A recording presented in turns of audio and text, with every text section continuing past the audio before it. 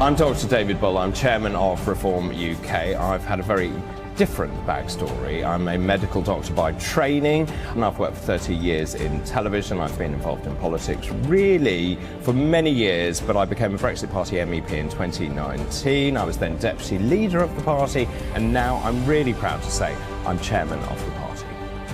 And so I suppose my passion for politics has always been about fairness. This is about ensuring that people get access to healthcare, that we keep the NHS free at the point of need, but at the same time actually improve the service so people get really good outcomes, and so they are better than we are currently seeing, where we are falling far behind Europe. So for me, it's all about fairness, it's about putting British people first, it's about reinvigorating this great country and putting great back into Britain.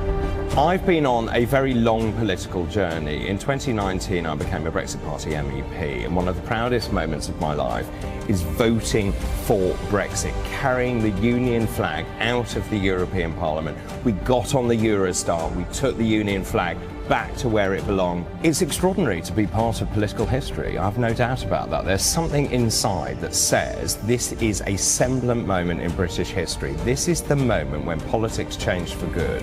I've never felt anything quite like this. I know we're on a mission, I can feel it, I can sense it whenever I go outside and talk to people. People are desperate for change, they're tired of the two-party system, and they believe that Reform UK can deliver it, and we are going to prove them right. And the next step for us is to show the public that we are ready, we are competent, we are going to form the next party of government, and we are going to smash the political system. Britain needs reform.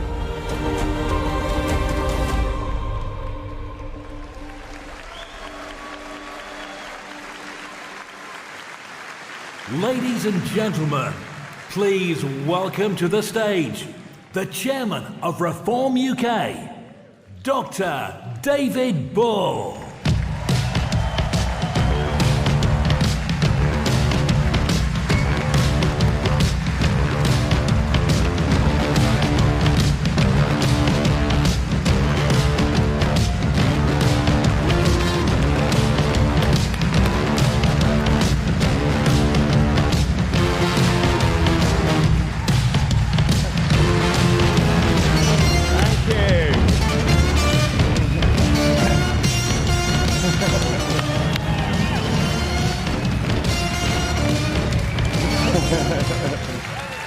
Good afternoon, Birmingham!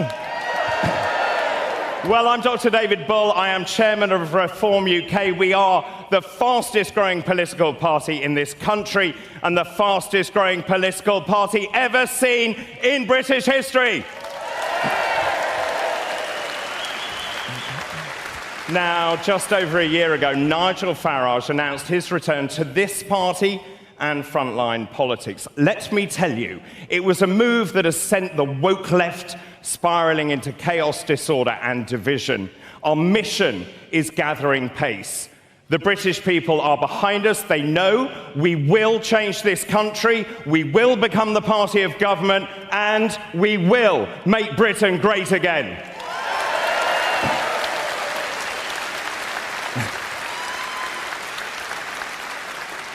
Now, the government is falling apart as we speak.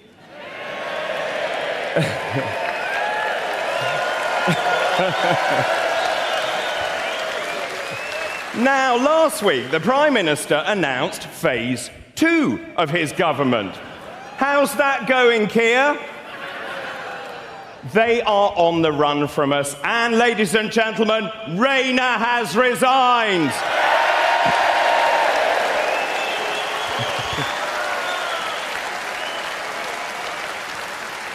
And let me tell you, one by one, we are taking every single one down.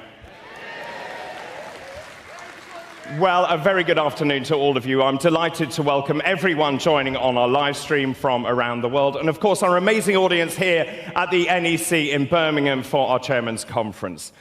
This year's conference, as you can see, is even bigger than last year. Over 10,000 passionate reformers will join us in this arena over the next 2 days. Every single one of them is determined to turn around this country's fate and to put the great back into Britain, aren't you?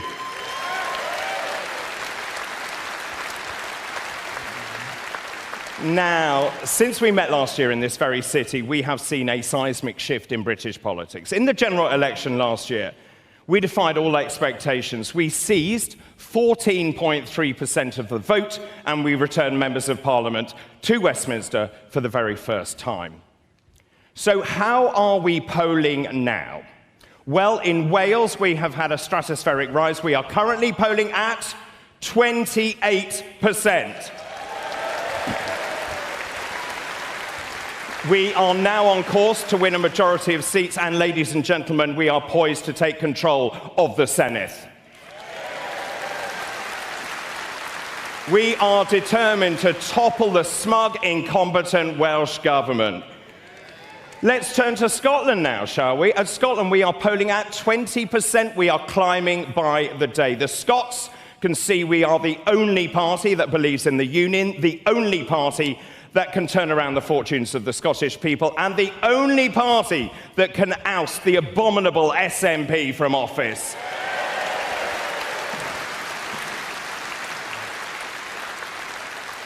Now, when you look at the national picture, it tells an even better story. We are consistently polling above 30%. Yesterday, The Sun reported we are at 32%. Last week, though, we saw a major breakthrough.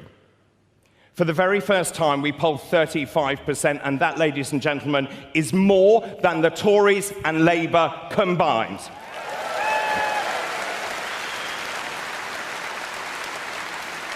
Now, it's a highly significant number because at that level, the arithmetic of parliamentary seats changes dramatically. If there was a general election tomorrow, and my goodness, don't we need one? Exactly. Then that would mean we would gain anything between 375 to 450 parliamentary seats. That would give us a working majority of between 50 and 125 seats. It would make Reform UK the party of government, and Nigel Farage would become the next British Prime Minister.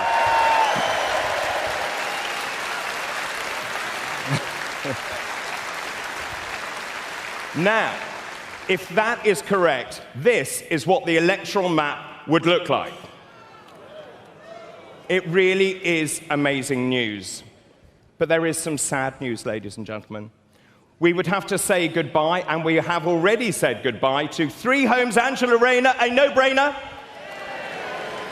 Also to go, Rachel from Accounts, who has never studied accountancy, she's out. My favourite, mad, moody Ed Miliband, he's out. And Rishi Sunak, James Cleverly, Kemi Badenoch, the leader of the opposition, would all go too, not that anyone would notice. And Starmer knows it. He knows he is about to be wiped off the map. So, to try and counter it, guess what he's done? He's turned his fire on Nigel. If you notice, he can't stop talking about Nigel. In the Commons, on television, at PMQs, he mentions him at every possible opportunity. There is no doubt, ladies and gentlemen, Keir Starmer has a man crush on Nigel.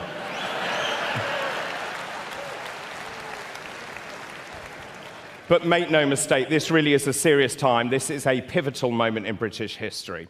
We are now predicting that the Tory party will face an existential crisis and will be all but wiped out, and Labour would return its worst results since 1931. Now, if you then add into the mix the threat to Labour from the new parties of the left, firstly, the party currently called very imaginatively, your party, led by Jeremy Corbyn and Zara Sultana, or as I like to call them, Fruit and Nut.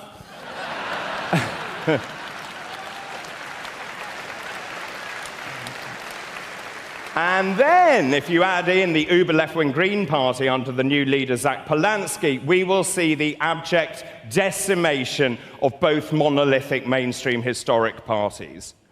Now, ladies and gentlemen, the stakes could not be higher because this country is in terminal decline.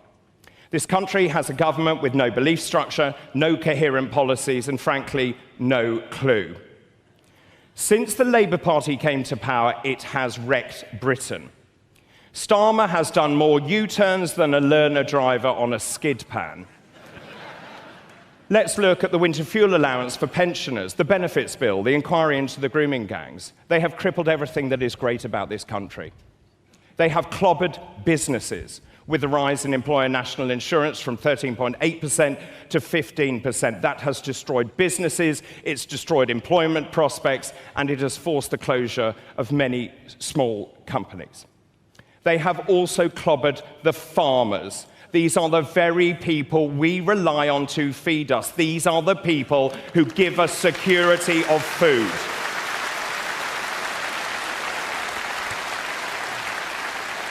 It is unacceptable. Not one member of that cabinet understands farmers. Their insane ideological imposition of inheritance tax on farms worth over £1 million sounds the death knell for the custodians of our countryside. 70,000 farms are affected, and by the way, a third of farms actually make a loss. 80% of farmers fear for their future. And we've also heard of farmers committing suicide because they are so devastated. And not content with this, Labour has clobbered the fishing industry. It is unbelievable. Keir Starmer has given away the livelihoods of our fishing communities by signing away the rights to British fishing waters to the EU for the next 12 years, decimating fishing towns up and down this country, from Lowestoft to Hull to Peterhead. They have also clobbered hard-working families who often have 2 or 3 jobs to send their kids to private schools by adding VAT to school fees. Now, the government says, oh, it will bring in more money. The reality is far from that. Tens of thousands of kids have been dragged out of school mid-term and forced into the overburdened state system, by the way, a system they were already paying for. I'll tell you what, ladies and gentlemen, this is madness. It is ideology over pragmatism. And if that wasn't enough, they have given away sovereign British territory. They have given away the Chagos Islands against the wishes of the Chagossian people to Mauritius, a country that has never owned them. And then, to rub salt into the winds, we're having to pay 35 billion quid to lease them back, to use them as a military base. It is utter insanity, would you not agree?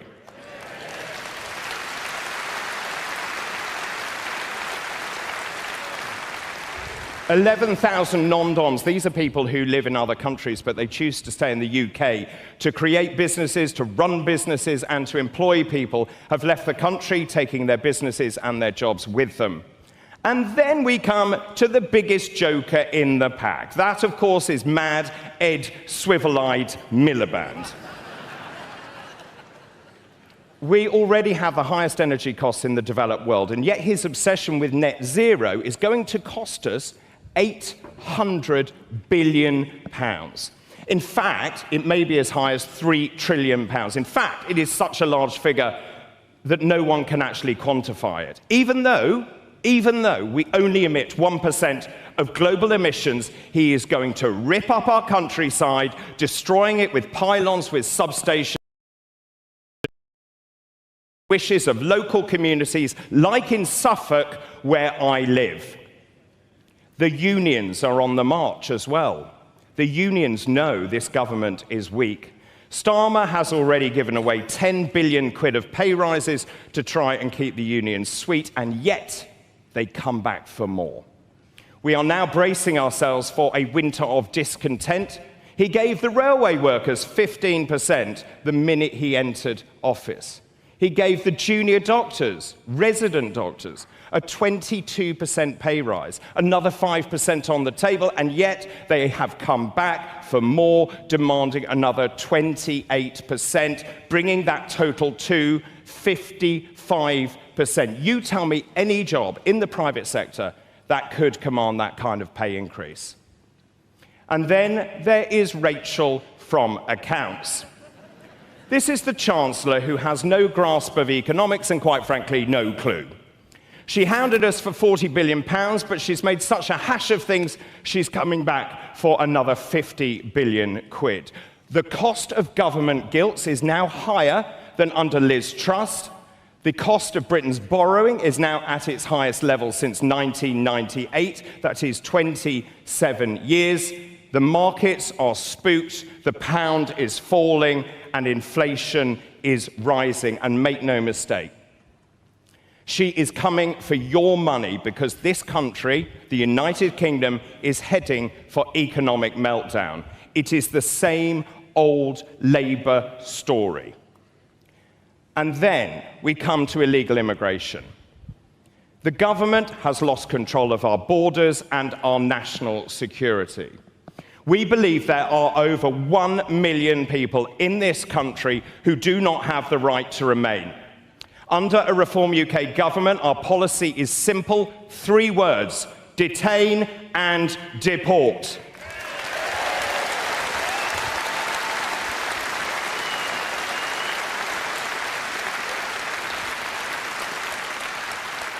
It's very, very simple. If you come here illegally, you will not be able to claim asylum. You will not receive benefits. You will not have hotel accommodation, and you will not have day trips to the zoo.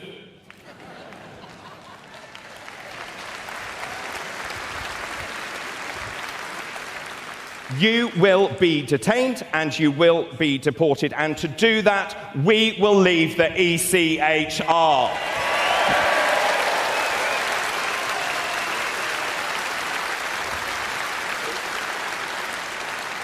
We will tear up the Human Rights Act. We will replace it and make sure the British people are first by replacing that with a British Bill of Rights. And I'll tell you what, ladies and gentlemen, and you will agree with me, the people of this great country have had enough. And you can see that with 3,000 protests that have taken place across this country this year. And what is the government's answer to all of this? Well, it's to trample on your rights. They are creating a dystopian society, a police surveillance state with the introduction of digital IDs, visual recognition technology in supermarkets, and they want to arrest anyone who dares to speak out on social media.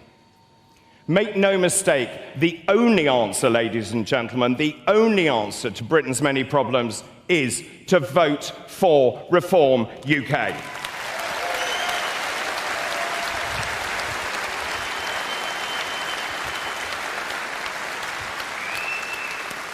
Now, I've been chairman of this great party for 3 months, and we have been readying ourselves to fight local, mayoral, and in time, a general election. And together, we are taking the next step. As many of you know, I've been touring the country. I have been already to Edinburgh, to Sunderland, Cumbria, Cheshire, Warwickshire, Gloucestershire, Cornwall, Clacton, Ipswich, Surrey, Berkshire, Hull, Doncaster, and Cumbrae. And I have had the great pleasure of meeting many, many thousands of you, our amazing members and supporters. I've seen between 4,000 and 5,000 of you already in 3 months. And in that time, we have also broadened our electoral base. Let me just explain this to you. We really are in uncharted political waters. So on the doorstep, when people say, who is voting for you? Here's the answer. Half of Labour's voters are now backing us.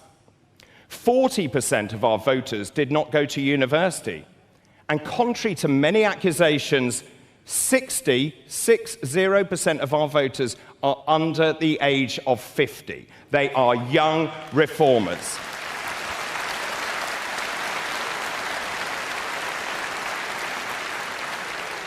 Now, in my tenure as chairman, building on my 30 years of experience in television, we've built our own TV studios at Reform HQ in Westminster to ensure we get our message across to millions of British voters by bypassing traditional media outlets. We've also built a purpose-built press room to facilitate our press conferences. When I took over, I promised you that I would democratise the party, and we have done just that. We invited our members to apply to join the board of the party. I then hosted the live hustings event from HQ, and all of you voted for 3 members to join that party board. And we held our first board meeting on Monday of this week. This week, we also opened our call centre to provide our members with a dedicated membership hotline and advisors on hand to help you make the most of your membership. And let me just explain to you, our membership is growing exponentially. Last year, in this very city, we had 76,000 members. Today, we have 240,000 members.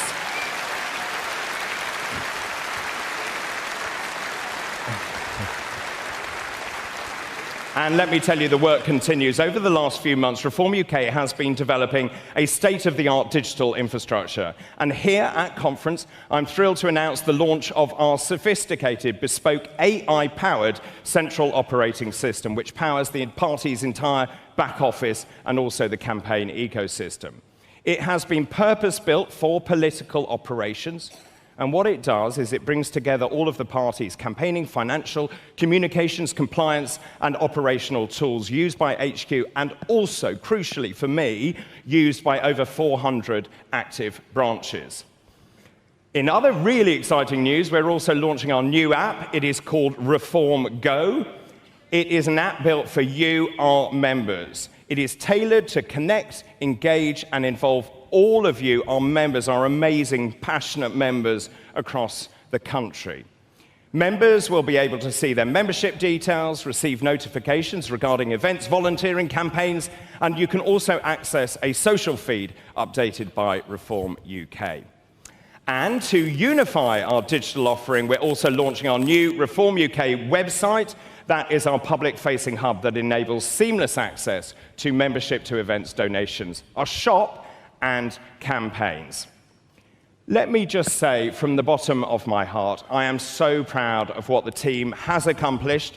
I'm so excited for our members to start using what we have built. Both our IT infrastructure and Reform Go will continue to evolve, and we will offer new features and functionality as we progress. What I can tell you, this digital offering proves that not only is Reform UK the most popular political party in the country, we are also the most advanced, high-tech political party in Britain, and that is worth a round of applause.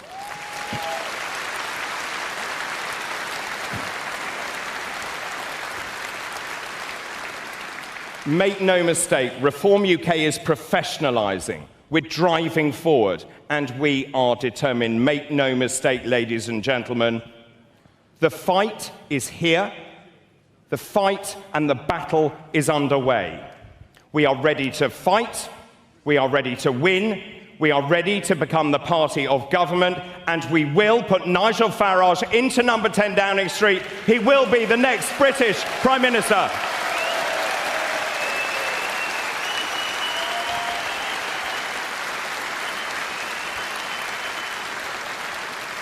Now, I'm so delighted that all of you have made the journey here to Birmingham, and this is an amazingly huge conference. In fact, it's such a huge conference, I wanted to bring in one of Britain's brightest TV presenters to help me. Sadly, I couldn't find one, so I called my old mate, my old colleague from Talk TV, a man I've shared many intimate on-screen moments with. I'm delighted to say he has agreed to help me out. Ladies and gentlemen, please welcome my co-host for this conference. It's Jeremy Kyle. DB, are you dropping some? DB, good job, good speech. Thank you. You all right, you lot? Come on, bit louder, you all right? Can I just say, intimate personal moments or private or business ones? What did you say? Let's keep it between us. All right, really? Here's the thing. Thank you for inviting me. I imagine most people here would assume that when you go to a party sort of conference, you sit there for 4 hours like, oh, God, another speech. Today will be different. Reform wants to find out what the people have spent their hard-earned money coming here to understand what it's all about. And we want to speak. I'm going to grab this man straight away. Pete didn't expect this. How are you? What's that say? Burton and Utoxeter. Peter, how are you? I'm fine, thank you very much. Come a long way. Both days or just today? Both days. Brave. Just genuinely, what did you expect? What do you want? Why are you here? Why is this so important for you, pal? Well, I heard a lot of things like on TikTok and the news and everything. I wanted to come and hear for myself, directly from the people, what's new and what's going to happen. What do you think of the state of this country right now? I think it's in a complete mess, to be honest with you. And do you think the reform and what you heard David say then is the answer? Well, they better do, after all of this.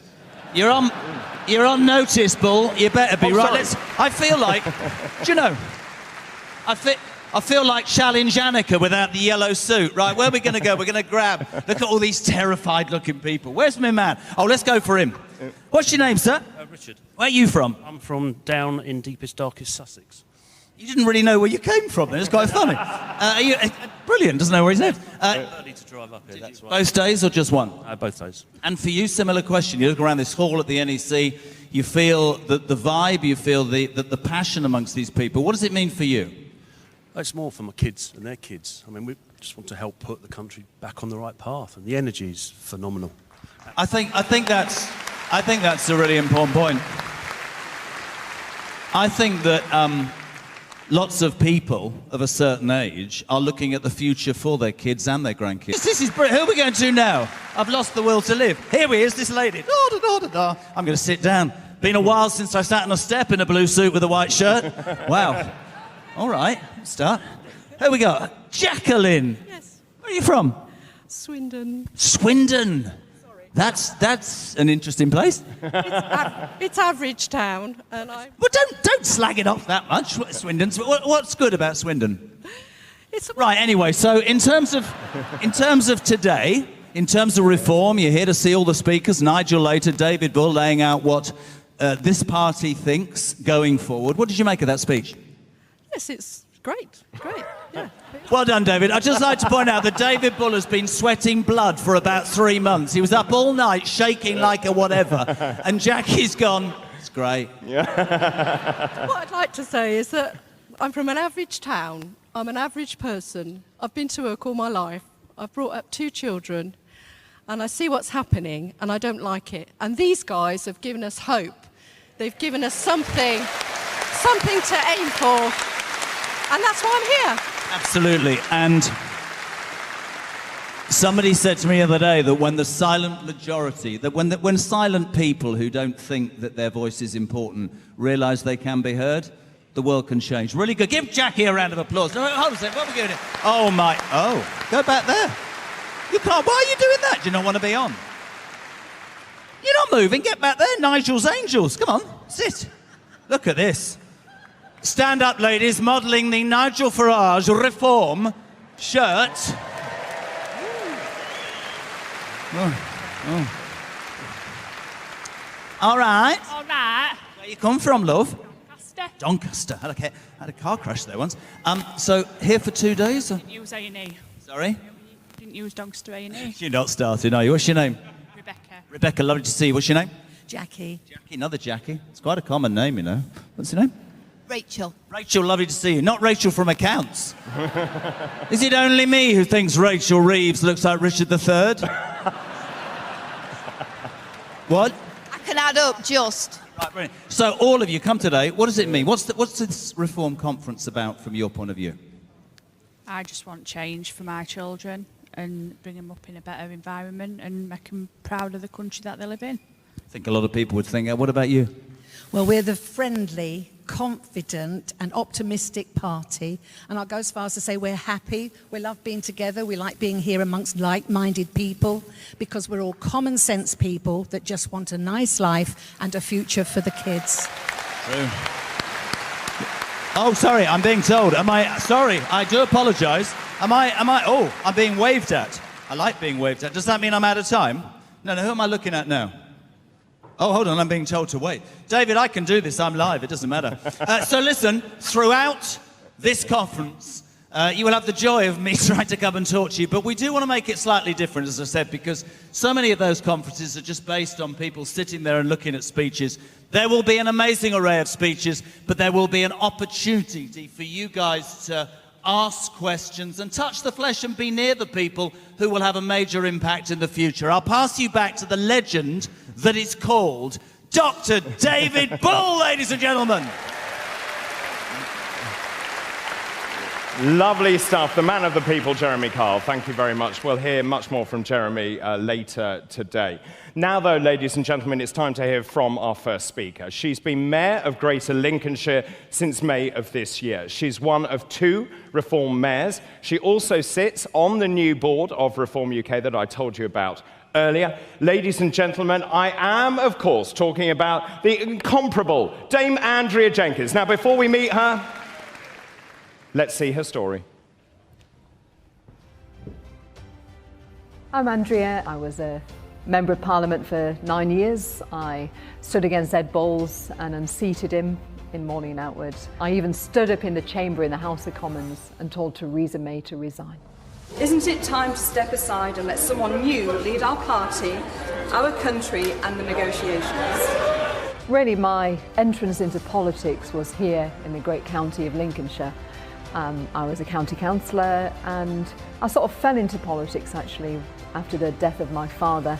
He used to say, it's not where you come from in life, but it's what you do in life that matters. And my siblings and I, we always believe that. You know, it's what you invest in life, in the community, and in the country actually. There's 3 key policies that I'm focusing on. The whole skills agenda. Lincolnshire's been a bit of a brain drain, where we see our young people educated and they leave the great county. We've got to future-proof our great economy, make sure that our children have got these skills, the tech skills, and also to be able to compete on the global stage. I'd like to retain the talent in Lincolnshire. And thirdly, I want to ensure that every penny of taxpayers' money, of your money, is well spent. We've seen that Britain is broken.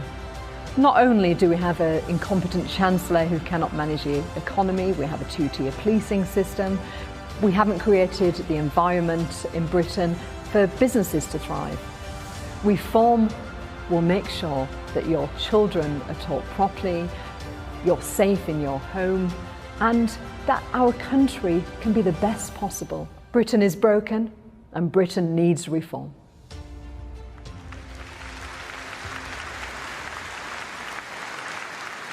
Please welcome to the stage Reform UK Mayor of Greater Lincolnshire, Dame Andrea Jenkins.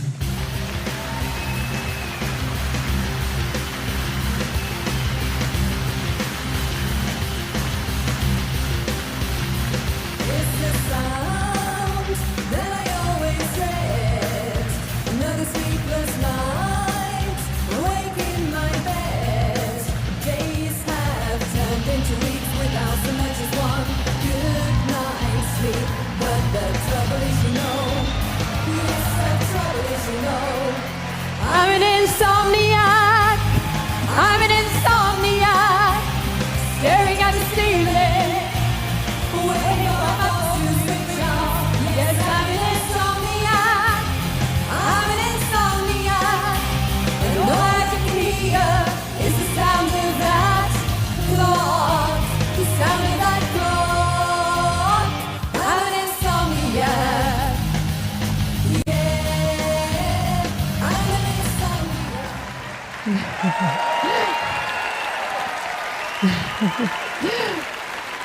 Reformers, welcome to conference. Now, is this god-awful Labour government giving you sleepless nights and insomnia too? Now, you're probably wondering why the sequin jumpsuit and why these ridiculously high heels that I can hardly walk in.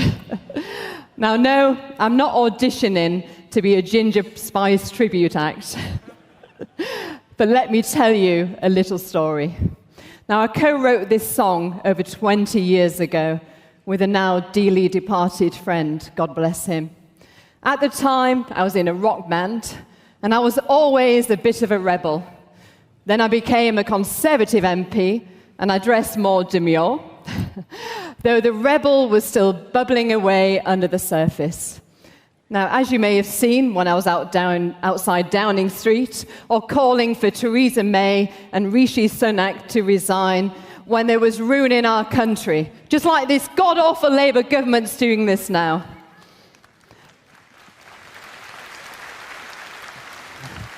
Now, whilst I was a Tory, I attended Reform's Party conference here last year under the guise of a press pass, as I wanted to see for myself, what was this? What was this reform movement that destroyed the Conservatives in last year's election? What was it all about? Ladies and gentlemen, I too was caught by the reform wave. I too experienced that magic, the uniqueness that is reform. And at last, I am home. So I joined the party of the brave. Now, I join because of you, Nigel, because you will save Britain.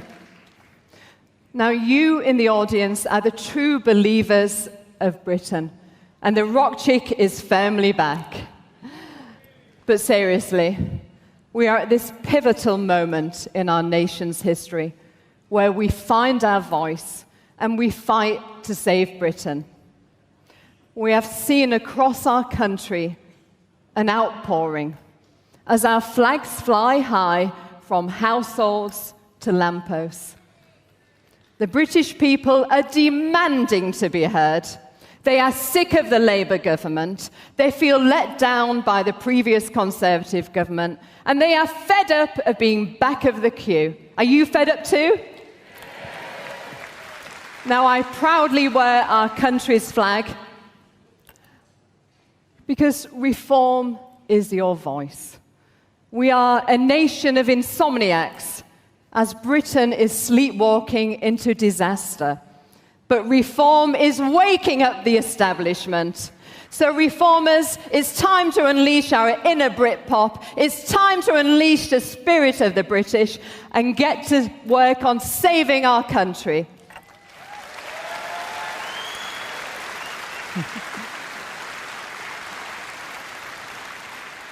Now, this is what this conference is really about. Reform, the next step, is so important.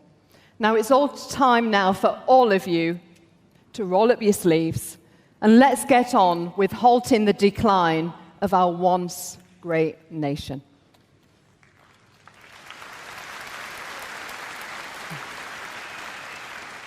Now, in May, I was proud to be elected to become Reform's first mayor of Greater Lincolnshire.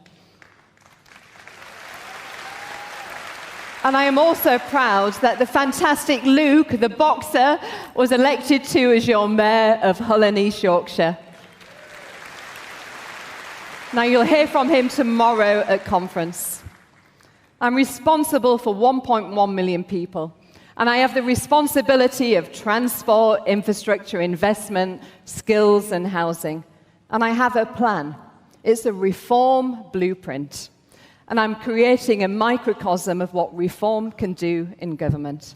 Now, I take this responsibility seriously, and I will deliver my promises to the people of Lincolnshire.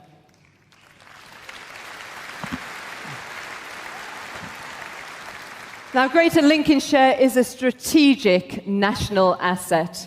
We feed the nation. We are the food valley of the UK. And we supply 70% of the UK's seafood, 29% of vegetables, 16% of poultry, and generated 2.7 billion in agri-food output in 2023. Now, my focus is on innovation potential. My plan is to be world-leading in food chain automation, digital agriculture, and agri-tech. And we are well positioned to support the UK's ambition to become a science superpower and drive growth in our country and county.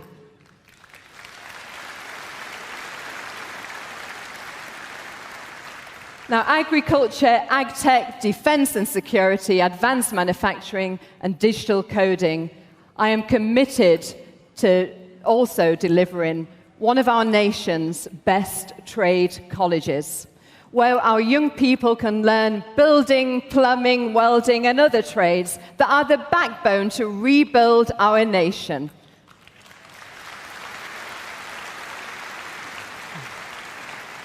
But Lincolnshire is also renowned for our heroic bomber command.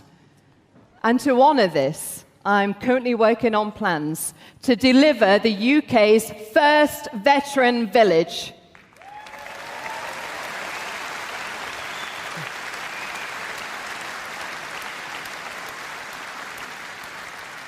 They fought for us, and reform will deliver for them.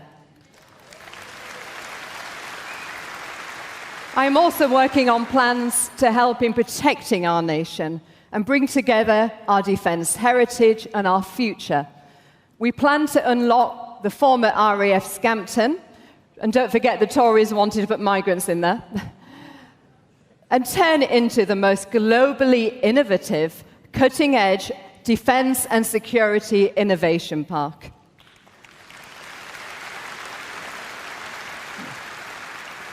It will be home to a rapidly growing defence cluster, collaborating with the University of Lincoln and industry to develop mission-critical digital technologies.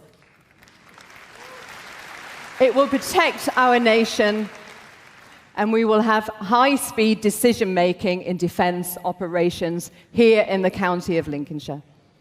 Now, together we are committed to work with stakeholders to make this happen. Now, in my growth plan, I aim to power the digital economy. We are well positioned with over 1,400 digital businesses across telecom, software, marketing and aerospace. And the sector's valued at £992 million. That's just in one county alone. You see, Greater Lincolnshire is not just a rural region. We are a strategic national asset, and Reform are going to make the most of this.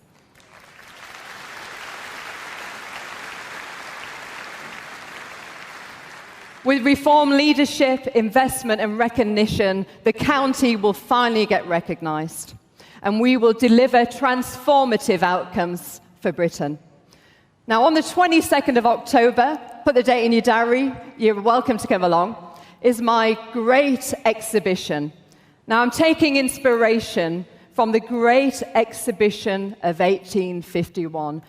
It was held during the Industrial Revolution that propelled Victorian Britain to be the greatest superpower of the time. Those were the days, weren't they? Now, my aim is to superpower our economy, shine a light on our amazing county and all that we have to offer. We are truly world-leading in some key industry sectors and have extraordinary potential for investment and innovation. So please join us and see some of the most innovative technologies in the UK. You will meet business, industry, some well-known speakers, some that you know very well. Embassies are exhibiting, and ambassadors will be keynote speakers. Whilst this awful Labour government is damaging our economy and driving away business, myself as your Reform Mayor and Reform are determined to become a beacon of light and hope for industry and demonstrate that we in Lincolnshire, we're open for business.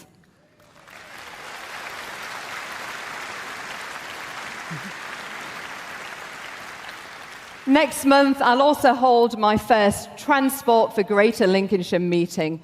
Unlike Sadiq Khan's, which is full of diversity officers, there'll be none on ours. Ours will be a strategic working group of decision makers and stakeholders that is finally committed to delivering transport and infrastructure to get Lincolnshire moving.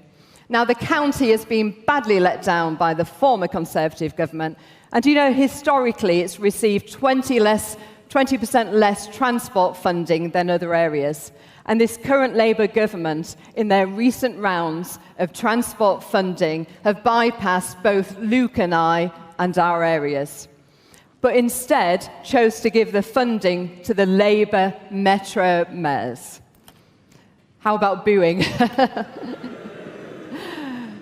But we at Reform, we do care. We are fighting for you.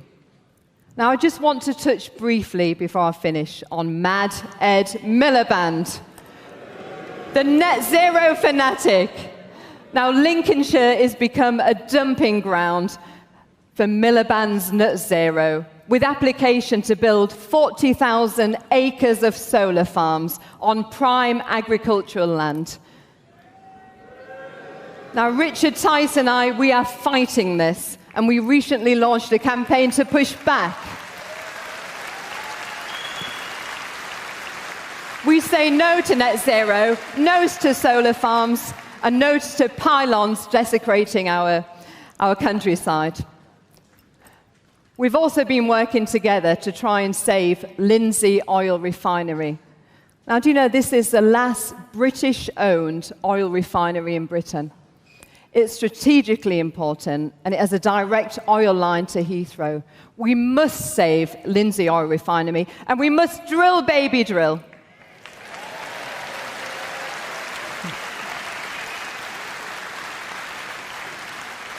But Labour, in their net zero hysteria, doesn't care about oil and gas. But we do. And as President Trump said recently, North Sea oil is a treasure chest for Britain, and how Britain has essentially told drillers that we don't want you. Donald is wise, and reform will not make that mistake.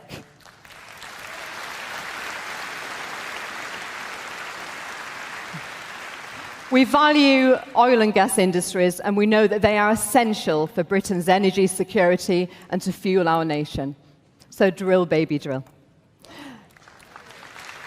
Now, I am also listening. I recently wrote to the council leaders across the whole of Lincolnshire, expressing my concern at a recent newspaper report. Do you know that some of our towns are being pitched to become sanctuary cities for migrants? You know the type, freebies for migrants. But we at Reform say no freebies. We say no to housing migrants in taxpayer-funded hotels.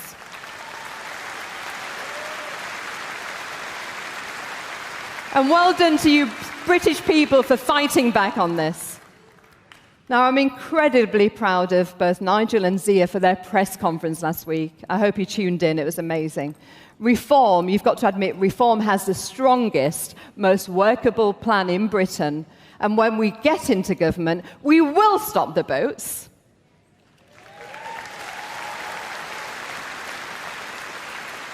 Over the next 2 days, you'll get a taste of what Reform has in store for Britain. But please, I urge you, don't stop there. Get involved. Deliver leaflets, campaign, raise funds for our election war chest. And importantly, tell every person that you encounter about the Reform magic, about how Nigel and Reform are our last chance to truly save Britannia. So,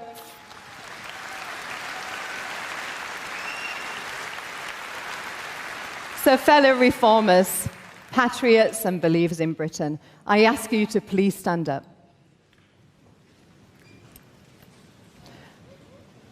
Be proud to be in the party of the brave. And please repeat after me that Nigel will be Prime Minister. Nigel will be Prime Minister! And we will save Britain. Reform will save Britain! Thank you and have a fantastic conference. Thank you.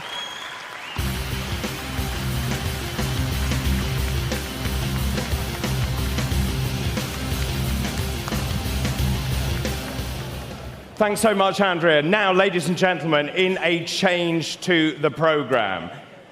Before we move on, in light of the breaking news reaching us this lunchtime from Westminster, that, of course, is the resignation of the Deputy Prime Minister, Angela Rayner.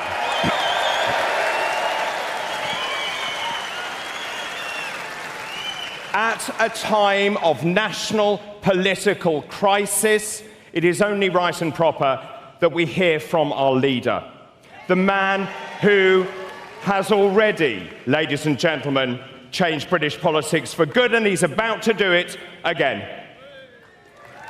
We have a chance of doing something really historic. I came back into politics on the 3rd of June last year because I believe that our country has to be turned around. Because I said that we would get millions of votes. Reform is now in government. And the big shout-out message, and it's very, very clear, is if you vote Reform, you get reform. We have the conviction, the love of country, the courage to stand up and say, we are proud of our country. We are proud of its history. We will stand up and defend that to anybody. Reform is now topping a national poll. I've had some great successes in life. I've had plenty of failures. But what I bring to this now is experience. What I bring to this now is passion. I'm not afraid of anything. I believe that Reform represents a silent majority in Britain. And when it comes to country, of what a nation is, this is where I do personally want to confront the Prime Minister head on. There's nobody on these issues of sovereignty, on these issues of national self-interest. There is nobody more determined than me. Can we make history? Are you going to be part of it? Thank you very, very much indeed.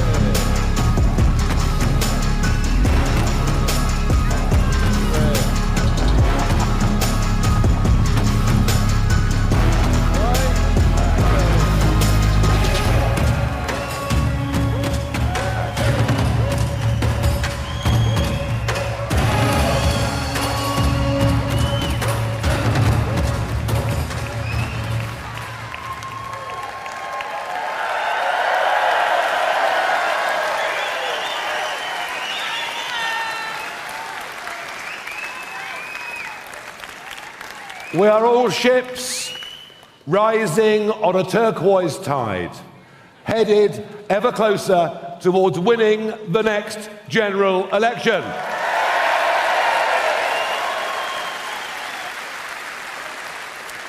It's been a day of some considerable news. It seems that female politicians are all the rage at the moment. We had our own very positive announcement overnight, of which you will hear more.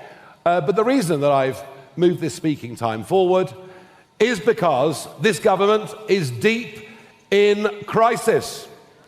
Not only have they fallen into deep popularity within just a year of winning the general election, but it's become clear to all of us that it is a cabinet of wholly unqualified people to run our country. They are not fit to govern.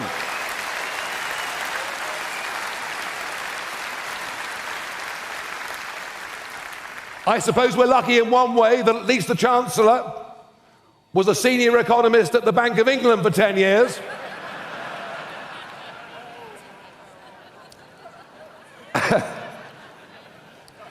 And that the business secretary is a fully qualified solicitor.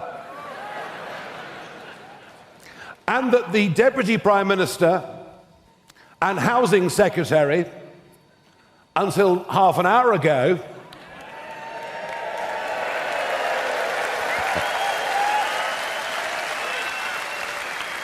is an accomplished property developer and speculator. But you simply can't get away, can you, from being the housing secretary and avoiding £40,000 of council tax. And it screams to entitlement. It screams to a government that, despite all the promises that this would be a new, different kind of politics, is as bad, if not worse, than the one that went before.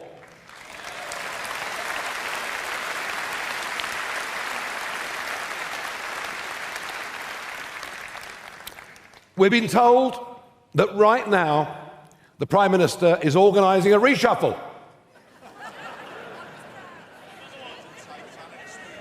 Yet another reset. And that the names of the new cabinet will come out later on this afternoon. Well, I didn't want the Prime Minister to do anything to spoil our conference. And that's why I've come on the stage now to say they are not fit to govern. The Conservative Party are riven. In fact, Nadine Dorries said overnight, the Conservative Party are dead. deservedly so. Deservedly so. And they will not be forgiven. They will not be forgiven for their betrayals over the course of the last 5 years. Mass migrations, illegal immigrants crossing the channel, sky-high taxes, and much else.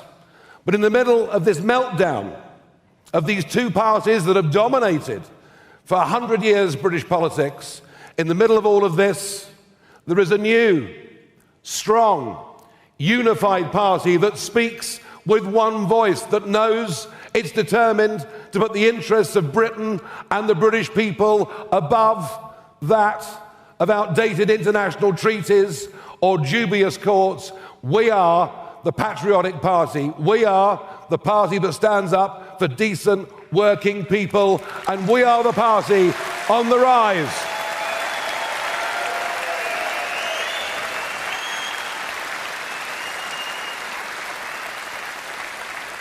Just think, I stood before you this time last year.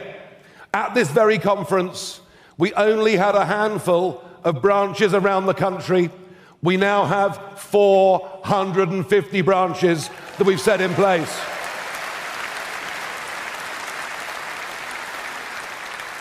As we entered the general election of 2024, we had 30,000 paid-up members. In the last hour, we've gone through 240,000 members. This time last year, we had very few councillors. Now we have over 900, and I've got to tell you, last year I said to all of you, May the 1st is coming. Volunteer to stand in the county elections. And even though the government cancelled the elections in 9 of the counties that we would have won, we still won outright 10 county councils and became the largest party in 3 others. Unbelievable. And I'll be honest with you, as I toured around the country on May the 2nd, I frankly myself couldn't believe just how well we'd done. Couldn't believe the extent to which we'd caught the mood. And the real icing on the cake, and it may only have been by 6 votes, but never let anyone tell you ever again that my vote doesn't count, because it does. And we got Sarah Pochen elected in the Runcorn by-election.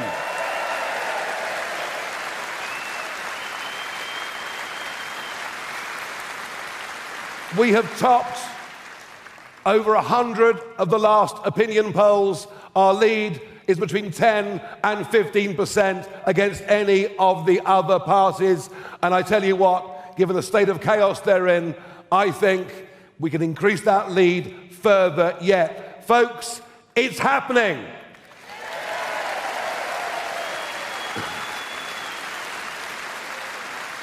Now the next step is going to be even bigger. Scottish Parliament elections, Welsh Senate elections, and indeed a by-election that will take place in Wales next month. All 32 London boroughs will be up for election, and we will take that seriously as we get ready to have a mayoral candidate so that we can beat Sadiq Khan next time round.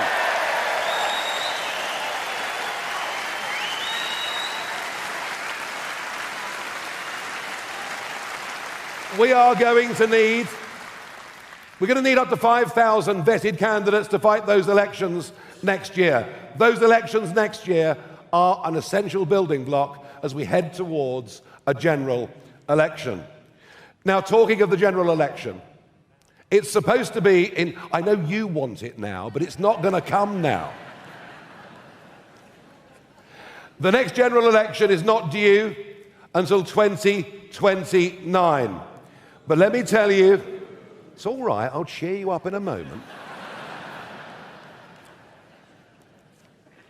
Angela Rayner going, not just as Housing Secretary, but also as elected Deputy Leader of the Labour Party and Deputy Prime Minister, means there will be an internal election in the Labour Party.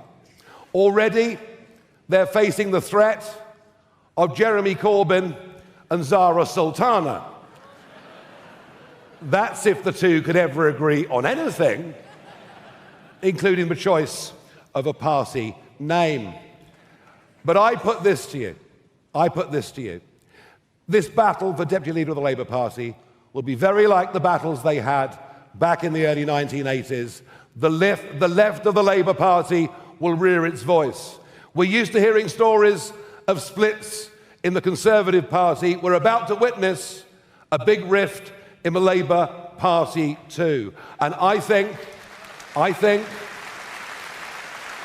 if there is one really big message from me to this conference, I don't think, and the bond markets back me up, and the leftward drift backs me up, and before long, there'll be Labour MPs that reckon they've got a better chance on the Jeremy Corbyn sectarian ticket, because frankly, folks, that's what's going on in our country. We have sectarian politics emerging. I loathe it. But there'll come a point when many MPs, Labour MPs, think they've got a better chance of being re-elected under that ticket, under Corbyn, than they do under Sir Keir. I think there is every chance now of a general election happening in 2027, and we must be ready for that moment.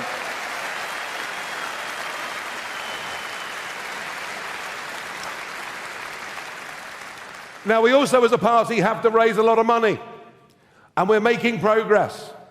Our Treasurer, Charlton Edwards, and his team doing a great job. Our Honorary Treasurer, Nick Candy, has personally already put in over £500,000 of his own money. Nick, we thank you for that. But I want you two in the branches to go out and work and raise money, to volunteer to be candidates, to deliver leaflets, to knock on doors.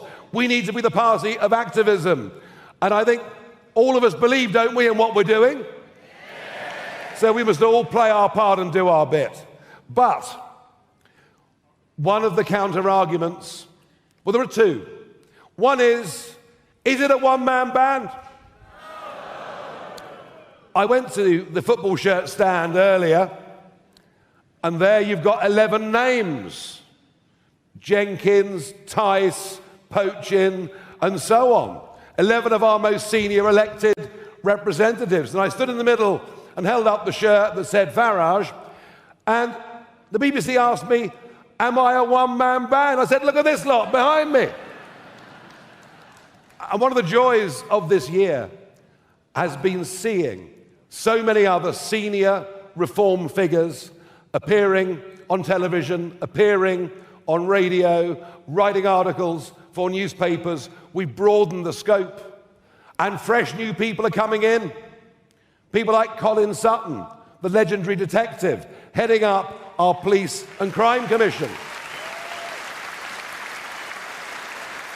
People like Vanessa Frake, the toughest prison governor in the country. And many more talented people will come, and I don't believe that all governments have to be MPs in the House of Commons. That's the convention, but it doesn't work, does it? You appoint people to be a rail minister, an education secretary who have no knowledge of the department they're supposed to run.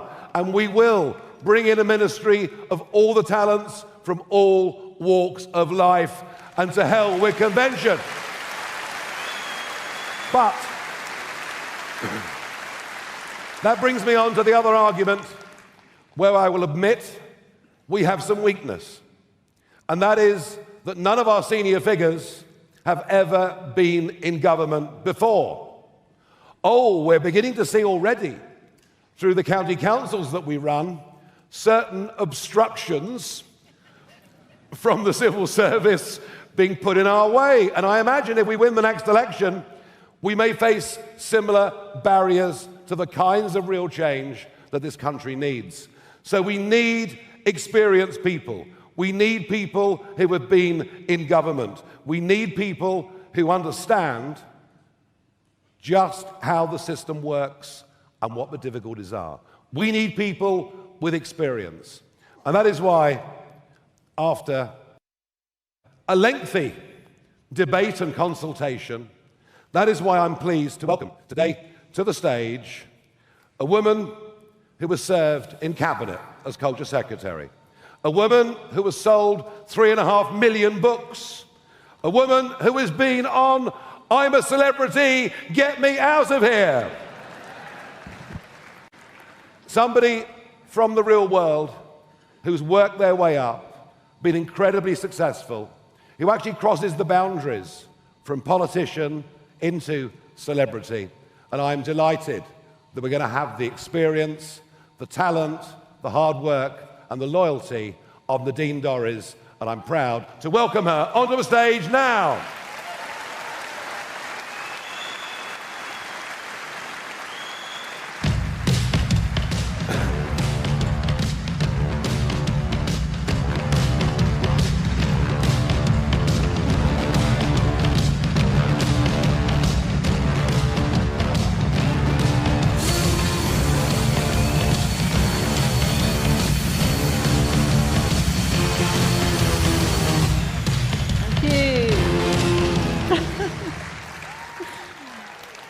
Well, that's the most dramatic entrance I've ever made into a room, ever.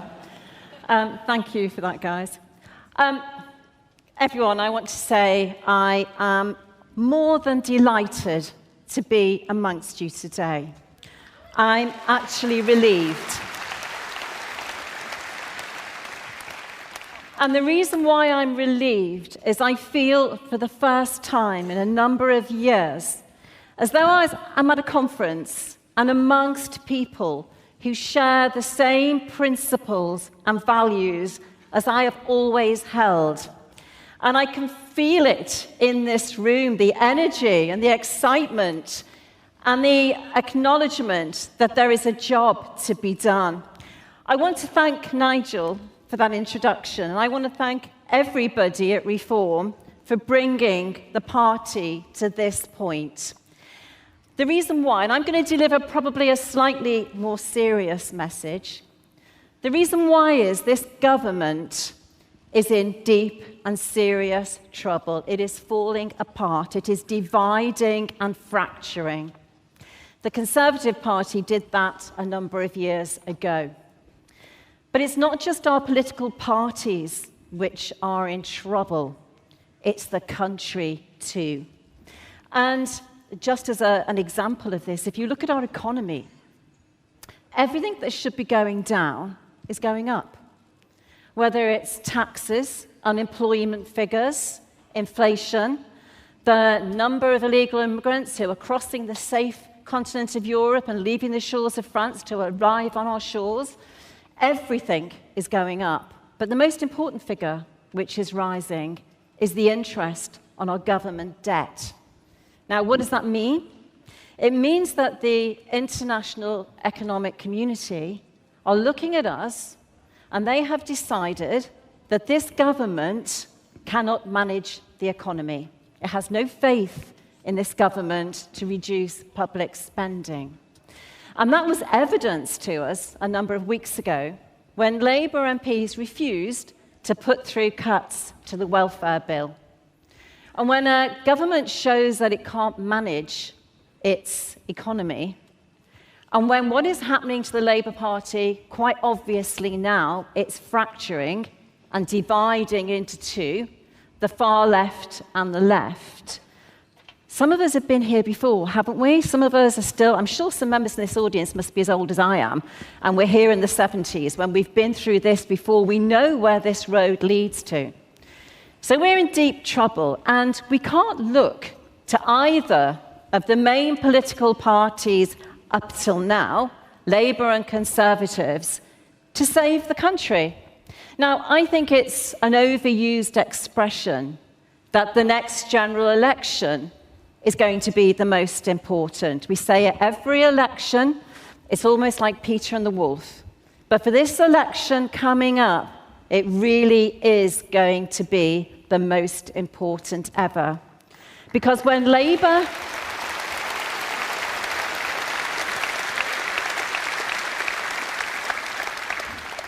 when Labour divide, as they are doing, when Corbyn takes off the left, when they unite with the pro-Gaza independents and the new left-wing firebrand leader of the Green Party, and the ragtags and bobtails who will stand as independents during the next general election, and maybe even the Liberal Democrats, we're going to go into an election with two left-wing parties. And what we might face going forward is worse than we've got today. That's why Nigel, his team, Richard and others, the Reform Party is the party of the moment. Because Reform are going to do things differently, because what we know is the way the Conservative Party have done it over the past few years. And to any Conservative Party members who are watching this today and thinking of joining Reform, the Conservative Party do not deserve your loyalty. Support Reform. Do the right thing.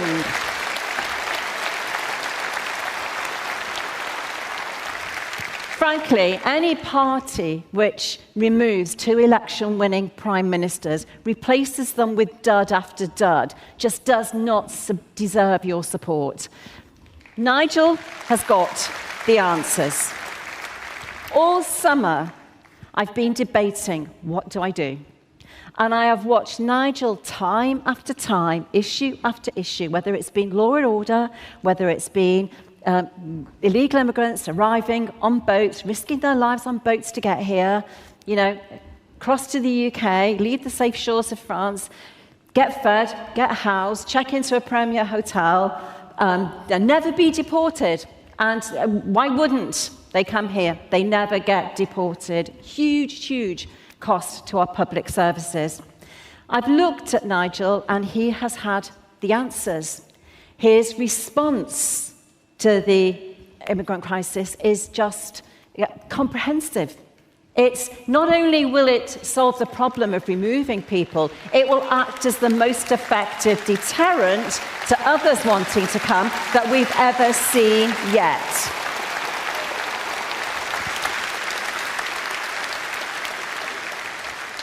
And we know that's the case because it worked with Rwanda. When Rwanda was being put forward and mooted as a plan, the Conservative Party had a way. Its Conservative MPs just didn't have the will, because 2/3 of them are Wets and are to the left of the Conservative Party, and they were never going to make it work. And in case you don't know, the majority of Conservative MPs will never support leaving the CHR. So if you think the Conservative Party was divided and it might get its act together for the future, do not be convinced. It will not. Nobody knows how that party works better than I do. It will tell you a tale, it will tell you a story, but it will not walk the walk and it will not deliver.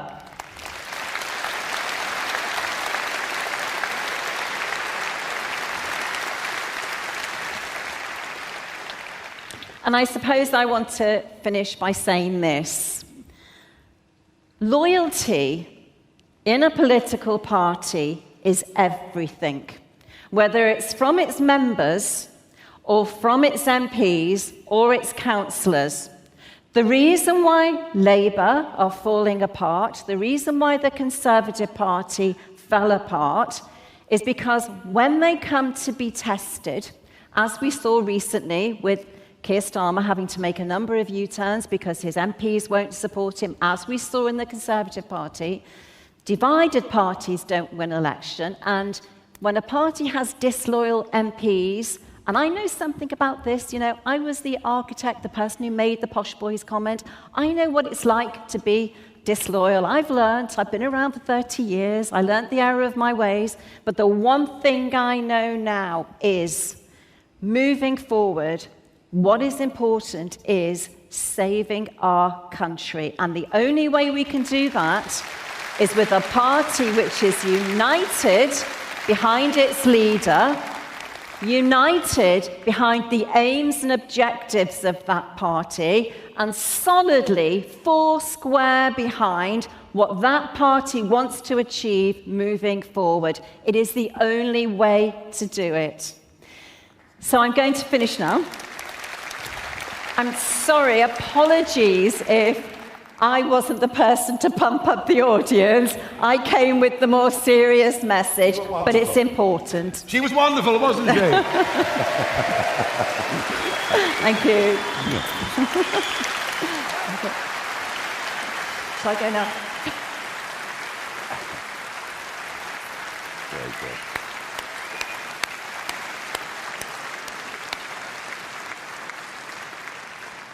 And to all of you watching on live stream, and I know there's a massive audience out there, listen to what Nadine just had to say.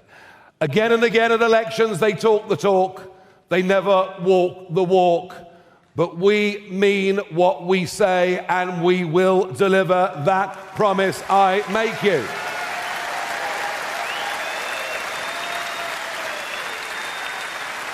Now, Nadine is right. Our country is in a very bad place. It's a mixture between anger and despair. Is it any wonder that the protests have sprung up outside the hotels? We are in economic decline. We are in societal breakdown with law and order. We are in cultural decline. It's as if our leaders have forgotten who we were. And when we want to question it, now they will do everything they can to crush free speech online. We are not going to have this. Our country is without doubt in the most dangerous place it's been in my lifetime. And we are,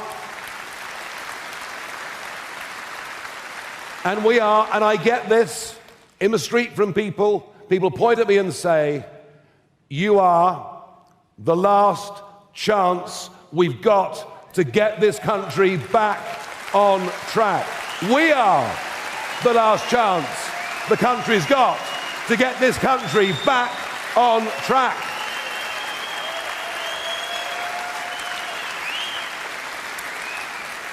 And that is why, let's make Britain great again. I've heard that phrase somewhere else before, but I agree with it. And that is why, talking of flags, that is why spontaneously across the country, there's barely a lamppost now that doesn't have the Cross of St. George or the Union Jack. And we love it.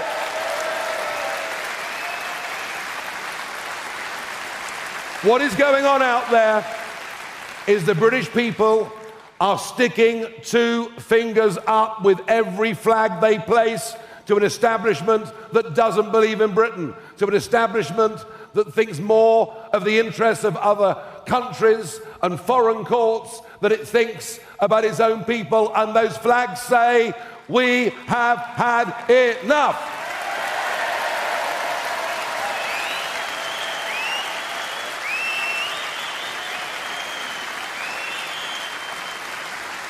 And we will, and we're determined, we will make Britain safer again, beginning with zero tolerance policing. If you shoplift, you will be prosecuted.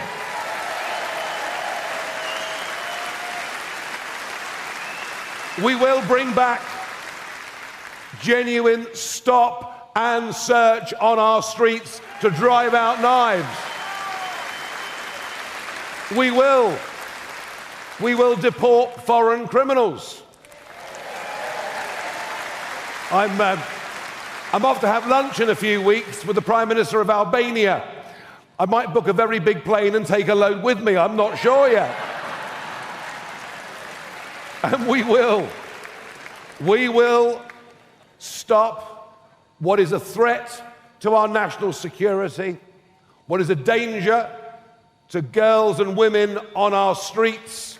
We will stop the boats, and we will detain and deport those who illegally break into our country, doing what nearly every normal country around the rest of the world does. You cannot come here illegally and stay. We will stop the boats within 2 weeks of winning government.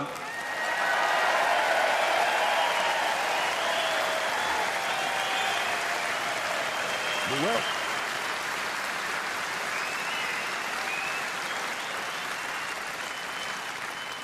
And we will stop dangerous organisations with links to terrorism operating in our country. Quite why we've been so gutless about this, both Conservative and Labour, I don't know. All across the Middle East.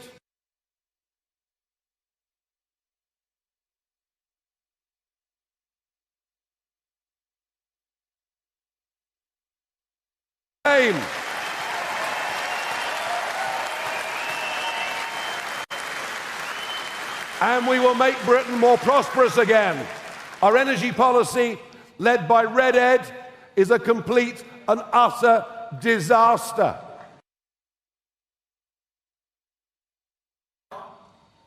You've heard of her, haven't you? It's all well and good for Kemi Badenoch to say drill, baby, drill. Who was it that put 75% super taxes on North Sea exploration? Who was it that committed net zero to law in this country? They should not be believed. They should not be listened to. We will scrap ridiculous, harmful, wasteful net zero policies. We will start producing our own oil and gas. We will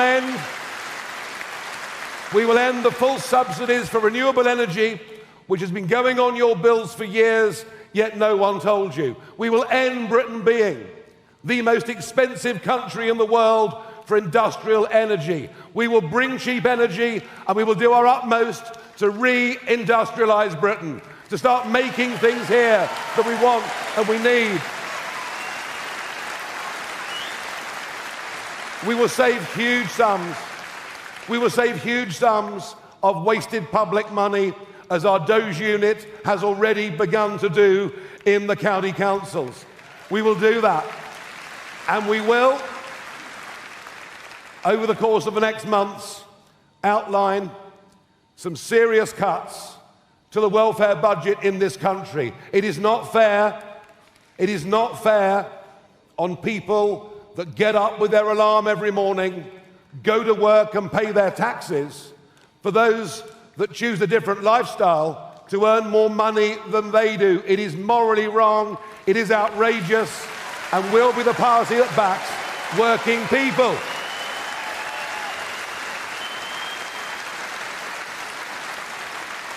And we'll make London a centre for digital assets and cryptocurrencies, bringing thousands of jobs and taking us firmly, as well as reindustrialising, into the 21st century technologies. But you can't do that without lots of cheap energy. We're literally betraying anyone in Britain that wants to be part of the modern digital age. And we'll end this disastrous exodus. The rich are leaving. Some people think that's fine. But if the rich leave, if the biggest taxpayers leave, it means everybody else has to pay more. It doesn't make any sense. The politics of envy has never, ever worked. I don't want big taxpayers to leave. But equally, I don't want the young and the ambitious to leave, and they're leaving in droves. So we will make sure that people come back and see us as a place to be. And let's start teaching kids at school trades and services. You know, the one thing that AI will not replace is the local plumber. They're going to make a fortune in the years to come. In fact, looking at the bills, I suspect some of them are already. But most of all, we need to make Britain proud again. We've lost our sense of who we are. We refuse to acknowledge publicly the Judeo Christian culture and heritage that we have, and that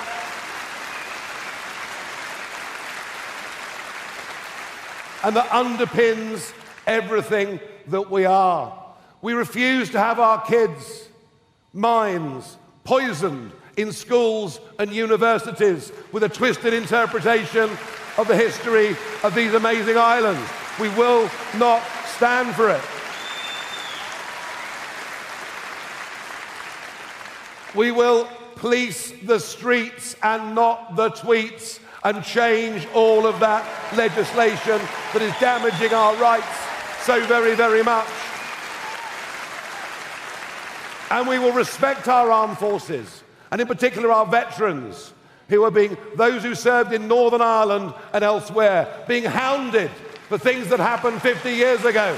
That will end. Now, I've laid out just some of our, and I don't apologize at all for the breadth of our ambition, because that's what this country needs. It needs hope. It needs belief. It needs to smile again.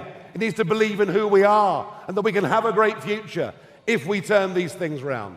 And I'm going, in order to get all these policies brought together under one roof, and it's a massive workload, I'm going to ask Zia Yousef from this day to be our head of policy to bring all of this together.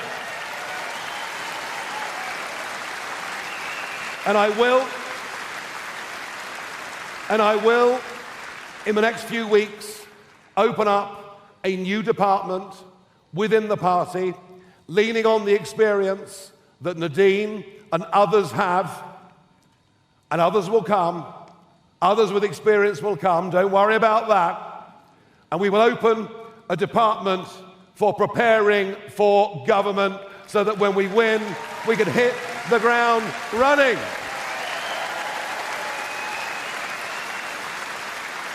I promised you a year ago I would professionalise the party. Have a look around you. Have a look at this conference. Haven't our team done just the most amazing job? I promised you I would democratise the party. I think the fact that 70,000 of you voted for our new board members was an incredible show that you believe in the party. You wanted this democratisation. And all I can do is to promise you that I will give this everything. I will give this absolutely everything that I've got.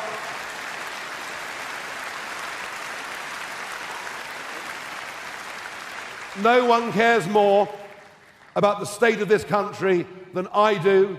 I am determined to do something about it. I came out of last year out of retirement to try and lead a movement that would get our country back. I think we're on track. I think we're on our way. I'm proud to lead this party, and I'm proud of you for the amazing contribution you've made to our success over the next year. But I tell you what, folks, that was just the beginning. Thank you very much indeed. Thank you. Thank you. Thank you very much.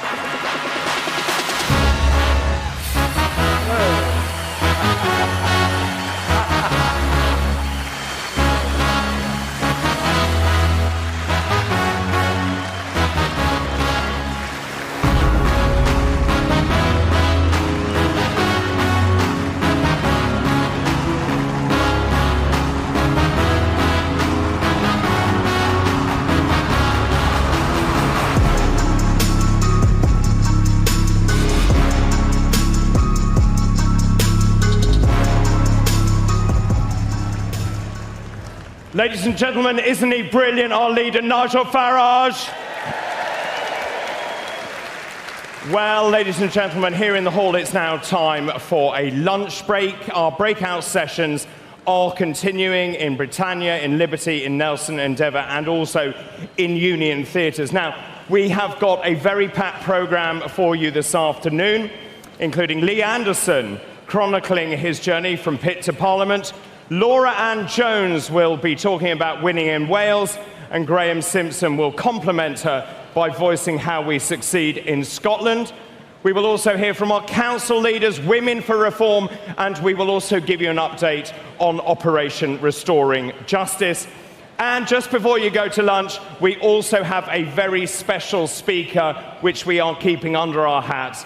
And of course, we will hear once again from Nigel. If you are watching at home, do not fear. We have a special programme for you throughout the lunch break, which I know is slightly late. On that note, of course, I will hand you now to the Housewife's favourite, Jeremy Kyle. Enjoy your lunch. How exciting is it for me to be told you need to fill for 42 minutes in the Reform Village surrounded by tractors and burgers, but we'll do our best. I want to know, by the way, if you're coming from the main auditorium, what you made of Nigel's speech, brought forward, pretty rebel-rousing. We have to say good afternoon to Chloe Dobbs, political commentator. Quick response to what Nigel Farage, the speech was brought forward on the back of Angela Rayner resigning, received in the hall. What did you make of it? Well, I mean, right on the money going after Angela Rayner. I mean, what a huge day to be having this conference right on. The Deputy Prime Minister is in a huge scandal and now having to resign, and making clear we are going to be ready to govern come 2027 because the markets are absolutely crashing because Rachel from accounts has got no clue what she's doing with the economy, and it's now more expensive to borrow here than it is in Greece, and so it could be the case that the markets bring down the government, and it's really important that Reform get the message across that we are ready, we are organised.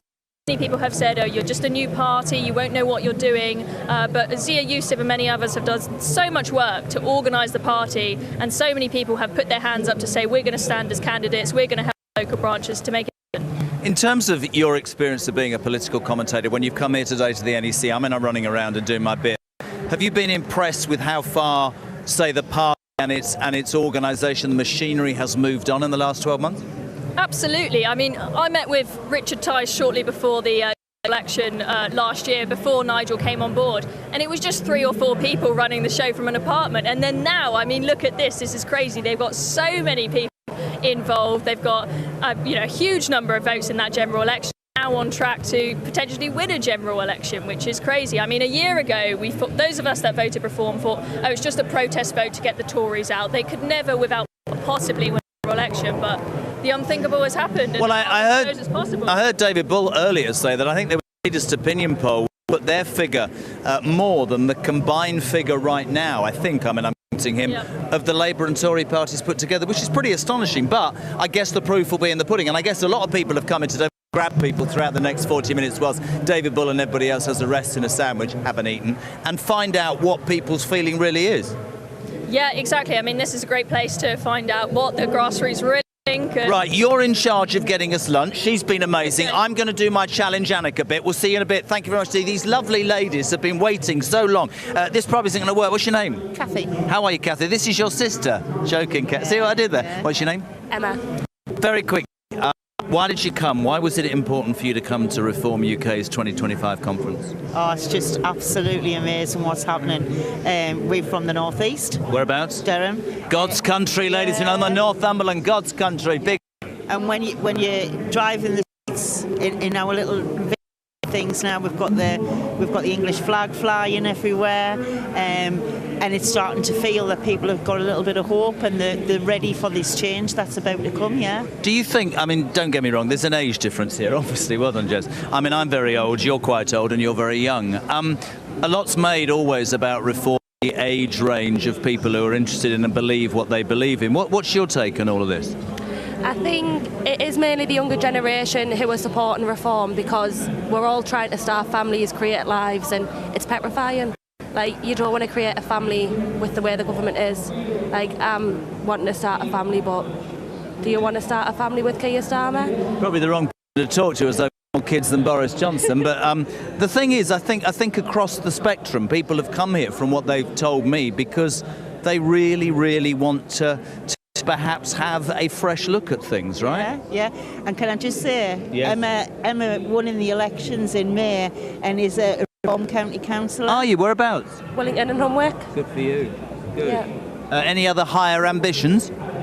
Maybe MP one day. Oh, it's coming out now. We've got an exclusive. I don't even know what channel we're on. Yeah. What channel are we on? Listen, I don't mind. It's fine. Listen, what's the most exciting thing, though? You saw Nigel's speech. What did you make of it? Oh, I just think he's phenomenal. I think he's inspirational. He's got the country in him. He's just amazing. What about the critics who say he's not ambitious enough to be the next Prime Minister? Well, just rubbish, isn't it, really? And obviously also today the news, which is why I believe Nigel brought his speech forward just now. The Deputy Prime Minister, Housing Secretary, Deputy Leader of the Labour Party, and I don't know what else the job was, Angela Rayner gone. From your perspective as a Reform councillor, what's your reaction to that? Fantastic. Absolute best news I've heard. Right, well, there you have it. Well, enjoy. So what are you off to do now? Climb a tractor, buy a burger, drive a bus? What are you doing? We're going to eat. We had too much to drink last night, so we're going to eat. You had too much to drink? We did.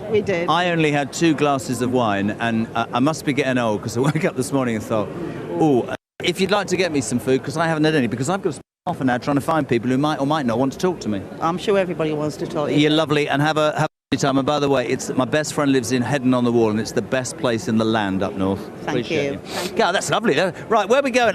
Just come with me. We're going walking. Do you want to talk? You're waving. Hold on, so just point the camera. What's your name? I'm Karen McIver. I come to say hello to you. Oh, Karen McIver from Epping. Yes, from Epping. Now, Nice this to lady see you. is a very interesting human being, because just introduce yourself to everybody, because you're the. I'll hold it. Don't take over, for God's sake. So I'm Karen McIver. I'm the branch secretary of Epping Forest Reform. And I've been proudly supporting the parents of Epping to get that awful hotel closed because it's in such an inappropriate place. In terms of today's conference, we're seeing people now leaving the main auditorium after Nigel Farage brought his speech forward on the back of that news about Angela Rayner. I don't know why I did that impression, it's not great. What did you make of that news today, and what did you make of Nigel's speech? Well, Nigel's speech was amazing, as always. As regards the other news, listen, we're not surprised. She was always going to mess up. And you know, she should have yesterday, they've waited till today. You know, they've probably done that to clash with our conference as well, but it hasn't worked. Nigel's speech was amazing. Reform is amazing. I think the British public are so ready for a reform government. I hear it all the time when I knock on doors. And you know, the whole country are ready. You know, 8 out of 10 doors I knock on, people will say, "Thank God you've come. Thank you for knocking at our door." But unfortunately, our council, our local council, Conservative-led, cancelled elections. So out in Essex, we weren't able to vote reform in. But we are so ready, Jeremy. When that time comes, we are so ready. In terms of the feeling on the doors, right? You can look around here. Burgers, dogs. We must go and get a burger in a minute, but. You look around here and there's obviously a vibe, but one gets the feeling that reform is tapping into that vibe across the country. Would that be fair? Yes, I think it really is. I speak to lots of branch members around the country, and everybody is ready. Everybody is fed up. Our country is in a mess, and we need reform to change it. The Conservatives and Labour have had plenty of time, and we can all see what's going on. You know, we turn the news on every day, it's just depressing, and we all want our country back. We are good British people, we work hard, and we want a bright future for our families. And that's why we're all doing it. Do you feel hope being here today?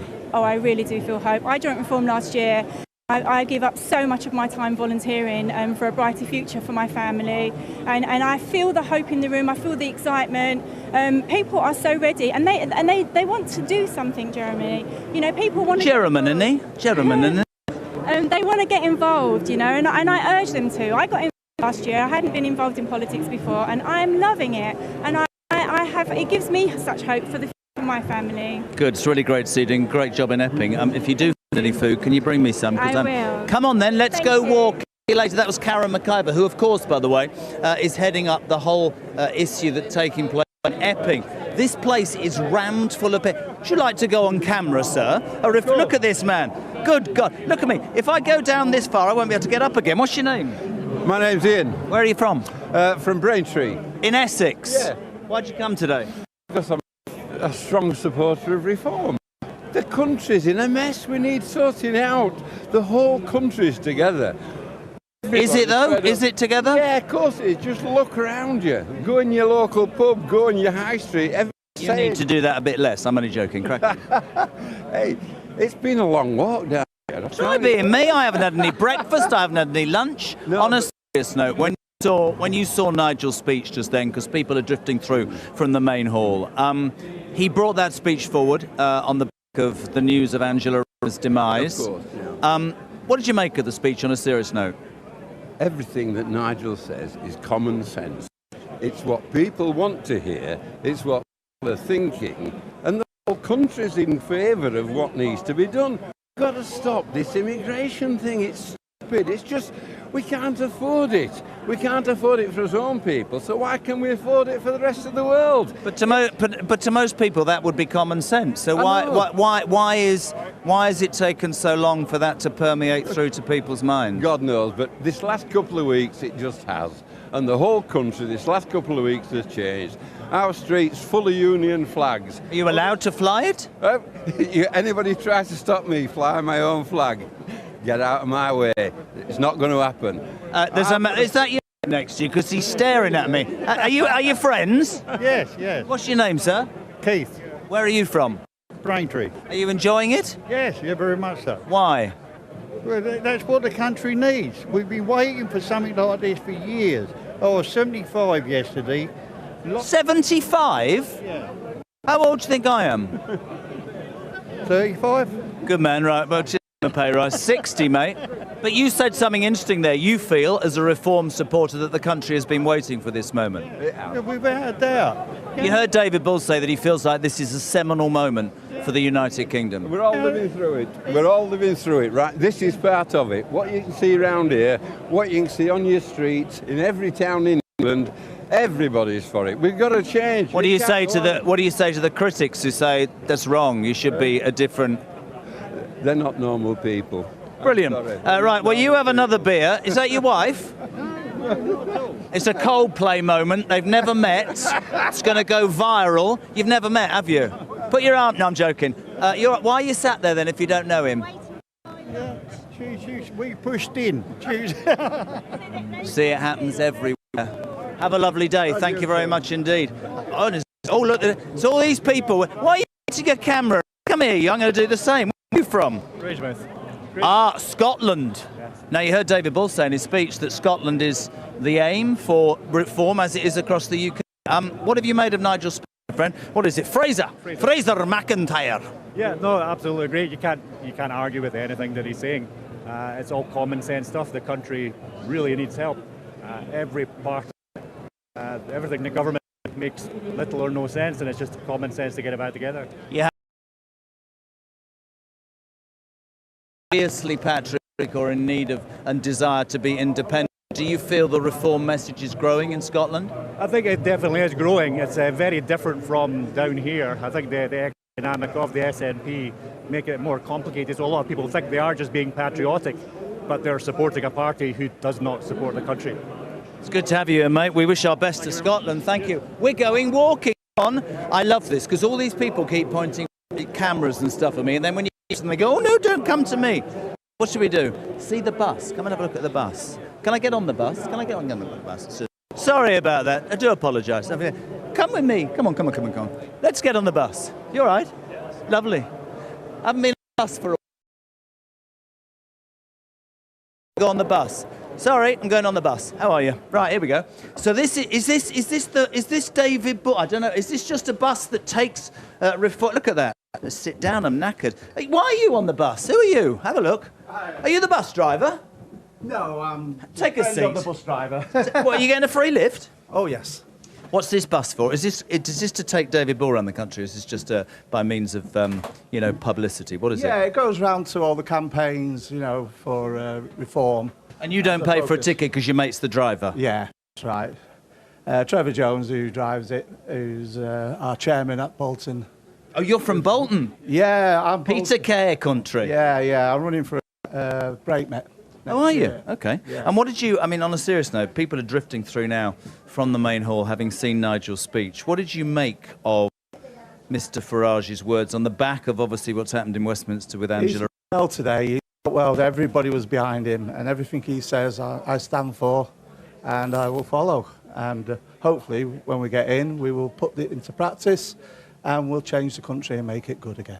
Good to see you, mate. Thank you. So he gives you a free lift. He's not going anywhere. Now, the poor cameraman has now got to back backwards. The interesting thing about this entire process is, of course, this is going live in the main auditorium, and there's nobody there because they've all left. You try being a cameraman going backwards. Are you the bus driver? I am. Honestly, Pleased to meet you. what's your mate getting a free lift for? Well, he's got his sandwiches here because there were too dear in here, so he's put them on the buzz and them in. You say too dear, I haven't had That's- anything to That's how eat. you should run the economy, you see. What's that? Well, we'd save money, hasn't he? He's put his sandwiches on here in Bolton, gets them in for nothing. You take this bus home? I do. You park it outside the house? In my house, yeah. Well, how's that received? It's fantastic. It's great, everybody loves it. It's famous. And in terms of today, what does it mean? You're a Reform voter, yeah? Well, I've been Reformed since day one, and look at where we've gone. We've just gone, you know. When you look around, if you just throw that camera, man, you look at the people, I think this is like a holding pen, to be perfectly honest. It's like a holding pen. But in terms of where Reform is at now, what do you make of it all? The growth and how... Who's this? She's been on the bus as well. Hold on a minute. Where have you come from? Arundel. Right. Arundel? Arundel. Oh, right, okay. I don't know why did she buy a ticket? We're back to it. I think it was just a reporter. It's a reporter. Oh. Yeah, well, people hope, doesn't it? I mean, if you think people are so fed up, there's nowhere to turn. Reform give people hope, and that's what it is. Since day one, we're giving, we're just there, aren't we? People have so cheesed off with everything. There's just, everybody's really down, and suddenly got this party, which is, honestly, we've come from nothing, risen to where we have, and we give people... What did you make of what Nigel said in his speech just now? Uplifting, fantastic, great speech. And where are you from again? Bolton? Bolton. Right, from a northern working class... Let's have your reaction to the breaking news. Very sad that Angela Rayner is no longer the Deputy Prime Minister. Yeah, it's terribly sad. As you can see, I'm really upset, and I'm not going to get over it easy. Fantastic news. Do you think, somebody just told me to tell this joke, do you think that as she left Downing Street having resigned, she took a taxi to Hove or Manchester? Well, she could have gone Manchester, but it's more likely she's gone over cleaning that graffiti off. I guess the old adage, doesn't it? You live by the sword, you die by the sword. So can I have a ride on your bus anytime I want? Anytime you want. Good man, that's the bus. Come and sit here. I'm knackered, I haven't had any breakfast. Come and sit down, it's very well organised. What's your name? Abby. Hello, Abby, where are you from? Why am I doing an accent? I'm from Blackpool. Blackpool. Yes. Now, on a serious note, let's talk about Blackpool, because in all the years that I broadcast, right, places like that, Blackpool, would be categorically working class northern towns, and predominantly working class party. The working class party was Labour. Yes. They came to power and they talked about growth and they talked about the working people. What's the feeling in Blackpool? Is it still favouring that, or is Reform making advances? So I think there's a massive silent vote coming out now. People aren't shy about being a Reform voter. I mean, we got involved when it was before the general election, when we had a by-election, and we was knocking doors and people didn't even know who Reform was. Now it's just unbelievable. The vote is turning massively. Why do you think that is? Because they're just letting everybody down. There's areas in Blackpool that have had no input. They keep promising things, nothing gets delivered. Concentrate on the town centre, neglect other areas. We've got the Pleasure Beach that's struggling, which is our mainest tourist attraction. The big one. The big one. And they're just letting everybody down left, right and centre, and they're making out there's all these visitors and they're just day trippers not spending. So everybody's feeling it, everyone's struggling. If the country is in such a dire state, though, how can any party turn it round, though? Well, I think, to be honest, if we start concentrating on the visitors in a different light than what they are doing, instead of putting big commercial in the town centre, going against all the local hotels and B&Bs for a start off, that'd make a massive difference. Off the trade, and all the local councils all about is themselves. And just to finish, because I am running, look at the team, we're having such fun, aren't we? They're all having lunch and I'm doing this. There's a woman who I know to the side of me who's going, wrap it up. I'm not wrapping it up at all. I've got to fill for 25 minutes, woman. What are you talking about? Did you see Nigel's speech? Well, I did, yes. What'd you make of it? Fantastic. What is about him as a man, do you think, that's almost galvanised the British public and they follow him, if you believe the polls? I personally think it's because Nigel comes across so true and honest, and he just says it how it is, and that's, for me, is what brought me into liking Reform.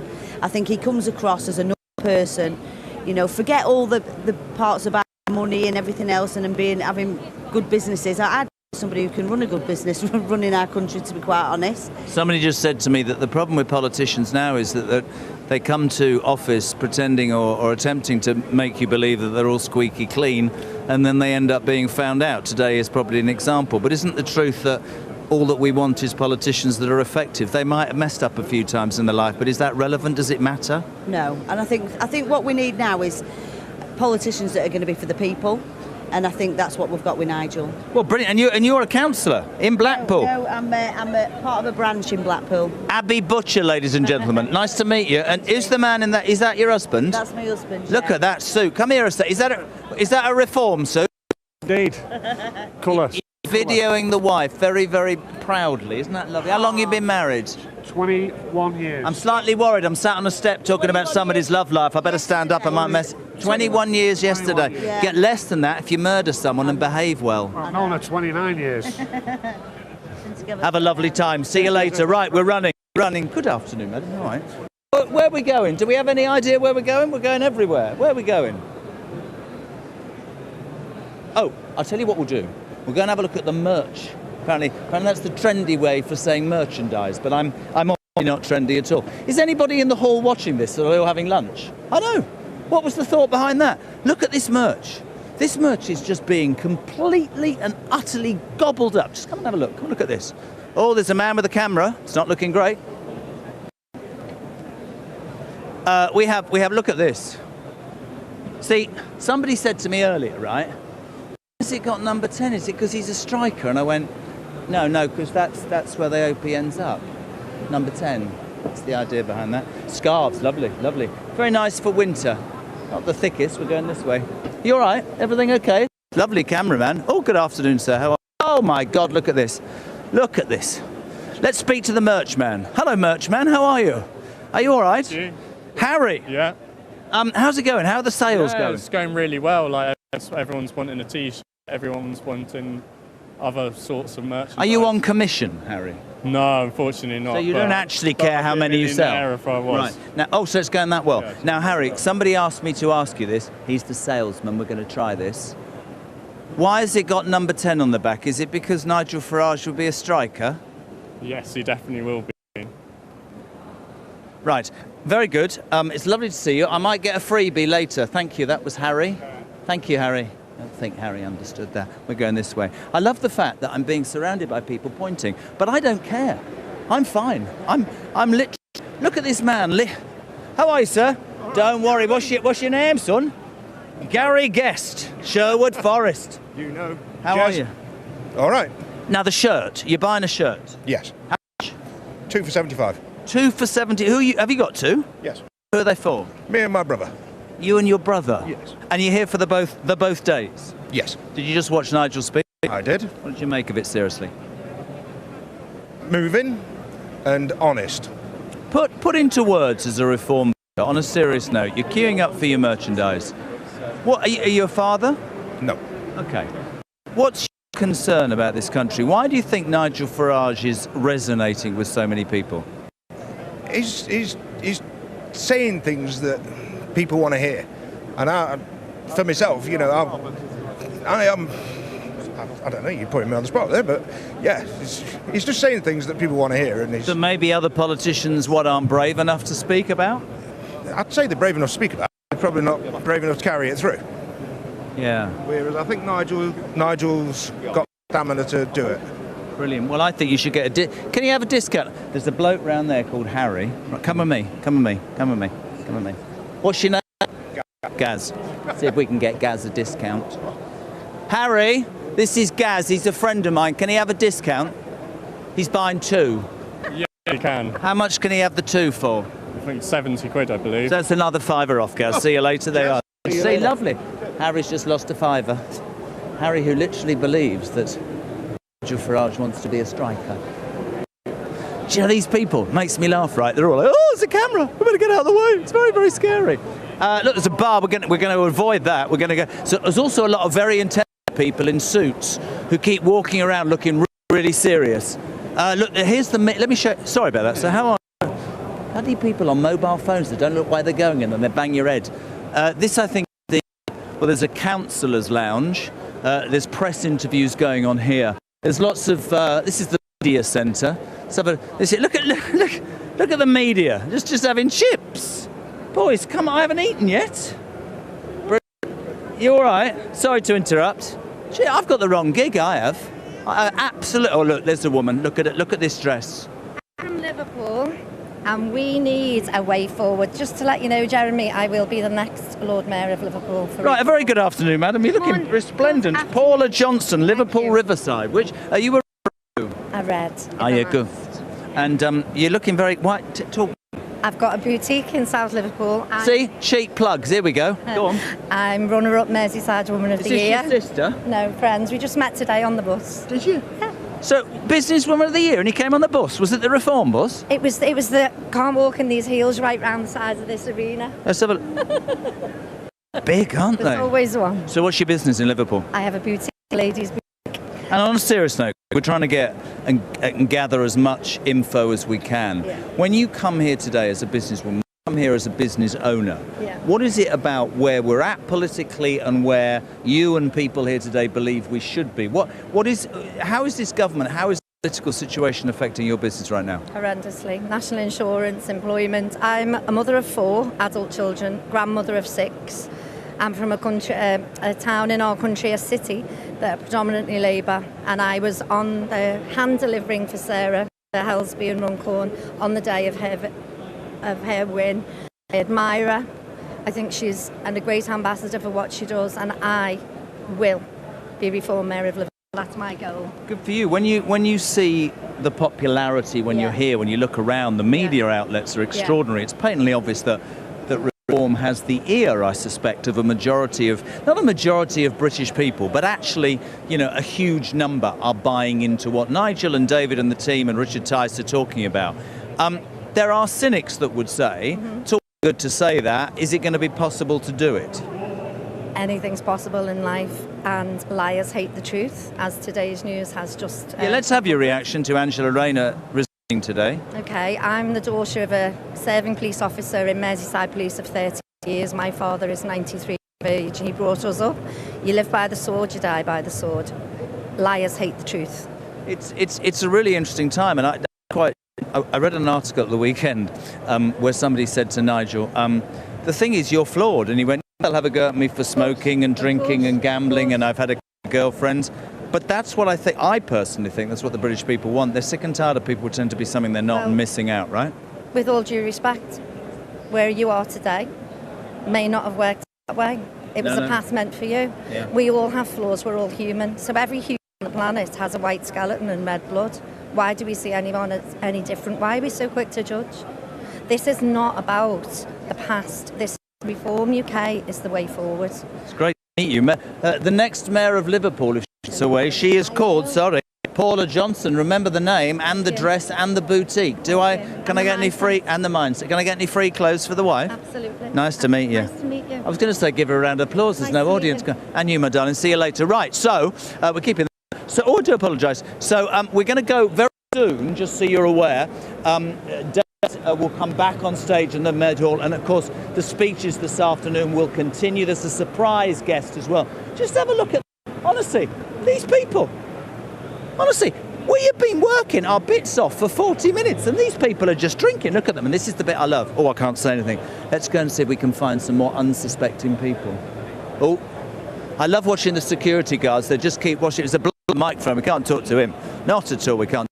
Let's just see. Oh God. Oh, God. Oh, God. Kyle.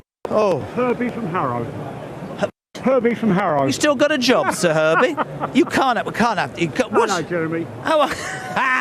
That's brilliant. Those are some ears, aren't they? Oh, yeah. I'm all ears. Can you do a Keir Starmer impression? No, I'm sorry. 5, I'm sorry, 4... Jeremy. I'm not that good. No? I'm afraid I'm not that good. Seriously, where from? Harrow. Herbie from Harrow. Harrow. Yeah, I'll speak to you. Do you? How... Just very quickly, because I know we're heading back, but how important is today, and what's your response been to Nigel's speech? Jeremy, people here are united. With this joke I'm having here, people are talking to me, we're having fun, and people are understanding. This is what we want to do. Talk to the people. Get them together. Get them to come and talk to us. Let them understand this is our only chance of changing the history of politics forever. Do you get the feeling in this room, I mean, obviously these people are Reform fans, but do you feel that the message, do you feel that Nigel's speech and all of those things are reaching out to further than just here? No, I really do think that now, because to people, It's a great feeling, and they're enthusiastic to get things done. Can I just make some suggestions? Are you single? Yes.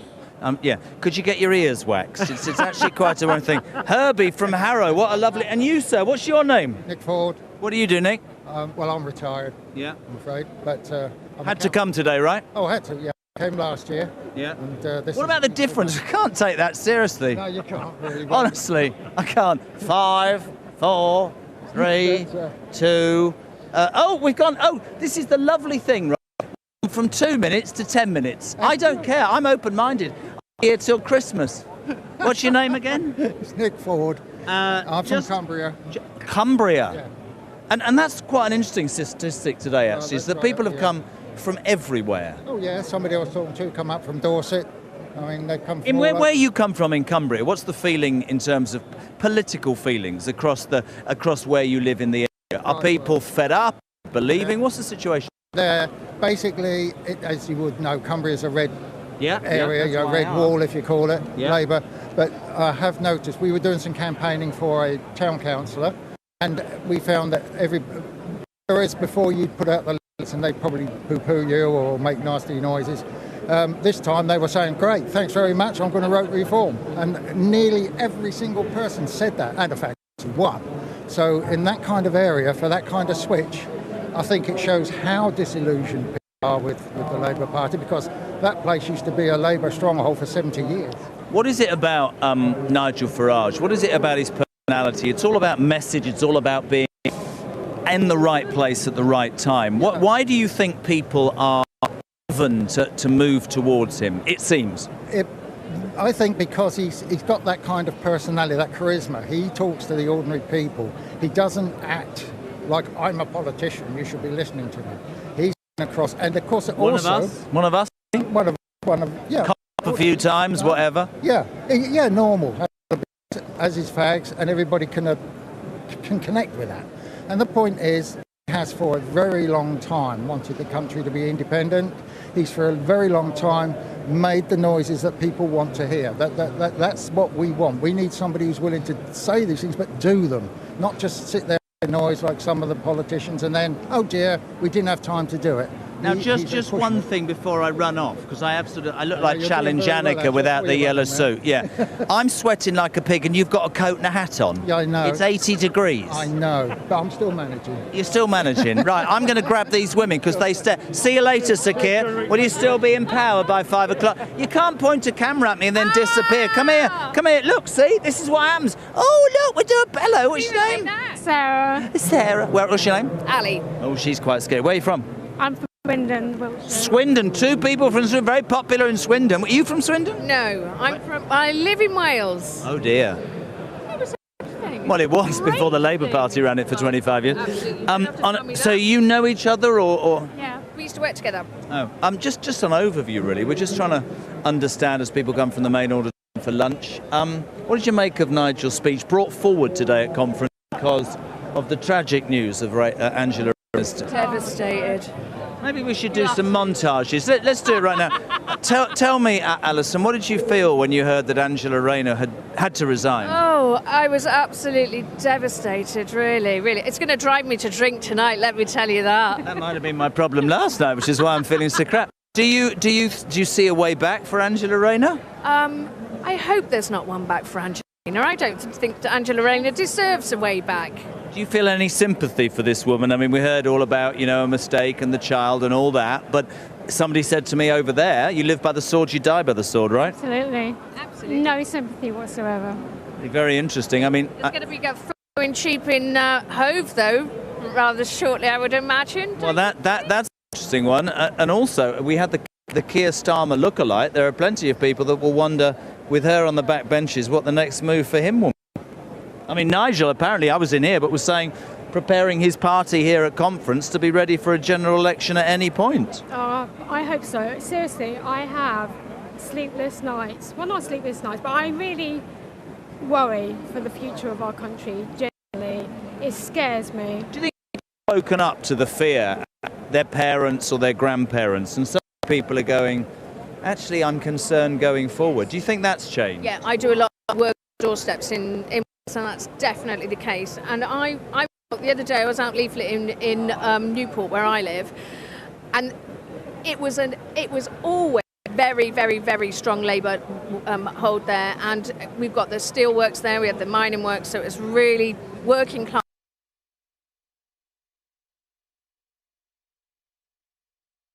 Single good thing to be told to me about Labour, and that there were people. I've always voted Labour, always voted.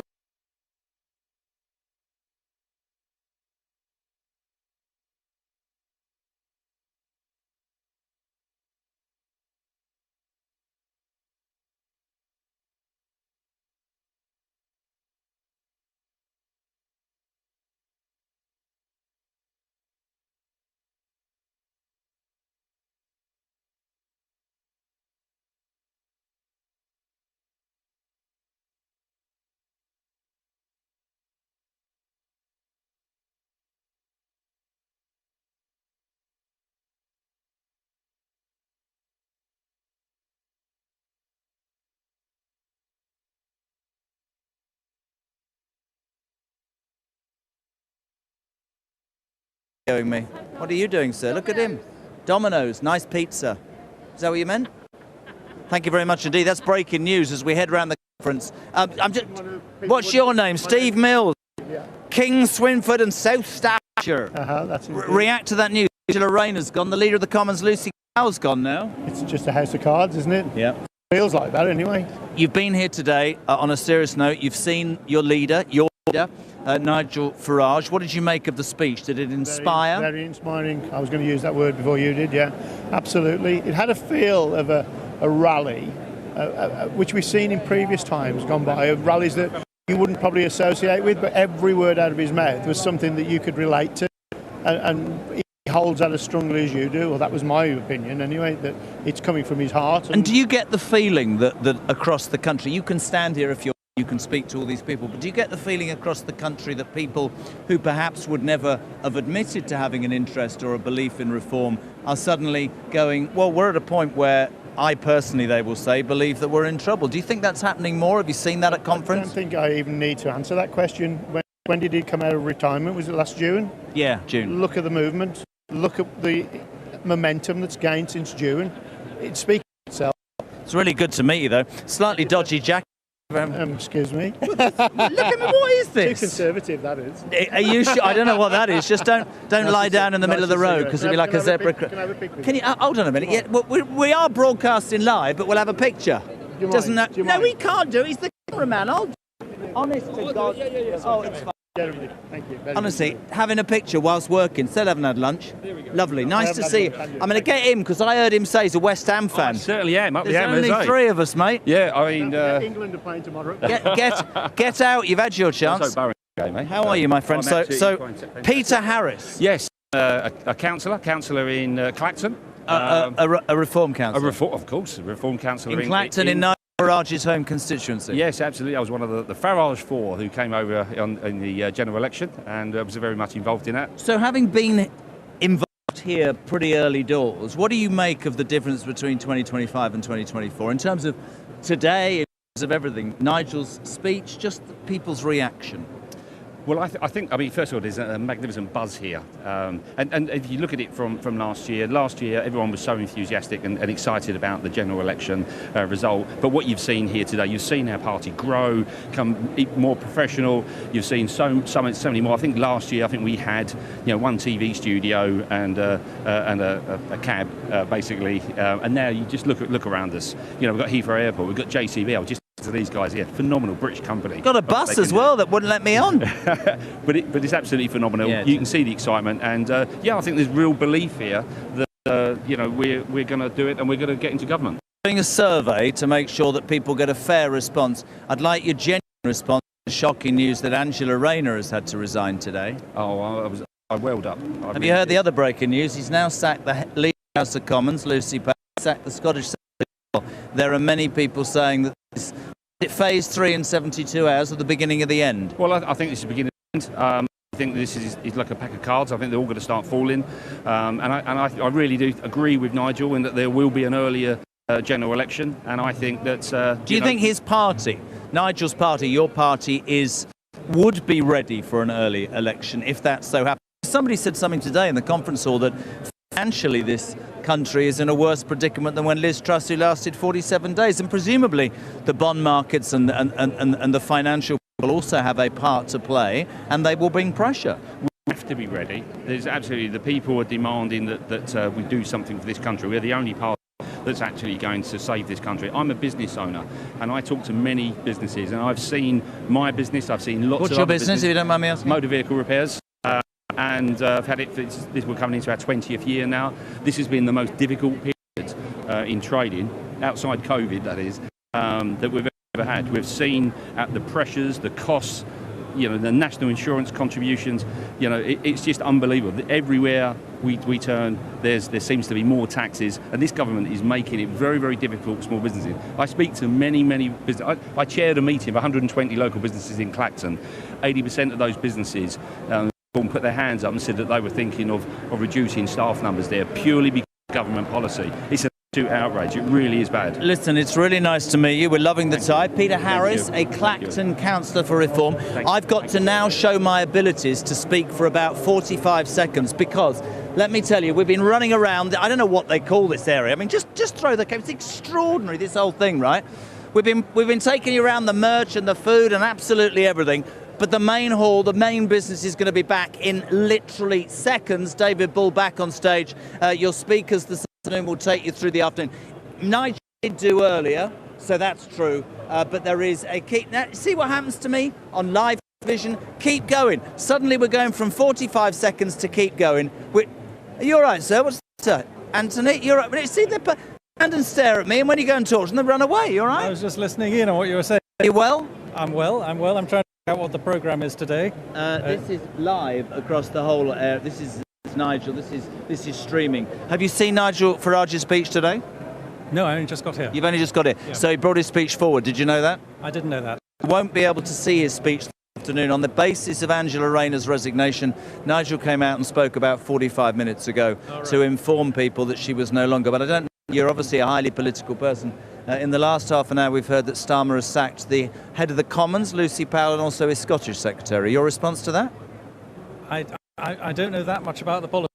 I think it's good news. It's good news that they're sacking each other. Yeah.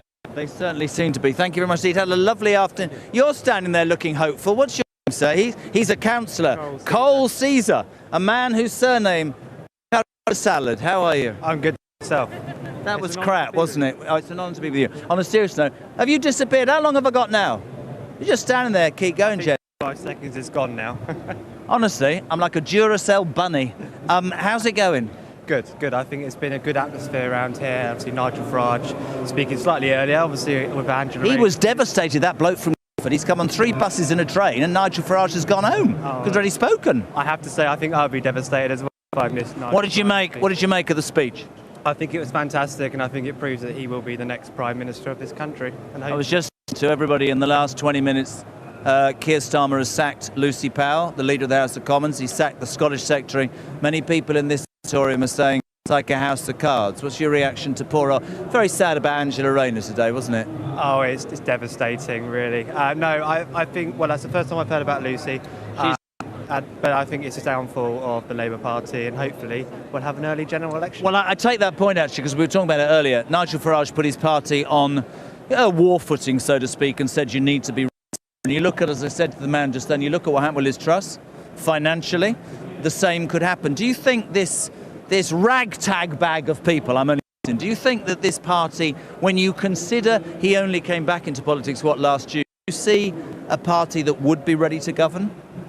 I think we are. I think we've still got a long way to go, if I'm honest. As I said, we need some very high experienced people. Nigel Farage did make it very clear that one of the biggest weaknesses we do have currently at this moment in time is that we don't have people who have experience in obviously Parliament with policy making. But we're starting to get that. Obviously, Nadine Dorries, which is one of them that's come over today, which could really help us. And how did she? I was in here trying to get something to eat unsuccessfully. How did Nadine Dorries' entrance in terms of the members and how did that go in the hall?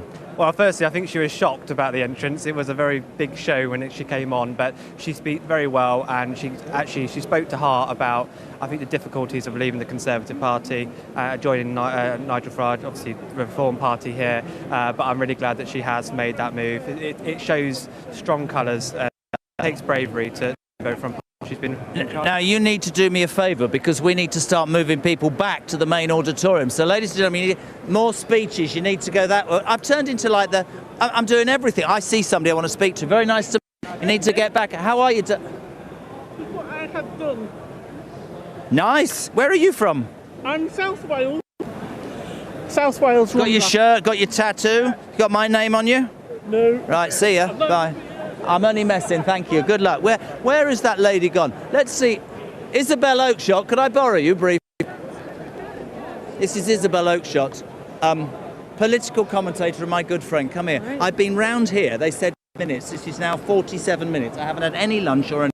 Just very quickly. We speak all the time. You've been on the bus? I've been on the bus. I've been upstairs. I've sat at the back. Some bloke had a free thing. I've been to the merchandise store. I've had no lunch and I'm slightly hot. Okay, well, you're always slightly hot, aren't you? Who you are. Thank you. Isabel, on a serious note, what did you make of Nigel Farage's speech? Obviously brought forward on the basis of the news from Westminster. I don't know if you've heard the latest news, have you? Lucy Powell's just been sacked by Keir Starmer, and also the Scottish Secretary. House of Cards, it seems. So it seems to me that Nigel made some really important announcements that shouldn't be overshadowed by any moving of the deck chairs on the sinking Labour ship. Nigel announced today that he's going to stop the boats within 2 weeks of taking government. That is one hell of a pledge. He also announced that he's setting up a department for preparing for power. That is quite something 4 years out. So I think there's a lot going to come out of this conference.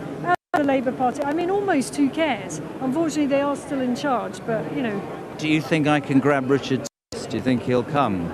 Do you think he will? He's too busy posing for photographs. We thank you. I know you've been really, really busy.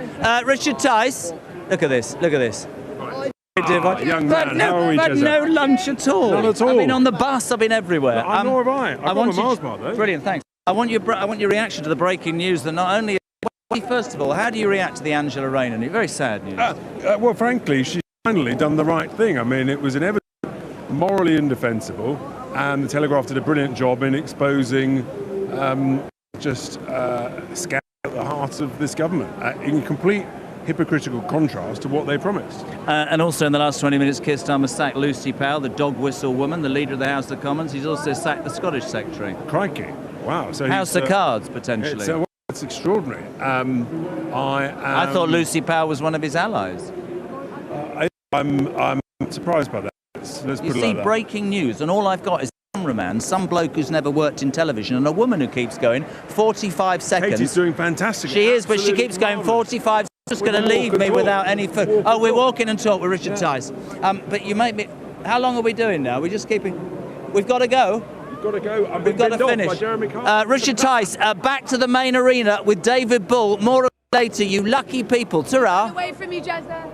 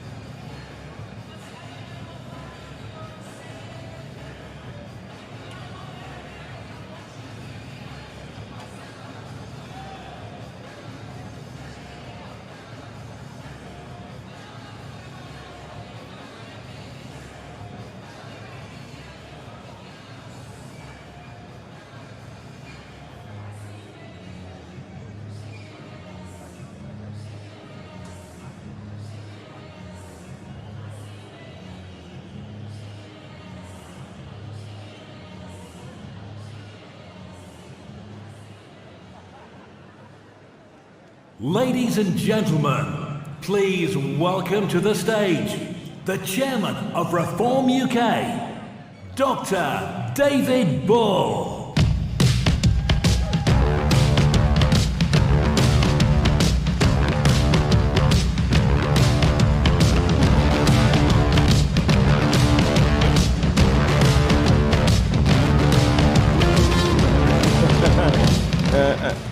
Thank you very much indeed. Welcome back to Reform UK's Chairman Conference 2025. I think you will agree we got off to a cracking start this morning with Rayner's resignation and also Nigel's very impassioned speech. Now, as I said, Reform UK is moving at a very quick pace, an exponential rate. Our councillors across the country really are first class, and they are delivering for the United Kingdom. Amazingly, we have more than 880 councillors across the UK, and they are growing by the day.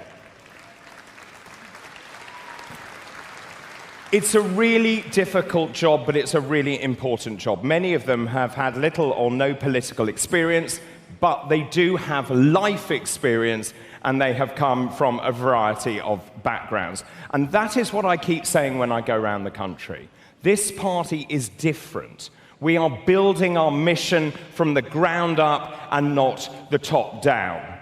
And one of the other differentials between us and the other parties is quite how many young people are now voting for us and also representing us across this great country. I am, of course, talking about our young Reform councillors who are doing a sterling job. Please do give them a round of applause, huge round of applause.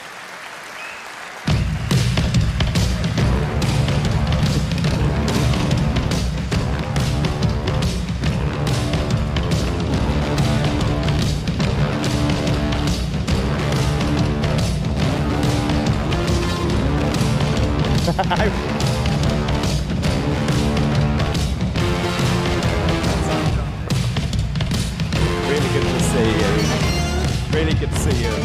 Thank you.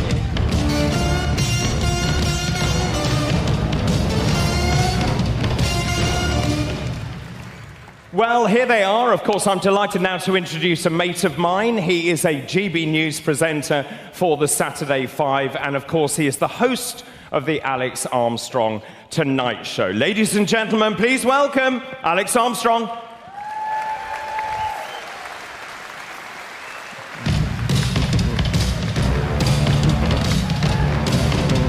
Good to see you. Good to see you.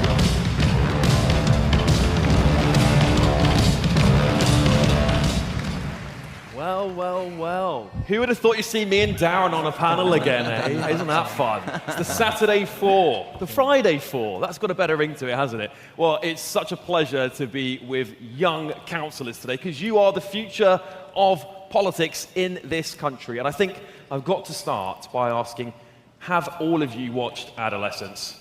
Oh. Yes. Yes. Good. Now let's get some serious. All young councillors here except Darren Grimes. I don't know how you're passing on this one, but there we go. Right, I'll start with... How rude. How rude. I'll start with... Darren, I'll start with you. You've, of course, been in the spotlight for a very, very long time. How do you deal with the pressure of that, particularly as a young person, or at least that's what we're calling you? Do you know, a geriatric young person. But I would say that actually what motivates me is that you speak to so many young people in parts of the world, like County Durham, but also in Derbyshire and elsewhere, where their future prospects, there used to be a consensus that you'd be better off than the previous generation. Well, we've totally broken that cycle now. You are finding yourself unable to get on the housing ladder, unable to actually save up money to be able to get a deposit and all these other things, to pay your bills. Your future prospects have been decimated by the Boris betrayal. I'm afraid to say, 1 million people coming here every single year. Your kids don't have any life chances, and it's down to the uni party, which is why we need to give them a bloody good kick up the behind. Yeah.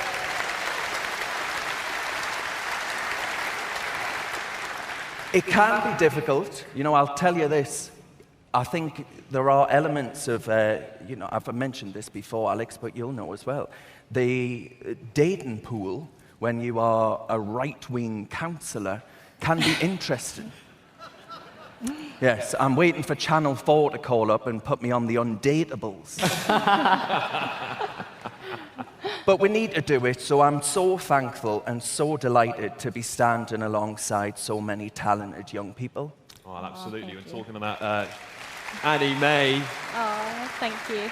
Of course, from the Essex area, the whole country's been talking about Essex right now. And of course, you've been speaking a lot about women's safety and young women's safety. Yeah. And of course, you're having a bit of a media spotlight as a result of that too. How are you handling all of that? And she's a Reform FC model, don't forget. That's a good point, yeah. Reform FC model on the stage. Well, you might have seen my face across with the FC football shirts, and that is all Nigel and the team.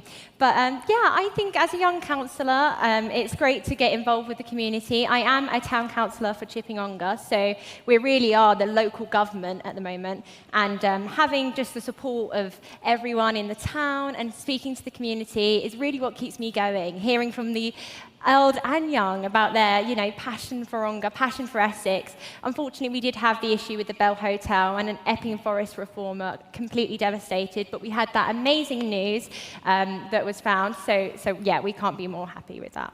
Brilliant stuff. Keep up the hard work there in Epping. The whole country's talking about Epping. Would you believe that? Incredible, incredible. And Charlotte, the same question to you. How are you handling the pressure of being a young politician? Well, as a Melbourne and Woodville County Councillor now, representing Derbyshire County Council, I have actually been a follower of Farage since the age of 14. I paid a £2 annual membership and I joined UKIP back in the day at the start of the Brexit campaign. Wow. Wow. And following on from that, I went on to school and had some mock elections actually in 2016 at high school. And I quite proudly got my pen out and crossed UKIP at the time. And my teacher came up to me and he said, "Who's voted UKIP on this table?" And I was quite proud to throw my hand up at the age of 16 and say, I support Nigel Farage, and I've never changed from that. Wow, that is quite ballsy, isn't it? That's quite ballsy. Of course, Darren, there's a lot of skeptics, young skeptics. We've seen polls come out recently, and we've got some new contenders for the youth vote. We've got your party, Jezbollah, I don't know what it's going to be called. I don't know if you guys have got some ideas. How would you sell Reform UK to young people in the country? Well, I used to be able to do that on GB News, Alex, until you stole my show. Can you believe that? Can you believe that? I could tell he was after something. But look, I think actually it's quite easy to sell Reform to young people because we are the only party dedicated to actually saving Britain from being swallowed up to being some form of international airport. That's what we are. We're not a nation state right now. If you don't have control over your own borders, you're not a nation. It's quite that simple.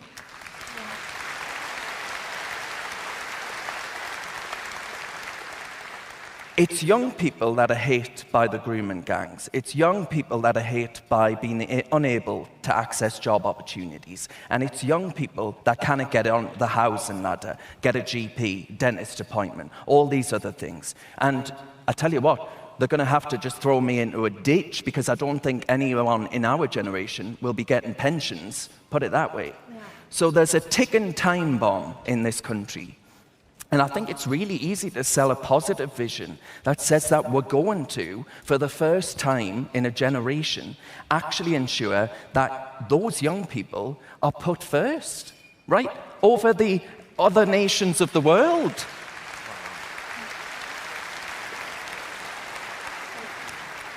Same for you, Annie. Well, I mean, exactly what Darren said. I think the issue nowadays is that we are going into, and we already have, an authoritarian government. And young people do see that as much as the elders do too.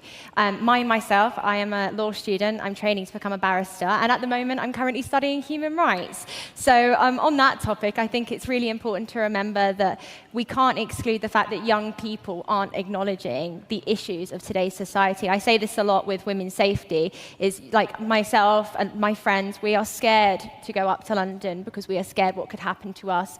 And that's not right. And is that a message that cuts through with other young people? I know in Epping it's quite a big deal because of all the media attention, but is that a message that cuts through with other young people in your area? Well, yeah, most definitely. I think, obviously, people and thefts and things like that have gone on for many years, but with these undocumented males in our country now, who we can't find, coming from completely different cultures, it's a threat. It's a threat to anybody, young and old.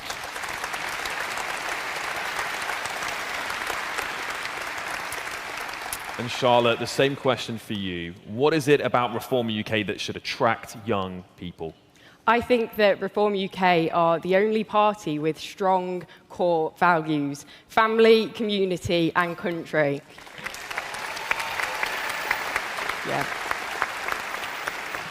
I think we have seen for too long the Uni Party take advantage of their power that they have over us. And I think that young people have become disadvantaged with the average age of a first-time buyer now 35. Reform UK also stand to protect the countryside. So we would only build houses on brown belt land first, and surely that is just a common sense policy. Yeah. And within South Derbyshire, where I represent Melbourne and Woodville, we have just seen the Labour-run district council that proudly represent net zero agree to remove 4,500 trees from the National Forest in order to install a battery storage farm. It is madness. So I think Reform UK, not only will we scrap net zero, it will protect the countryside for the next generation, and we will enable more people to be more successful. There we go. Yeah, most definitely. Well, Darren, there's a feeling amongst many people in the country that young people are becoming a bit lawless. They're sort of running wild in our streets and they haven't got any purpose. What is it we should be doing to help young people find that purpose again? Well, we do need to actually instill a bit of discipline in the country again. I think actually all of this talk lately about banning smacking, right? As if you, as a parent, can't make a distinction between beating 7 bells out of your child and being able to discipline them in a responsible way.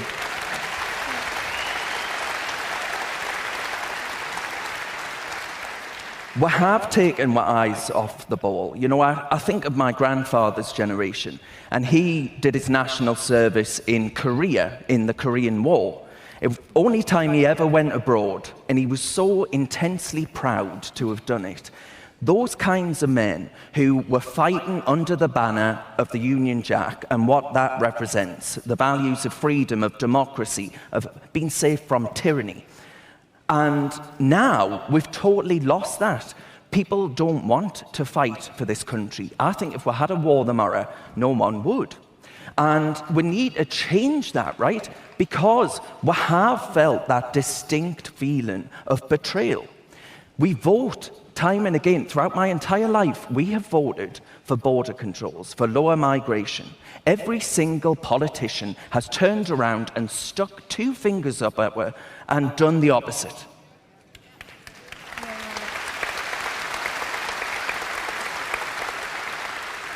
So we need to instill a faith in the nation and a belief in what it is that we stand for, because we have totally lost our way. And whether or not we need to reopen the conversation about some form of national service, I don't know, Alex. Yeah, okay. Well, Annie May, we've moved on to national service, but I mean, what do you think of that? Because I know a lot of young people during the general election, this was something that was talked about during the general election by the Conservative Party. Of course, they didn't get into power, did they? Maybe the Labour Party won't be in for much longer either, frankly. But is this a conversation we should be having? Should we get young people back into national service to restore that pride in their country? Absolutely we should. I believe that that's one of our core British values, and one of the reasons why I align myself with Reform UK is because it stands for law, order and justice. And as a British citizen myself, I believe that if you are going to live here and you are going to commute every day and work for your family and for who you are, then you should be going off and it should be pursued in schools. Unfortunately, they just teach more about other irrelevant topics nowadays. So yeah, no, 100%. Well, like algebra. Do you think that you ever use algebra? I haven't used it once. Since I was like 5, yeah. Exactly. And the same question to you. Should we bring back some sort of national service? Well, I think that Reform UK stand to be proud to be British, and we're not apologetic in that. And from my generation, I'm 25, I was born just 1999, and I think we have been indoctrinated by our teachers to some extent to apologise for our history and to not take pride in our flag. And at Derbyshire County Council, we have proudly let the colours be raised of the St George's Cross and the Union flag.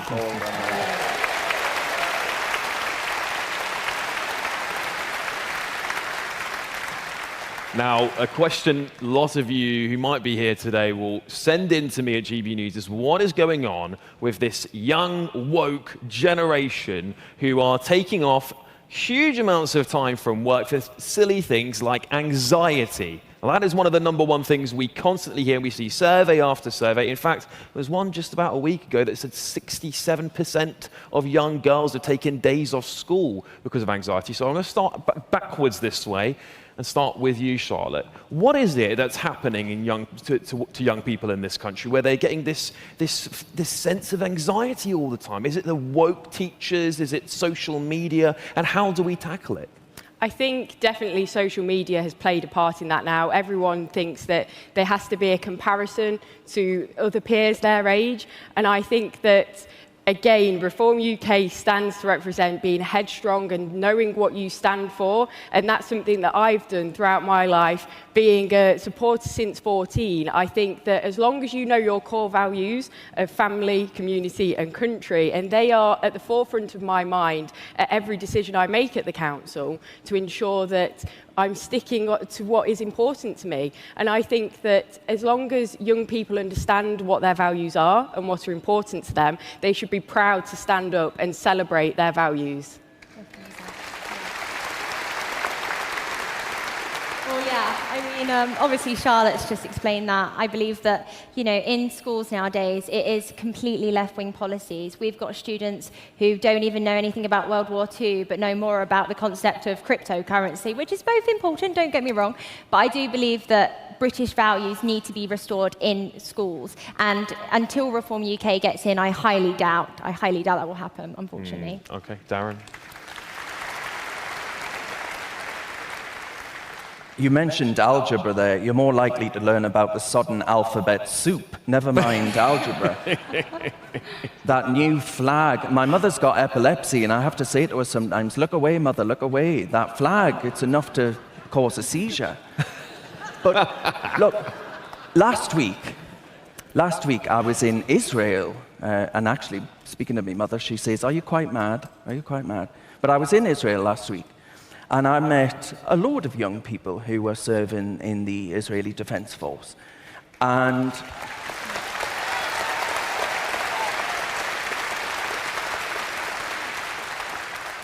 these young people, there was one story about a young fella from France who went out to do his national service in Israel.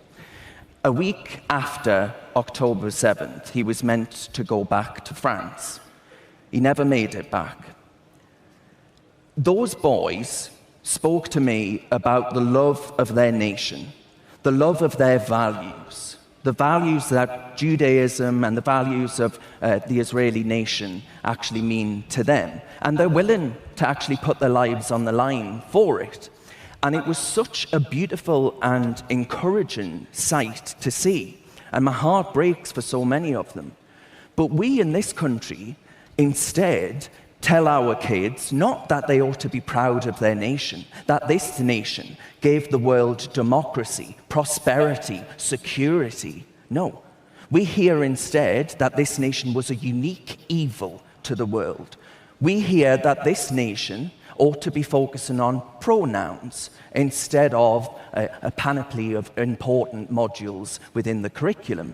We hear that authors need to be cancelled. We hear that Greta Thunberg is such a rare intellect that she needs to be proselytized across the school, where kids are reporting now that they suffer nightmares every single night from a fear that the world is either going to spontaneously combust or we're all going to drown. Well, the only thing we're drowning in is Labour's taxes.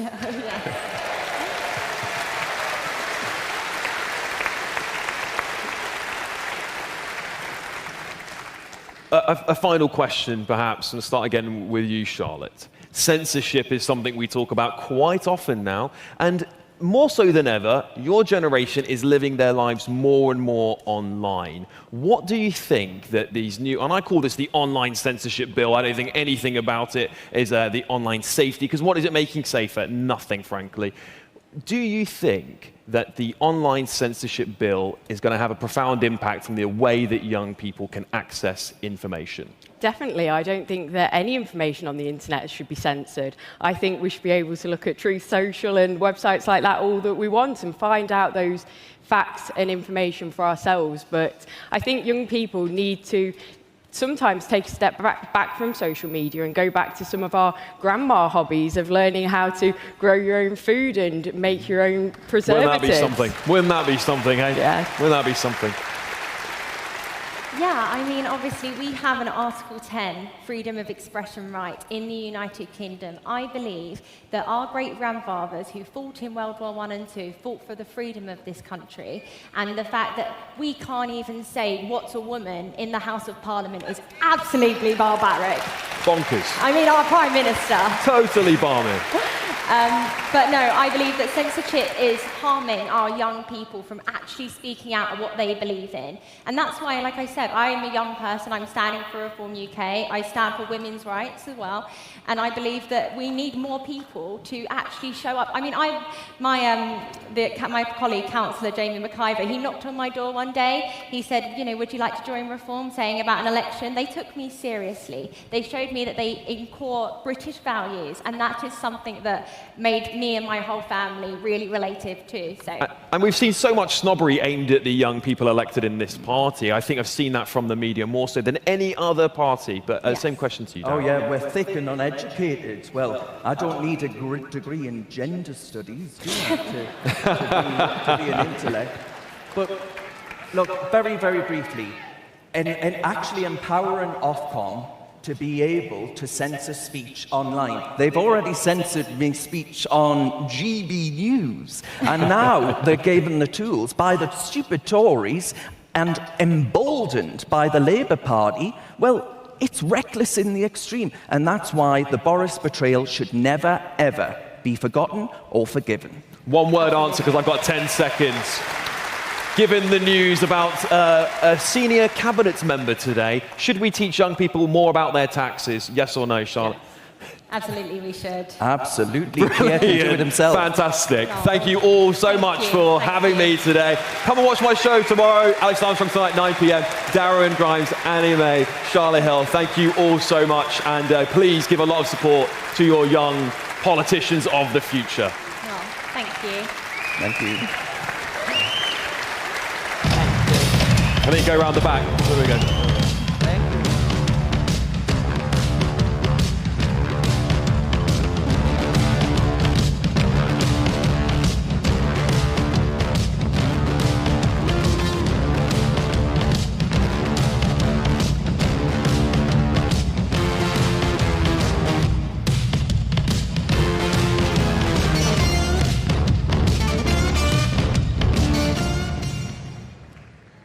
Well, ladies and gentlemen, last week on my chairman's tour, I was at an incredible event in Cwmbran, which was superbly organised by our campaign director for Wales, David Thomas, who is doing an amazing job.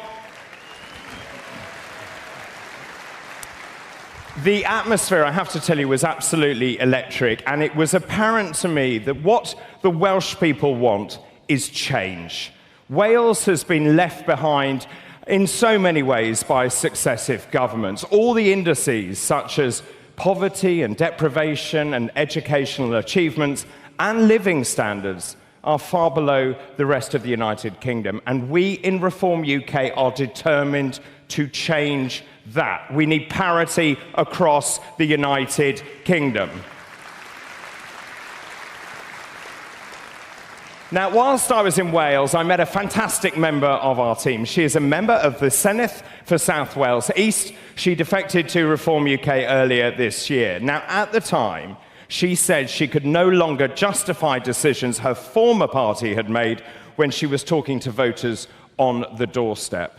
She really is a breath of fresh air. She's passionate, she's articulate, and, ladies and gentlemen, she will always put the Welsh people first. Let's see her story. Yes, I'm happy days here. I'm really happy. So that's it. That's all there is left of it. Hi, I'm Laura Ann Jones, member of the Senedd for South Wales East. I'm farmer's daughter. I often heard growing up, what was wrong with farming, what was going on. I wanted to fix it, and I couldn't understand why no one was sticking up for farmers locally in the way I wanted them to, and the way my community wanted them to, so that's what motivated me to get into politics. I was a member of the Conservative Party for 31 years, but it just became a party that I didn't recognise anymore. I feel extremely let down by it. And it got to the point where I couldn't defend them on the doorsteps anymore, and I couldn't defend them to our own members. The Conservatives seem to have lost any sense of direction or purpose, and I don't know what they stand for anymore, and not many people do. They were too scared to talk about the things that mattered to people and the things that were breaking up our country. It really feels like Reform are the party that is bringing like-minded people together from across the political spectrum. It's great to be part of a party that's just got the life and the vigour and the energy now that I know that will make us succeed and bring our country back to where it should be.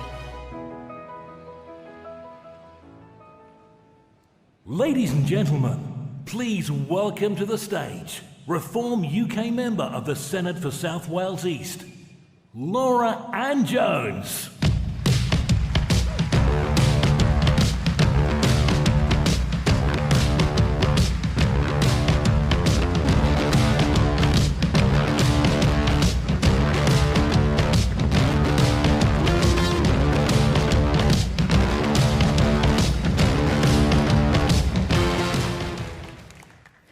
Prynhawn, good afternoon, conference.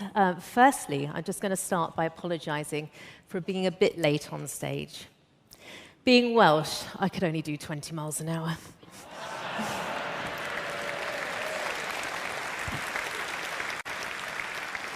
But wow, I mean, it's fantastic to see so many people here. I mean, wow, this is incredible. And to see so many people from Wales whose faces I recognise, really, really good. But it's also a real honour to be standing here as your first Reform Welsh member of the Senedd.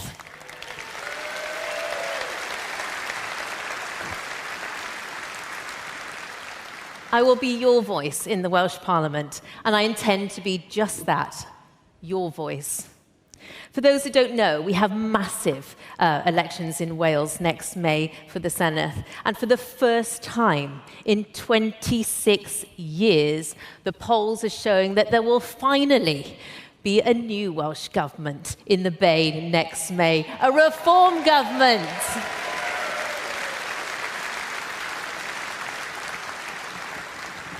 Next year, in 2026, the silent majority will rise, and we will take our country back.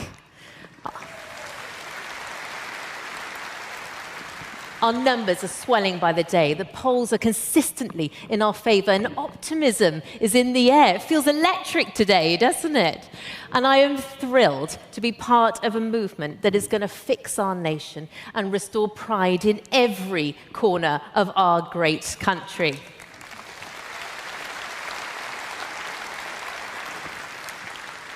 In 2023, Keir Starmer famously spoke of Wales as being his blueprint for what Labour could do in the United Kingdom. My goodness, well, look what it's delivered. We have, after just 1 year of his train wreck of a government, we are seeing swathes of unvetted men entering our country and being rewarded for it. We're seeing vulnerable pensioners forced to freeze last year, farming families at risk of losing the land their families have worked for generations, and small businesses closing left, right, and centre, strangled by tax rises and national insurance rises. And now freedom of speech is under attack. Britain feels more like a police state every single day. And we've had enough. The people of Wales and Britain have had enough. Conference, for those of you outside of Wales, you've now had a taste of what we have had to endure for 26 long years. 26 years of failure, 26 of Labour not delivering, and 26 years of languishing on the bottom of every league table in health, in education, in poverty. And as a Welsh person, I can tell you that is heartbreaking. For too long, Labour have taken your votes for granted. They have sat back and let Wales become the poor man of Britain. And Labour, propped up by Plaid Cymru, are ruining Wales. Instead of ambition to improve our lot and to make Wales a land of opportunity, Welsh Labour has wasted millions of pounds on their pet projects, from the 20-mile-an-hour fiasco to their so-called nation of sanctuary. And I can tell you now, a reform government would scrap that immediately.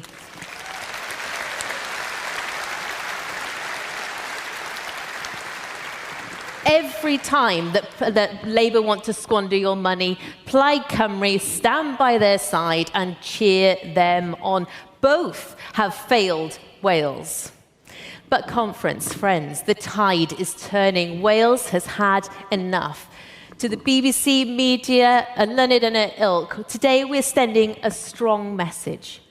Reform is here to stay. We are ready to take the reins, and your time is up.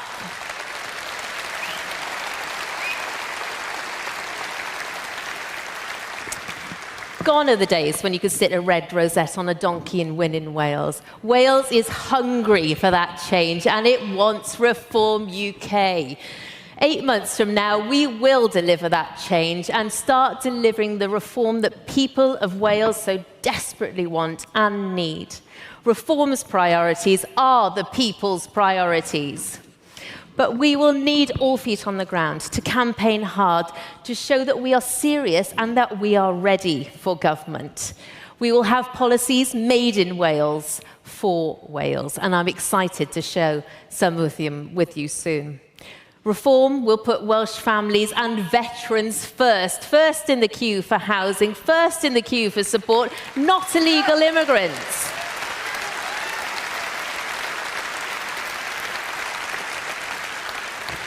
Our leaders' plans for mass deportations is spot on. Reform are the only party that Britain trusts to do this. A Reform government will scrap the nation of sanctuary, as I said, and close those asylum hotels. And we won't betray our pensioners, and we will support our farmers.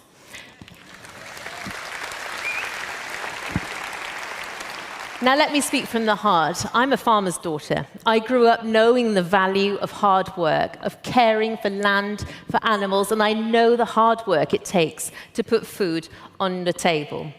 And I will not stand by and watch Labour wreck our farms and rural communities any longer.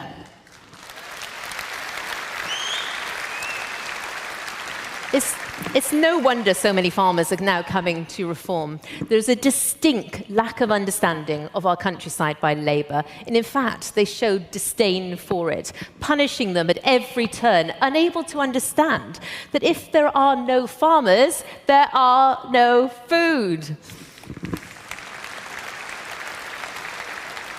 Farmers are the backbone of Wales. We recognise this as a party, and a Reform government will support you to do what you do best, farmers: produce food. We will scrap the family farm tax. We will tackle TB with the urgency and tough decisions it requires.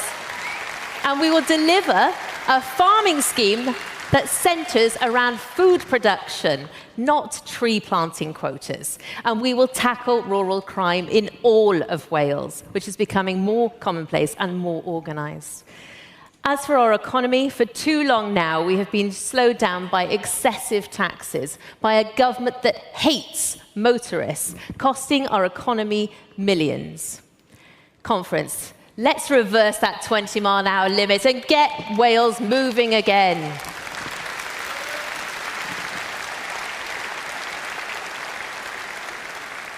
Let's attract the inward investment, the jobs, the tourism that we so desperately need. Let's build that M4 relief road.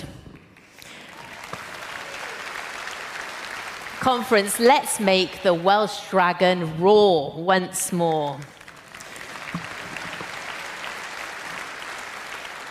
And unlike Labour, this isn't just about South Wales. We will support those from North, East, West Wales every step of the way, from Bangor to Wrexham, from Aberystwyth to Monmouthshire. We've got your back. We will invest in that infrastructure, public services and facilities right across Wales. For too long, too many corners of our nation have been forgotten. We will end that postcode lottery. It shouldn't matter where you live in Wales. You should enjoy the same care and opportunities and facilities as everyone else. I'm sure there are people from Wales clapping right there. We will ensure we will host world-class sporting events, inspire the next generation, and put Wales on the map for positive reasons, showcasing all that our beautiful country has to offer, and bringing with it not only pride in our sports teams, but an investment and opportunity to every community across Wales, as well as, of course, the enormous preventative health benefits that would bring. And let me be clear, a reform government in Wales will cut waste to enable us to do this, and what a lot of waste there is. We will certainly not be spending £5 million planting trees in Uganda, whilst homelessness is at a record high on our Welsh streets. We will not be spending £10 million on foreign offices, whilst children with disabilities and additional learning needs are not getting the support in our classrooms that they need. Education is the key that will unlock a better life for all our young people, and we should be actively preparing our workforces of the future for the future. Let's learn the lessons from English success in the classroom rather than splash millions of pounds trying to do things differently just for the sake of it because of some backward separatist attitude.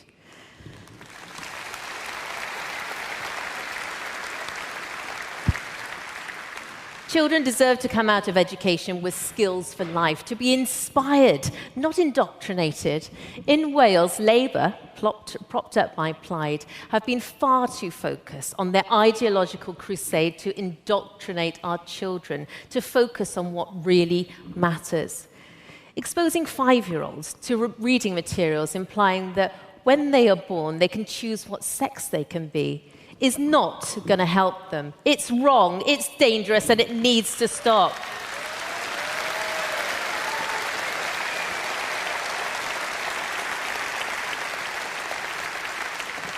Let our children be children, and we will protect women and girls' rights, protect women's spaces, protect women's sport. End of story.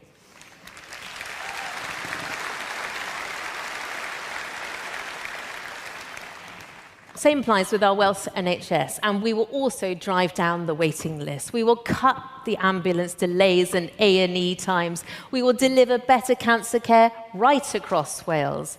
And as Richard Tice said last week, we need more doctors and nurses, fewer managers, and better leadership.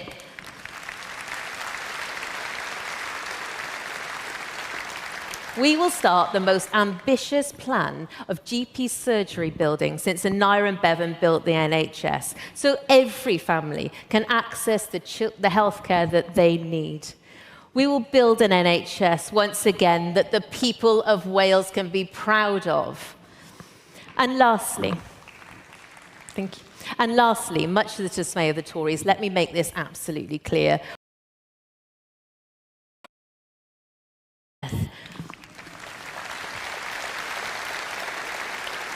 It's all about priorities, and Labour and Plaid are all wrong. We need to try and make the Senedd work for the people of Wales. But if it doesn't, we need to question whether the Senedd is really adding value to Wales.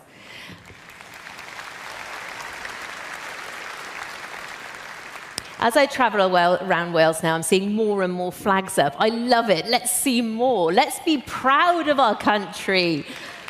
Let's celebrate and promote our world-renowned produce, our unique and rich heritage, our culture, our language. Let's put Wales on the map for the right reasons. So I ask you today, conference, please come and help us in Wales. Lend us your time, your energy, your passion. These elections are vital for Wales, yes, for Britain and for reform. We may be 4 nations, but we are one united kingdom.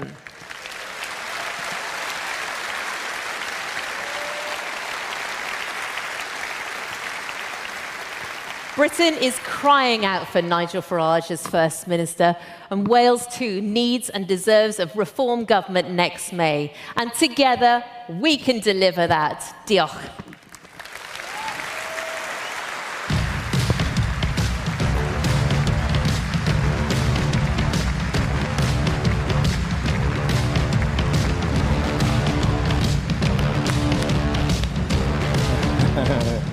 Told you she's brilliant, isn't she? And yes, you are right. We are one united kingdom. So from Wales to Scotland now. Our next speaker was a former member of the Scottish Conservatives. He previously served as Shadow Cabinet Secretary for Transport, for Infrastructure and Connectivity. He defected to Reform UK last week in a body blow to the Tories, becoming the first MSP under Nigel's leadership. Please welcome, ladies and gentlemen, Graeme Simpson, MSP.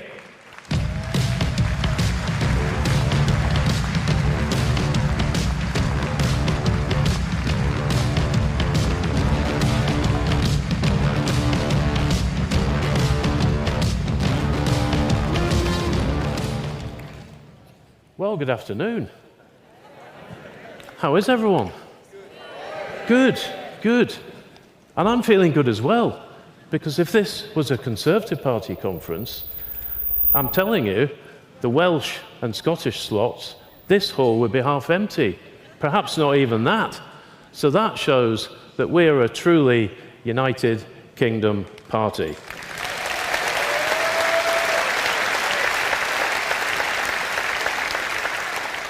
And I can tell Laura, and what a fantastic speech that was, by the way, if she thinks things are bad in Wales. Just saying, just saying. So it is good to be here speaking with you. It's just over a week since I left the Scottish Conservatives, which is why there wasn't a video of me. I'm quite relieved about that. We didn't have time to do one. That's a good thing. I have to say the response to me from my former party leaving was abuse. But that just shows that they're rattled. They feel threatened, and so they should. They didn't stop the boats, and they haven't rolled back on net zero. Now, we have a real chance of making a breakthrough in Wales and in Scotland, and the impact of that will be felt throughout the UK.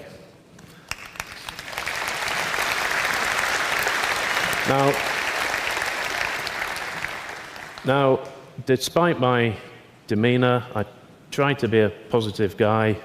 I might not look it some of the time, and I do think defecting is a terrible word. It sounds negative, treacherous almost, but I've seen my move as a positive. I haven't so much defected, I've just switched sides. And do you know what? I've gone to the only party that is on the up in Scotland. The polls show it. Reform is the only party that is increasing its share of the vote. And why is that? Because Reform represents millions of people who feel ignored by the establishment and the other political parties.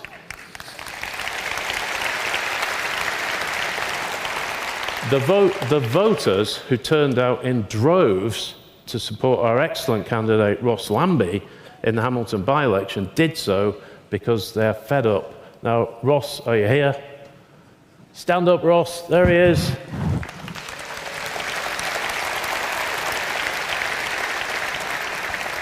That just shows what we can do in Scotland. The voters in Scotland see public services creaking at the seams under the SNP, and they want change. They see a Labour government that is making things worse for the very people they purport to represent. And we are attracting support from all over. We are the real People's Party. Now, I represented the Scottish Conservatives for 10 years as a councillor, and since 2016 as an MSP. It's been a privilege and an honour, and just as it's a privilege and an honour to now represent reform. Next year's election presents us with a huge opportunity to shake things up in Scotland and Wales. Let me tell you a bit about Scotland. I was born there in Aberdeen. Scotland is a great place to live, but things are going wrong, and unfortunately, the normal rules of politics don't apply in Scotland. Usually, if a government fails, they get voted out. Not so in Scotland, where the SNP will have been in power next year for 19 years and have created a culture of failure which is accepted.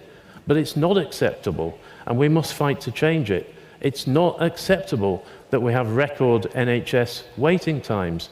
A&E performance hit historic lows, with only 61.2% of patients seen within the 12-week outpatient target as of March this year. Over 5,000 patients waited for more than 2 years for treatment. 2 years, can you imagine that? In some hospitals, patients wait over 12 hours to be seen, staff shortages are chronic, morale is low, and the maintenance backlog has ballooned to over £1 billion. It is not acceptable that so many people struggle to get a GP appointment, but it's not surprising as the estimated number of whole-time equivalent GPs has fallen. Proposals to support GPs with more nurses and other specialists have moved more slowly than planned, and people report finding it more difficult to access care. Promises of an app, which is available to some patients in England, have not materialised because, of course, the SNP think they can make a better app. They just haven't got around to it, and it won't be better. Cancer treatment times have been missed year after year. The 62-day standard for beginning treatment after diagnosis is routinely breached. In a country with world-class medical talent, this is a failure of leadership. It's no wonder that health is the #1 concern for people. It's also not acceptable that we have a mental health crisis for young people, with thousands on the waiting list for treatment. Behind every statistic is a story of suffering, of lives put on hold, of families left in limbo. It's not acceptable that the poverty-related attainment gap in education has widened, despite closing it being Nicola Sturgeon's guiding mission. That probably explains it. Scotland once prided itself on a world-class education system. Today, international rankings show a steady fall in literacy and numeracy. Teachers are overworked, under-resourced, and increasingly disillusioned. The rhetoric is progressive from the SNP, the outcomes are regressive. Nor is it acceptable that we still have the worst drug death rate in Europe and have had for 7 years in a row. Deaths last year hit an astonishing 1,017. Imagine that. It's appalling. And it's not acceptable that our SNP-run ferry service, the equivalent of buses for islanders, is in such a mess, with 2 ferries being built at the SNP-run yard, years late, massively over budget, and with only one of them delivered, and the future of the yard uncertain at best. The duty of any government is to make life better for its people, especially the worst off. Now, I've tried not to hit you with too many statistics, because statistics are not much help if you're one of the 10,360 children in Scotland who are living in temporary accommodation. That's the highest number on record, and it reflects a 149% increase since 2014. A couple of more stats there, but they're important. Let me talk to you about that for a minute, because we have a nationally declared housing emergency in Scotland. A report titled In Their Own Words captured the lived experiences of these children, and it revealed unsafe environments with children reported witnessing violence, including stabbings near their temporary homes, health impacts where poor conditions led to hospitalisation and severe weight loss in vulnerable children, and educational disruption with long commutes to school and noisy living spaces causing exhaustion and poor school performance. Shelter Scotland described the situation as a national shame, arguing that temporary accommodation should be a stepping stone out of crisis, not a new crisis in itself. This week, the Housing Secretary's response to the housing emergency was, thankfully, to agree with me on bringing in AWAB's law in Scotland to tackle damp and mould in rented homes, and also agree with me on what should be exempt from ruinous SNP rent controls. What about crime? The most recent stats available show overall crime is up on the year before. The number of rapes and attempted rapes in Scotland rose by 15% last year. Since 2021, the number of attack reports has increased by 21%. The total number of sexual offences grew by 5% in the most recent year. Domestic abuse reports were up 26%, and shoplifting up 17%.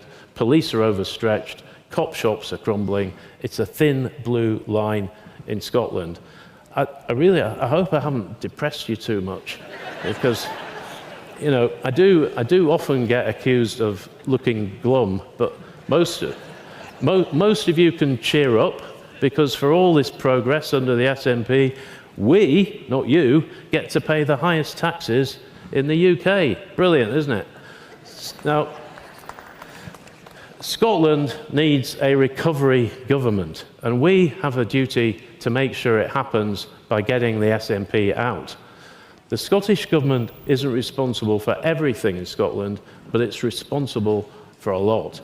All the things that I've mentioned, like health, education, transport, housing, and I forgot to mention hollowed out local government, all come under its remit. And in all these areas, the SNP has failed. We're at a pivotal point, not just for the UK, but for Scotland. So we need that recovery government, and we need next year's elections to be about repairing our public services. We're already brimming with ideas on how to improve life for Scots. And if you'll just indulge me, I can give you some. On health, expand hospital at home, delivering hospital-level care in patients' homes, reducing pressure on acute wards. Get that app up and running so people can manage appointments, access records, and find local services. How about investing in prevention? That might be a good idea. Pool resources from public health, education, and local councils. Fund community-based screening, lifestyle coaching, and school health programs so that people don't end up at the doctor in the first place. In education, why don't we have a national learner profile system? Because traditional qualifications, important as they are, often ignore achievements outside the classroom. People could have a lifelong record of academic, vocational, and personal development, include volunteering, creative work, and leadership roles. Secondly, we often talk about empowering schools, so why not allow them to co-design some of their curriculum with local authorities, communities, and employers? That could include Gaelic medium education, regional history, or industry-linked modules. Transport's a passion of mine. It often doesn't work as well as it should. So why not create a national integrated transport card? Scotland's fragmented ticketing across rail, bus and ferry networks creates barriers to seamless travel. So why not have a single smart card or app usable across all public transport models? Include discounts for low-income users and young people. These are just ideas, but ideas are where you start.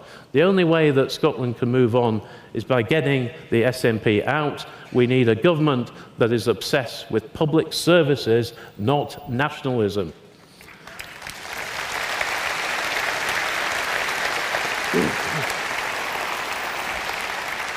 A government that wants to serve the people and not themselves. Scotland deserves... We deserve a government that listens, learns and leads, a government that puts people before party, a government that treats public services not as political props, but as sacred trusts. The time for excuses is over. The time for change is now. It's time for real reform. Thank you.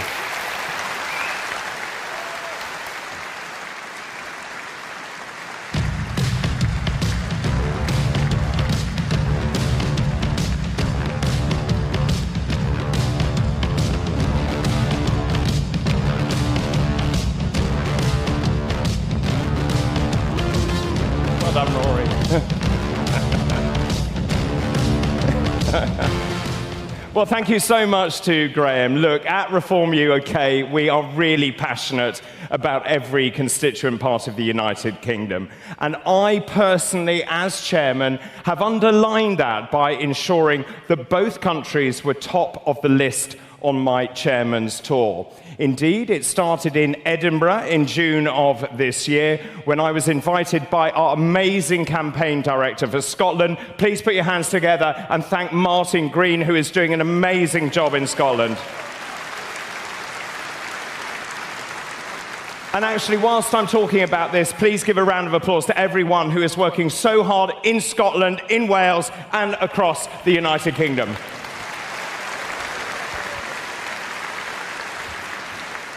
Well, time to catch up with JK. JK, where are you? I'm here, I have to say, but is this working? Is it? It is working. How are you? Are you all right? Where are you? I'm over here, love. think so. Over here. Look, here. Where? Left, straight in front of you. No, you idiot. This way. Look left. I can't see you. You carry on. No, look. What do you mean you can't see me? Put me on. Where? Here we are. Right. Over here. Over here. Oh, there you are. I see you at the back. You need to stand up. I am standing up. Oh. Did you have a nice lunch? Because I spent 48 minutes sitting on a bus, running around. I had a cold sausage and a potato. Absolutely no comment, my friends. Now, getting amongst everybody has been really important for Reform this year, as I've said to you throughout the day. People come to party conferences and they sit and they listen to speeches and it's like, oh God, it's lunchtime. It was fascinating out the back. There's a real vibe. We wanted to get more of a feeling about what today means. I'm joined by Mick. How are you, Mick? I'm fine. Mick used to be how many years as a policeman? I was 10.5 years as a police officer before I was pensioned off with the injury on duty. People like you should have more respect than they do. Let me ask you. It's true. 2 questions. The first is quite direct. What do you make of the police force we have in this country nowadays? I think the police are fantastic. I think the police do a fantastic job, especially under the circumstances that I have to work on at the moment. And they're not funded enough. They don't get enough wages. And there's not enough money to do the job that they need to do. And at the moment, they're now policing tweets instead of crime. I don't understand. Imagine that, where you get arrested and 31 months in jail for something you wrote, but you can actually get away with other things and the police don't. Do you think the police get bad publicity at the moment? Is it the people above them, the government in effect? Well, yes, it is. I mean, when somebody can have a tweet in America and they're not even English, they're Irish, and they come over here and they get arrested by 5 men with machine guns at Heathrow Airport. There's something seriously wrong with the country, isn't there? There is, which led you, after a stellar police career, ended, as you said, by injury in service, to get involved with the Reform. You're part of the Gateshead local community. What does Reform mean to the people of the North East? Well, we need to get the Labour party out of Gateshead. We've got a £650 million debt. There's 94% of the budget gets spent on adult care and children. And we really need to cut down on the waste that's being spent up there, and we really need to get organised. I mean, like the lady said earlier, you know, you put a red rose on a donkey and it'll get elected. It's the same. It's the same in Newcastle and Gateshead. Well, listen, so many people, David, across the country. I don't know if you've managed to share the breaking news. It's sort of on a knife edge from London. As we know already, Lucy Powell, the leader of the House of Commons, has been fired. Ian Murray, the Scottish Secretary, has been fired. The big news, which is a rumour at the moment, is that Yvette Cooper could be the next to go from the Home Office. That is not. Hold on. That is not confirmed at the moment, but I can tell you that they're talking about it. And watch this for a cheer. There's also a rumour, my friends, that Bridget Phillipson could be toast. So, the chairman will now take the reins, having had his sausage for lunch. Ta-ra from us! Thank you very much indeed, JK. Of course, unconfirmed rumours there. We'll bring you the latest as and when we get it. What I can tell you, ladies and gentlemen, this government is in free fall. They are very frightened about the rise of Reform UK, and I'm telling you, a general election cannot come soon enough.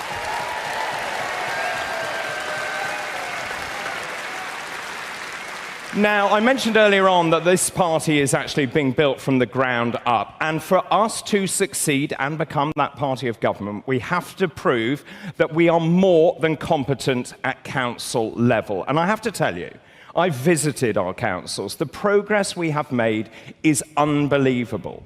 Reform UK now controls 12 councils across the country.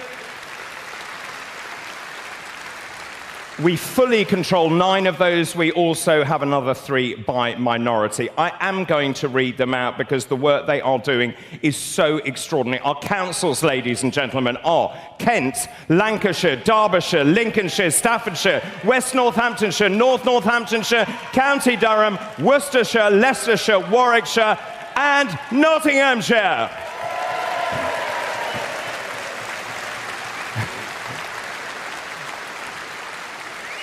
And these are what I like to call turquoise territories. Well, that brings me nicely to introduce our next session. It's called Cleaning Up Our Councils. I'm delighted to welcome our Director of Local Government, Councillor Jamie McIver.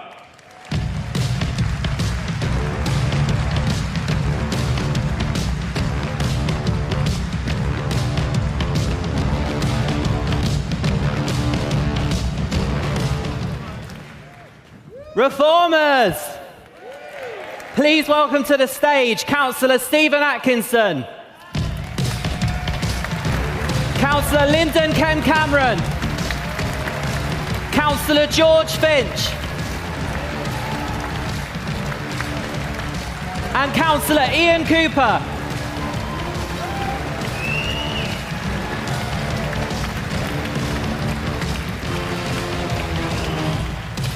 Thank you.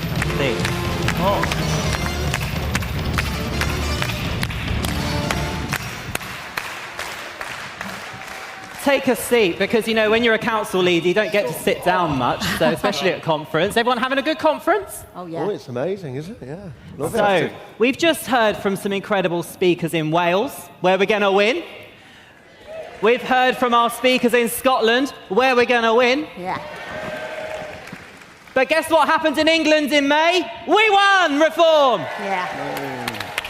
And with me are 4 leaders of our exceptional councils. And, you know, we are told by so many people that don't know what they're talking about that Reform are just going to get in and they don't have a plan. Reform are going to get in and they don't know what they're doing. In fact, I heard somebody say, Reform haven't got a clue. Well, I tell you something.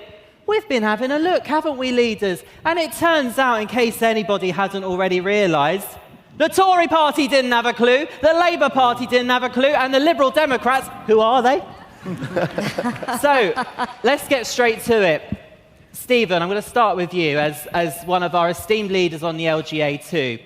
Lancashire County Council, tell me something you've done, because I think I might be right in saying the previous lot did nothing.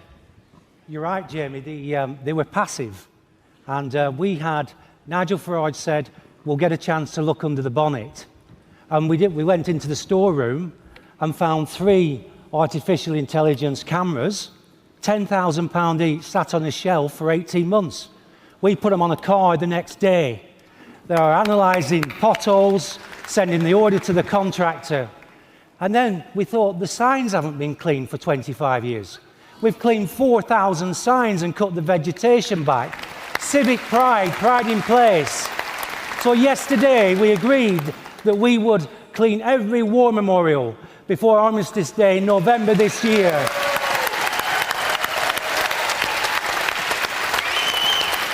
And innovation. We have a new machine that grinds the road, cleans the tar and relays it. No landfill costs, instant repairs. This is in 3 months, and we're going to do much, much more. Thank you, Jamie. Well, I mean, Lancashire, you're doing an amazing job. Now, as an Essex boy, nothing makes me more delighted than going to Blue Water shopping. But what I love even more is when I go over the Dartford Bridge, I feel liberated because I am in a turquoise-controlled territory. Ladies and gentlemen, the Garden of England, Kent County Council, reform-controlled. And Lyndon, the same question to you. What have you done? Well, Jamie, what we're about to do is undeclare the climate emergency that was declared in Kent in 2019. It no longer exists in Kent, and by undeclaring the climate emergency, that means we can take out all the net zero commitments that were written in to the Constitution. We've started it already. We're going to save over the next 4 years 30-odd million quid on property modifications that we're not going to make. We're not going to spend 7 million quid on transitioning the fleet of Kent County Council vehicles from petrol and diesel to electric. And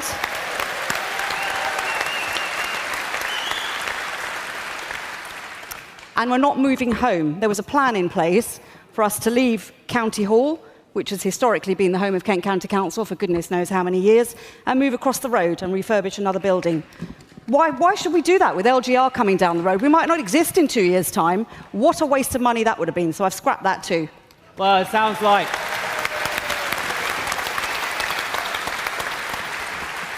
Sounds to me like the party of common sense is alive and well in Kent. And you know why? Because when you vote reform, you get... reform. Amen. George, Councillor Finch, sorry. I know George as George because me and George speak regularly. And one thing I'll say, George, your premiership as leader hasn't quite been the same length of time as some of the others on the panel this afternoon, but actually, you're doing just as much. George, you have particularly been launched into reform on a very national stage because of our amazing Lawless Britain campaign. What's something that you've been able to do? So, in Nuneaton and Bedworth in particular, we have a crime problem. People are not safe in our town centres, in our villages. They don't feel safe going to the pub, speaking to people on the... when I speak to people on the doorstep, they tell me, I can't go out anymore. And I thought, I can't do that. I've had enough.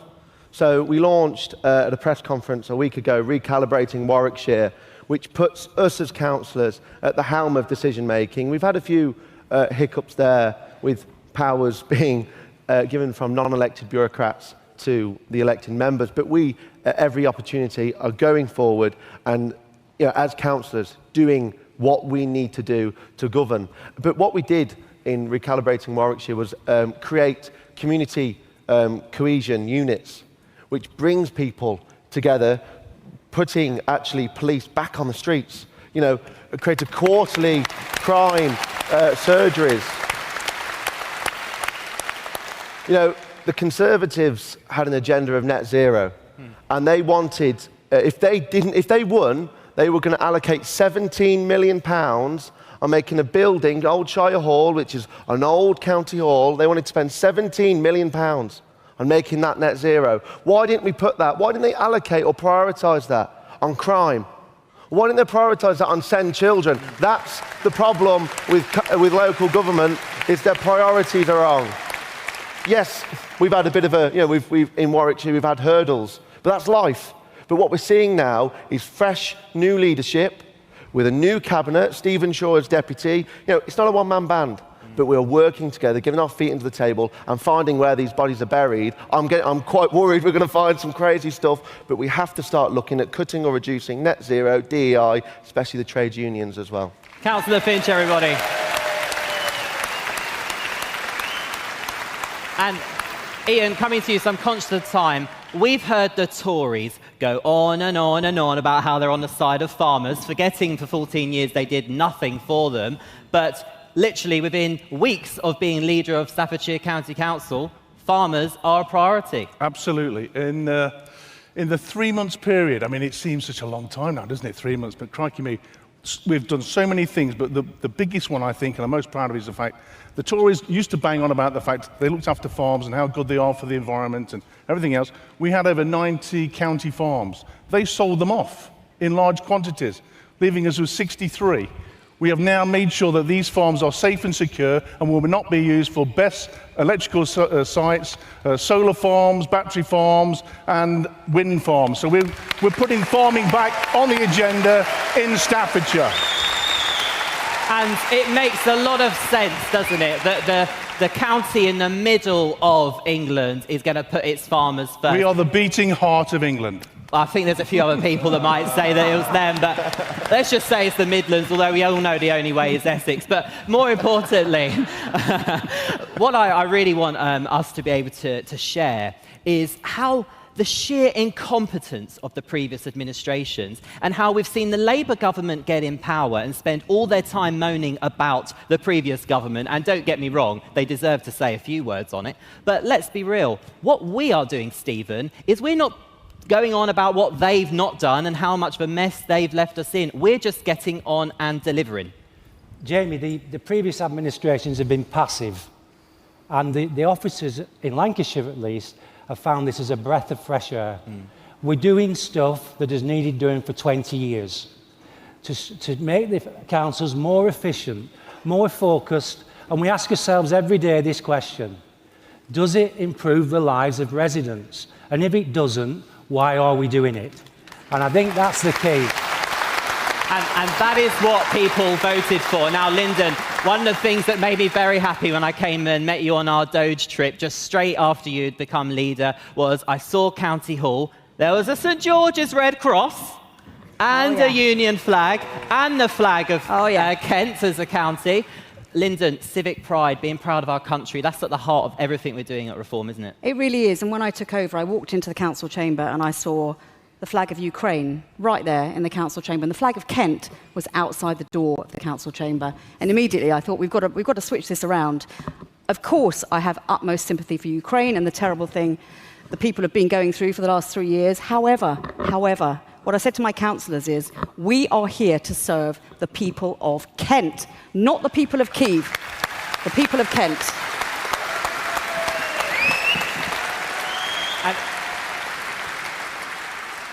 Ian, coming to you, I know that you've got one of the most beautiful county halls, gorgeous, historic building, makes you proud to be British when you see it, that Victorian era. But unfortunately, there's a bit of a thing at the moment where we're going to be carving up historic counties into these awful meaningless units. In terms of, we talk about pride of country, but there is such a thing as pride of county, isn't there? There is indeed, and everybody here is very proud of the county that they come from. If you go to Staffordshire and you go into the county buildings, we have this fabulous 1895 Victorian building. It's not just bricks and mortar, it is the heart and the essence of the county. It represents local people and the local community. And to see things like this being potentially destroyed by this government, I think is an horrendous crime. And I think one thing, amen, by the way. Now, Something that concerns me, George, it concerns, I think, everyone in this panel, everybody in this room, is, of course, illegal migration to this country, the pressure on our population. What we don't hear enough is about how local government is actually having to, in some cases, foot the bill, but often just simply facilitate enormous pressure, which is, frankly, a distraction from our own people. So when we look at things like SEN, adult social care, are you seeing, George, the impact that the added pressures on our counties and, frankly, a lack of support from the government to deal with any of this? Yeah, Jamie, it is simple. Unfortunately, Warwickshire County Council is in a SEND deficit of £87 million. We spend £48 million a year on home-to-school transport. Next year, that fee of SEND provision goes up to £147 million. I predict in a few years' time that councils will be knocking on, well, it might be Reform's door, given what's just happened today. But my point goes is the governments are not helping local governments. We need more money. County councils should not be footing the bill for the SEND provision. And this is the problem, it's their priorities. They are not listening to the people on the ground that are crying out for homeschool transport, children with SEND needs, educational healthcare plans. They need that support. And yes, it is increasing demand, and we do need to look at what's going on there. But what we're seeing is that national government are doing nothing. They are saying, let local government deal with it. They're going to get turned into unitary councils anyway. We'll give them a bit of a payout, see what happens. But it's not good enough, and this is why in September we have to wait for the reforms that are going through for the education and SEND reforms, for them to give us the tools to actually make the Warwickshire better and other councils better, because as the portfolio holder for children and families, I see it. The children need that support. And I think that's the problem, isn't it? Local government has just been the dumping ground for anything the government doesn't want to do. That's one thing a reform government won't do, because that has got to be one of the most unpatriotic things to do, is to dump major, major things on local government without the resources to deal with it. Stephen, coming to you, I think that fits nicely with a bit of our LGA work. Well, I think what happens in Westminster is it creates obligations on local government and it doesn't give local government the funding. And we're having to run ever faster and faster for some policies that just don't make sense. And one policy that doesn't make sense is houses of multiple occupation. We have over 3,500 people through a government contract who've been brought into Lancashire. And that means that normal folk are moved out. The first email I had was a nurse with 4 school-aged children, a single mum, contributing, was given an eviction notice. We are seeing this everywhere. Yeah. So what's happening is British folk are fed up of being at the back of the queue, and we need a reform government to fix that problem. You're absolutely right. And it won't be the first time you hear this. This government is not on the side of the British people, but if you live in a reform-controlled county and are unitaries, you know that the British people, the county residents, are always going to be the people we're thinking about when we're making these decisions. Now, thank you to our amazing panel. The message I want to leave with you all is very straightforward. We have got some of the most skilled, talented people in our local government family. They are working round the clock. And I can assure you that as we prepare to put Nigel Farage into 10 Downing Street with a reform government, it will be because we will be shouting and screaming about the achievements of the administrations in our councils. Please give them a big round of applause.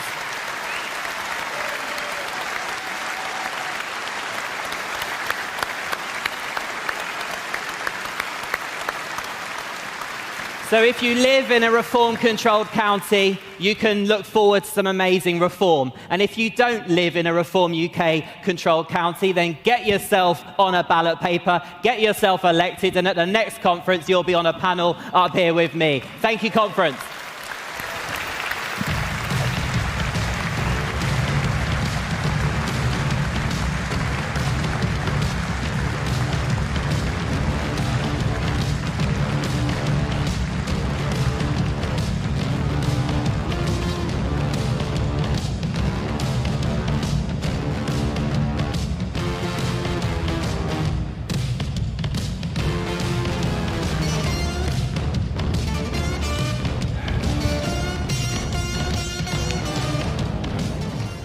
Well, aren't they truly amazing? I'm so proud of all of our councillors and our councils around the country. Now, ladies and gentlemen, we are setting the political agenda. I have some breaking news for you. Nothing stops. Yvette Cooper is Foreign Secretary. It gets worse. Shabana Mahmood is the Home Secretary. And wait for this one. The rumour is David Lammy is going to be Deputy Prime Minister.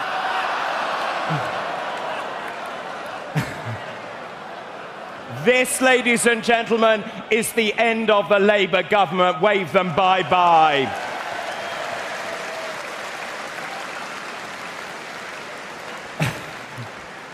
I also have some other news. They have just conducted polls. This is the projected result in Ashton-under-Lyne. This is Angela Rayner's seat. Labour predicted to get 27%. Reform UK projected to get 41%, a Reform gain.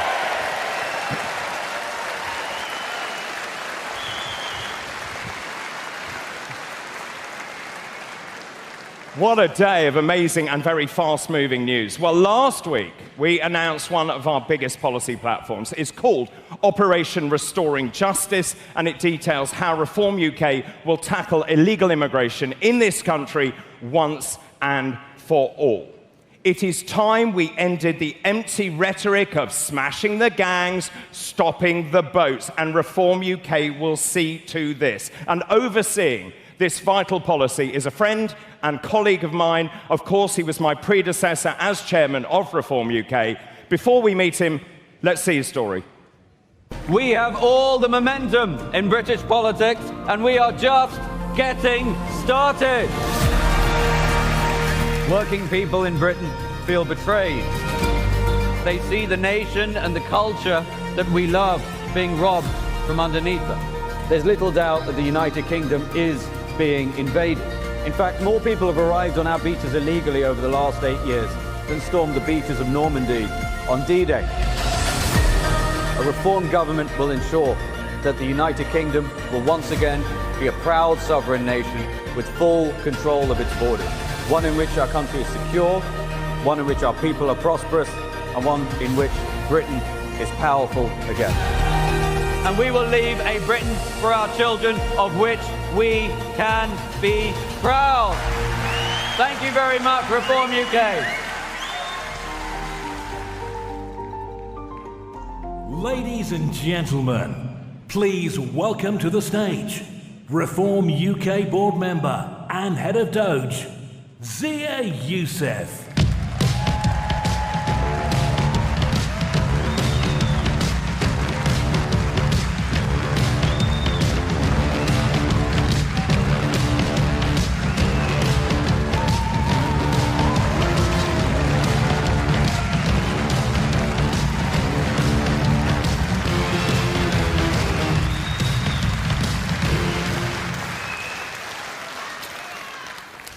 Hello, Reform UK. It's so good to be back in Birmingham. And what a year it has been. Just look at what we've achieved together. In 14 and a half months, Reform has gone from 14% support to 35%. From being dismissed as outsiders.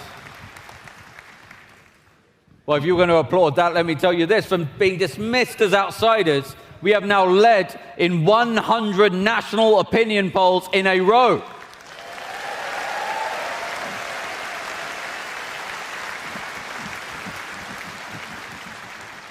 We've gone from no branches in the country to almost 500. And ladies and gentlemen, boys and girls, Nigel Farage is the bookmaker's favourite to be the next Prime Minister of the United Kingdom.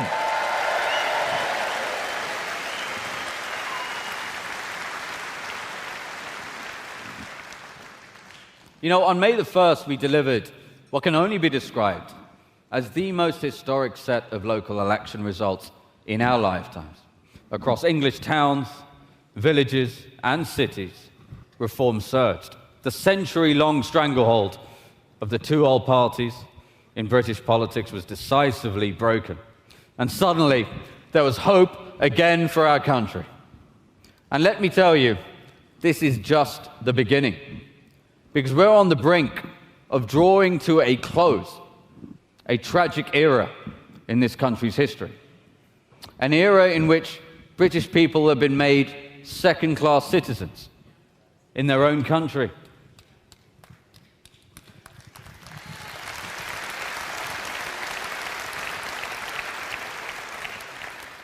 An era in which those who have played by the rules their whole lives are robbed by the state to pay for those who break them.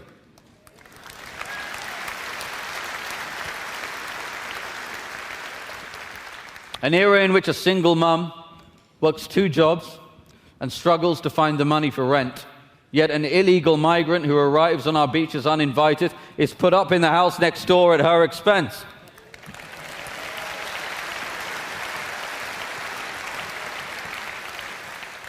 An era in which our young people are robbed of opportunity at every level, from jobs to housing. An era when clueless politicians inflict the highest energy costs in the world on British people through the mad net zero religion.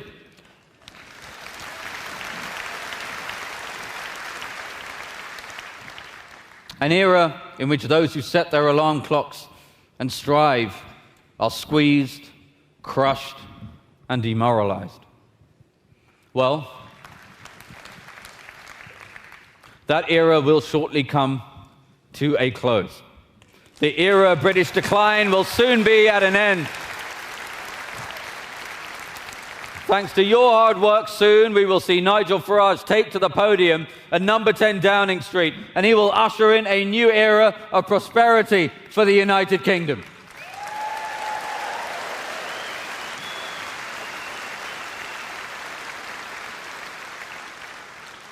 To do that, we must start with securing our borders and restoring our sovereignty. That means ending the tyranny of foreign courts and stopping the invasion of our country.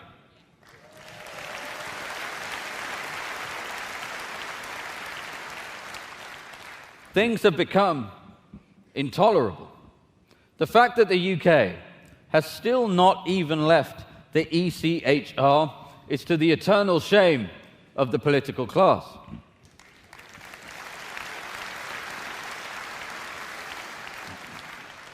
An illegal immigrant from Iraq named Asso Mohammed Ibrahim, driving while disqualified, killed a 12-year-old girl in a hit and run. He left her dying under the wheels of his car and fled the scene.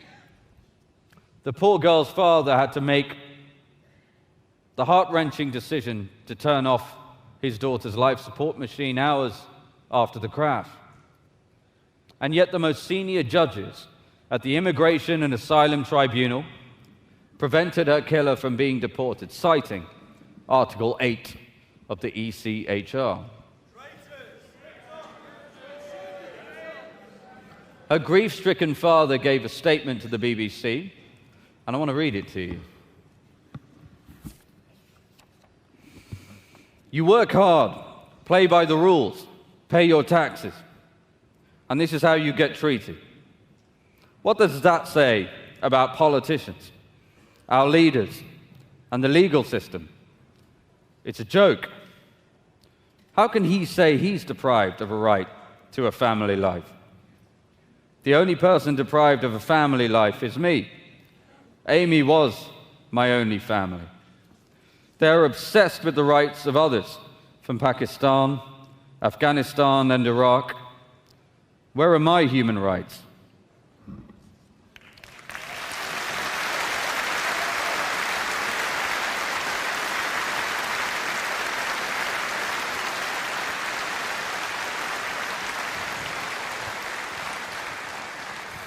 And do you know when that was?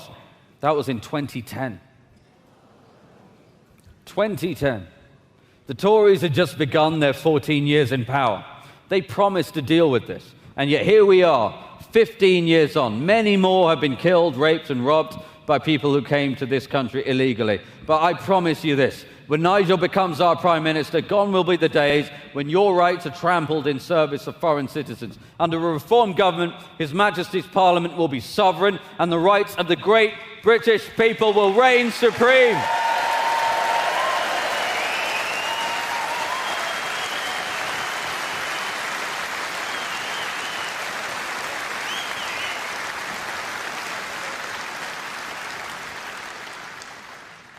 For decades now, successive Tory and Labour governments have promised, right? They promised to get tough on illegal immigration.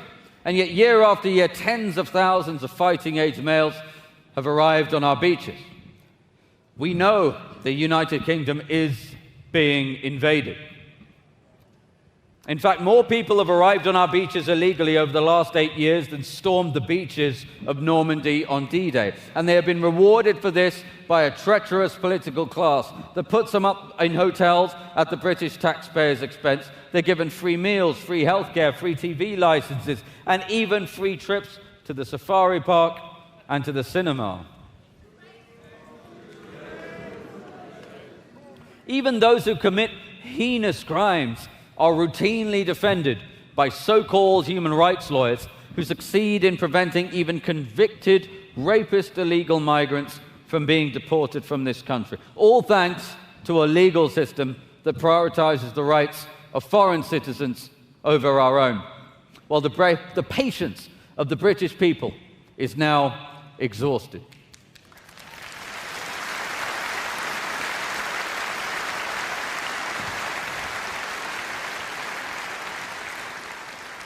We are unwilling to accept that Britain's border should be open and undefended, unwilling to accept that Britain must surrender its sovereignty to foreign courts, unwilling to accept that our own veterans who served our nation with valor and distinction be evicted from their homes to house fighting-age males from Iraq and Afghanistan who turned up on our beaches uninvited. This is a national emergency, and it's time to put the British people first.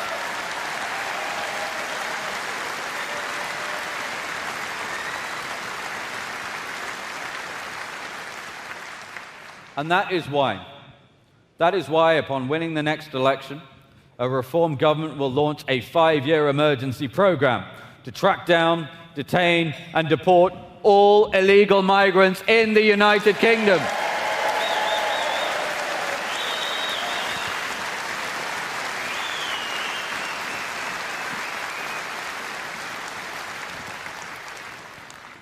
Operation Restoring Justice will be the most transformative policy of our lifetimes. Now, some have already called our plan draconian. Here's our response. Britain is being invaded. Thousands of fighting-age men from countries that despise Britain continue to arrive on our beaches. Our plan is the only appropriate response to a national security emergency.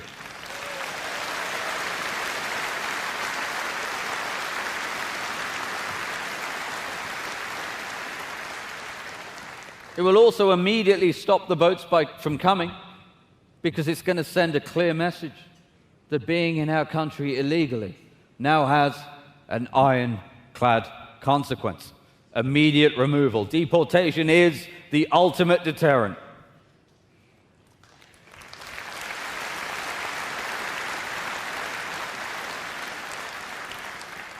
As Prime Minister, Nigel will direct every instrument of state to ensure illegal migrants are removed from this country. We will pass the Illegal Migration Mass Deportation Act.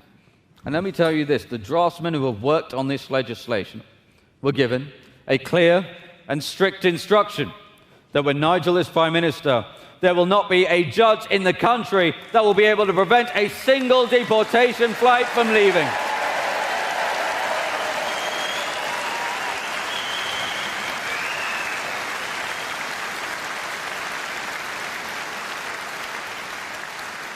We will leave the ECHR and repeal the Human Rights Act, replacing it with the British Bill of Rights.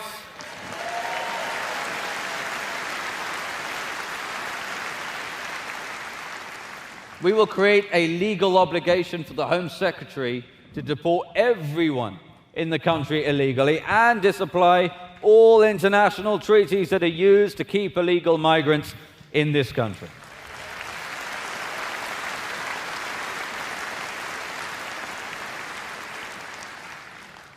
We will grant sweeping powers for the Home Secretary to detain illegal migrants, and we will pass a law that makes clear that if you come to this country illegally, you will never be granted asylum. End of story.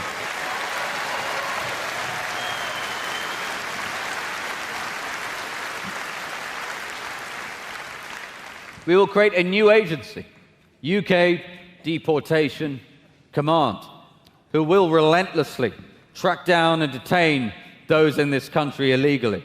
We will build capacity to detain up to 24,000 illegal migrants at a time. That will enable us to deport up to 288,000 illegal migrants a year. No chance of bail, no chance of absconding. Detention will mean deportation.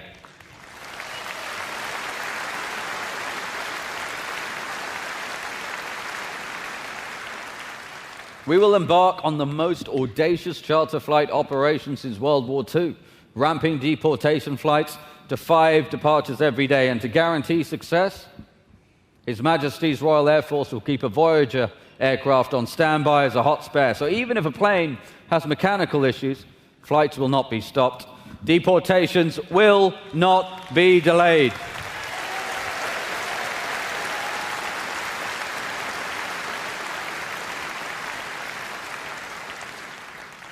And beyond our shores, our Foreign Office will act with the urgency of a nation that's determined. Return agreements will be secured. Countries of origin will take back their nationals. We will offer financial incentives. But where the carrot fails, we will use our leverage. If a country refuses to take back their illegals, we will stop issuing visas to anyone from that country. And if necessary, we will sanction them.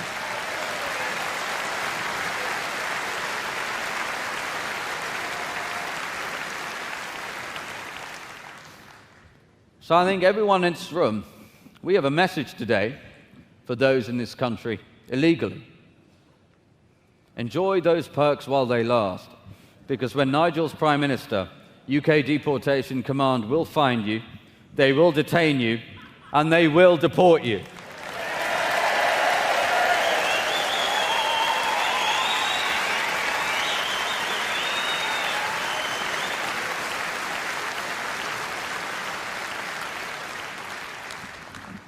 Now, even just over a year ago, talking about what a reform government would do in power would have been met with scorn and laughter from the chattering classes. Reform had just one MP, and the first-past-the-post system supposedly meant start-up insurgent parties like ours could never challenge the two-party system.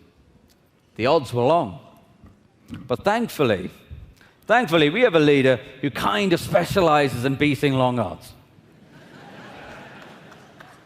He beat the odds in surviving a plane crash. He beat the odds with Brexit. He beat the odds with the banks. He beat the odds by securing 5 seats last summer. And soon enough, he will defy the odds again and become the next Prime Minister of the United Kingdom.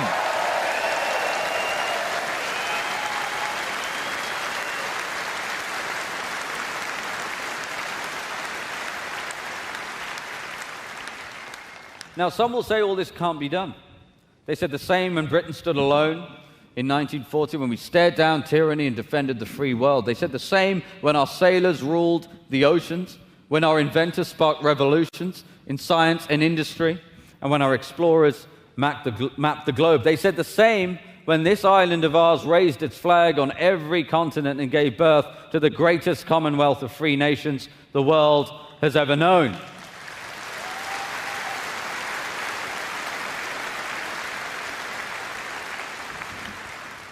We are the land of Newton and Churchill, of Shakespeare and Rowling, the land that gave the world the rule of law, the English language, and the miracle of English common law. But today I say that for all of our rich history, our best days are ahead of us. Make no mistake, we are living through history being made in this country. In 100 years' time, they will study this chapter of British history. Children will be taught of prime ministers who allowed for our nation to be invaded and forced hard-working Brits to pay for it. They will learn of Tory politicians who lied time and again to the British people that they'd control immigration and then did the opposite. They will learn of a political class that betrayed its own people. They'll learn of a Britain that was besieged. But I believe they'll also learn about something else. They will learn that something remarkable and astonishing then happened. That just as has happened so often before in British history, the British people stood up and said, no, not on our watch.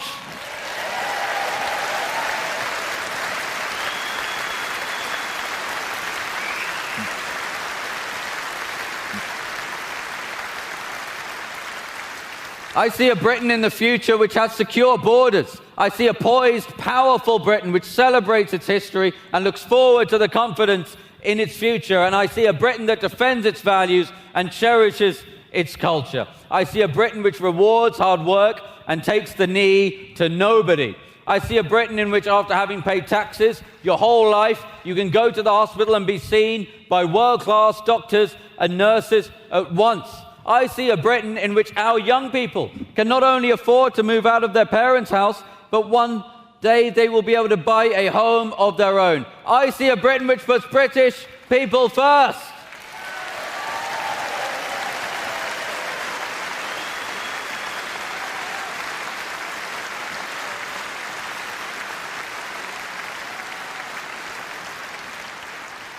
And this is no pipe dream.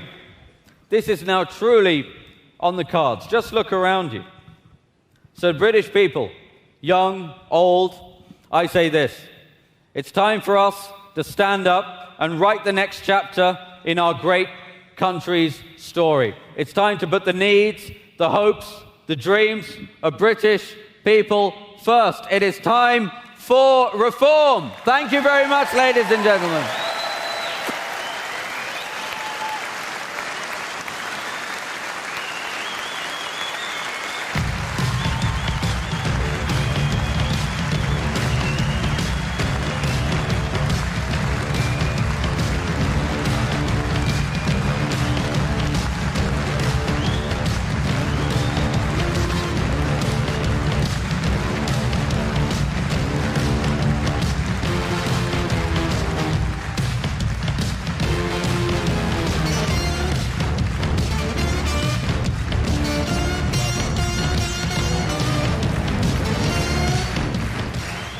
Fantastic stuff. Thank you very much indeed.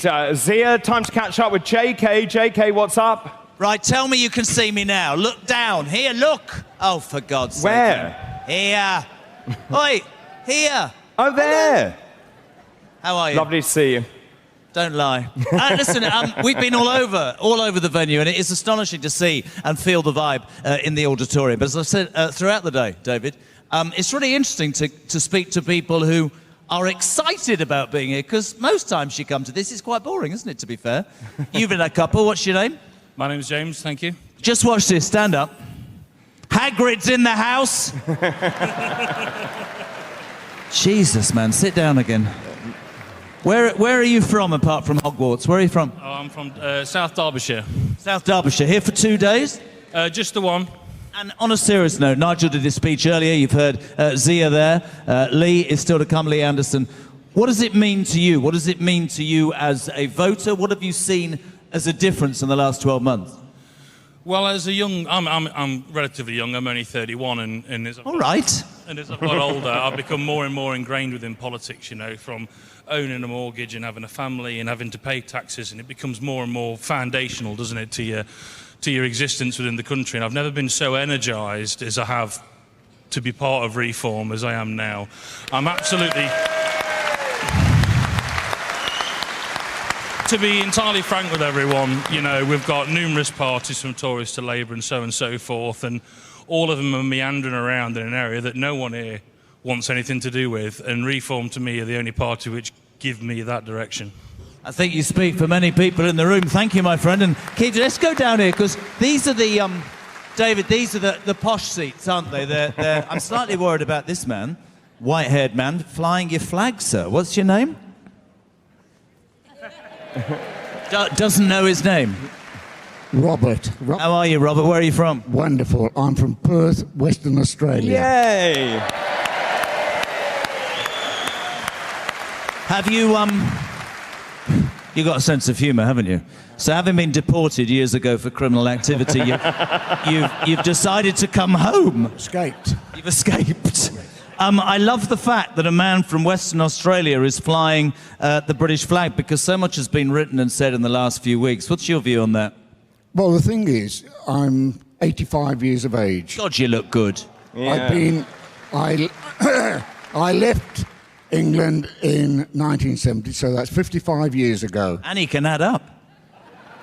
I'm still working too. I started my own decorating. I started my own decorating business, and I'm still running it. This is your life. We need to crack on a bit. Why are you I'm only messing. Why are we waving the flag? What does the flag mean? Because I think it should be symptomatic of the people of Great Britain, don't you? Of course it is. My biggest problem, because of my age, I'm concerned I won't see Nigel in office. I can't wait to get this bastard out.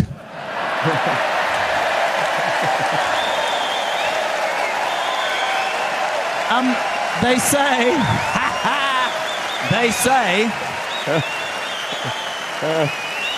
they say, never work with children, David, or animals. But an 85-year-old man that describes Sir Keir Starmer as, what did you say? I can't repeat it. Back to you, Mr. Chairman. Thank you very much indeed, JK. Now, one of the accusations that have been levelled at Reform UK over the past few months is that it has been almost exclusively dominated by men. Let me just tell you, ladies and gentlemen, the doubters couldn't be more wrong. We have some incredible, formidable, and quite frankly, terrifying women in the party. We also launched our Women for Reform press conference just a few weeks ago with Sarah Pochin MP, Dame Andrea Jenkins, Layla Cunningham, and Lyndon Kemcaran. So to host our next session and broaden the theme, Women for Reform, please welcome another formidable woman. She is an award-winning journalist and international best-selling author. She's best known as a feisty columnist for the Daily Telegraph newspaper and as co-presenter with Liam Halligan of the Planet Normal podcast, which, by the way, is going to be recorded here live tomorrow on this stage. Ladies and gentlemen, please welcome Alison Pearson.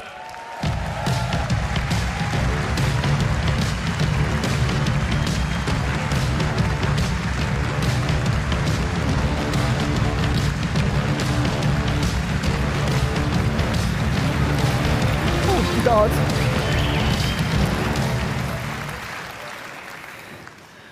Wow. Well, we're one woman down today because Angela Rayner's had to go and spend more time with her houses. Ding dong, the witch is dead.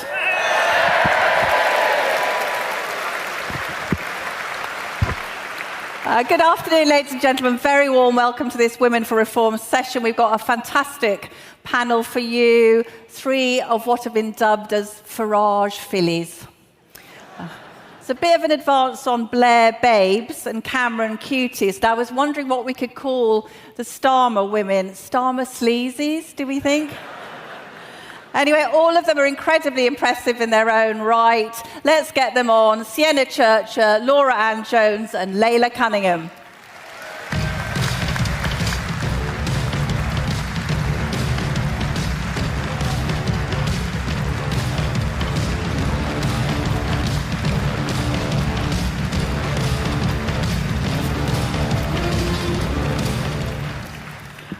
Before we crack into the questions, let me just tell you a little bit about these fantastic women. Sienna Churcher on the end. I was going to say Bambi, but that's a bit patronising, isn't it? Sienna became one of the youngest councillors in the UK after winning a by-election last month for Reform in Cumbria.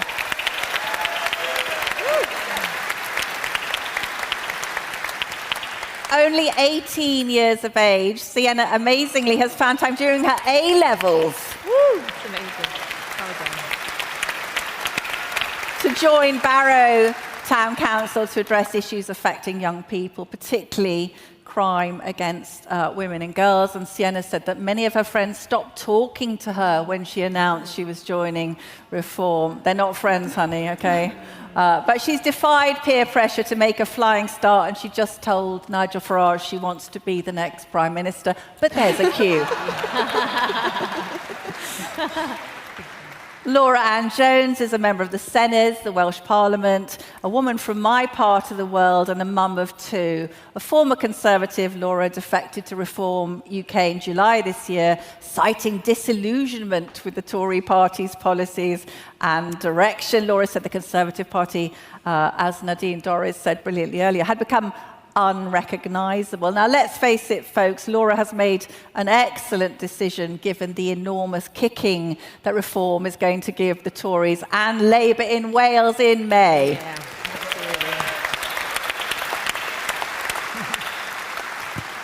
Layla Cunningham, our third panellist, is a Westminster City councillor, a brilliant lawyer. She resigned from her role as a CPS prosecutor after making a series of outspoken remarks about crime and immigration, net zero and spiralling national debt. Like Laura, Layla defected from the Conservatives, saying she was tired of defending failure, a moderate Muslim who's been unafraid to call out some of the radicalised anti-British elements in certain communities, and wait for it, a mum to 7 children. Wow.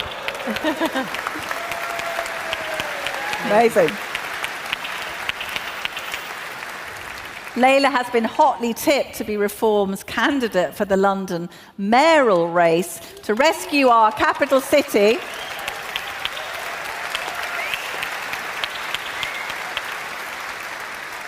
To rescue our capital city from that poisoned dwarf, Sadiq Khan. Not sure if you're allowed to say that, but dwarfs won't mind, will they? So, all of you, Reform did have a pretty blokey reputation. It was a party men were more likely to vote for than women. I was wondering if you've experienced any awkwardness or discrimination as women at the grassroots level. Laura? Oh, I can just say one of the biggest things that bowled me over as soon as I defected was the amount of women in the party, and not just any women. These are really strong women. They're the ones that are forming the campaign teams. They're the ones that are heading up the local associations. They're so active, and it's just been really, really, really wonderful to see, actually. This stereotypical, yes, it does deserve a clap. All those women deserve a clap. Well done. Yeah. But it's not the stereotypical image that the other parties want you to believe that Reform has. I mean, we're normal people from all different backgrounds, all walks of life, all parties, I have to say. And it's just lovely to see. Yeah. Sienna, how have you found it? Well, the majority of people believe Reform are elderly white men. And I'm standing here to say that you're wrong. But yeah, there's so many strong, amazing women that are standing here. Can I just say we really like elderly white men because they take the bins out, they they open wine bottles. I mean, men do lovely things. We like men. Layla, how about you? What do you think about that blokey reputation? I've been contacted by so many women since I joined on social media saying I support Reform but covertly because I'm scared sometimes of the social repercussions. And what I find that the women who do join Reform, and I'm sure the women in the audience will agree with me, it's women who are not afraid to say no and are not afraid to say enough. We're not going to be ignored, and we're not going to vote ever again for a government that doesn't prioritise our safety. Absolutely. Well said.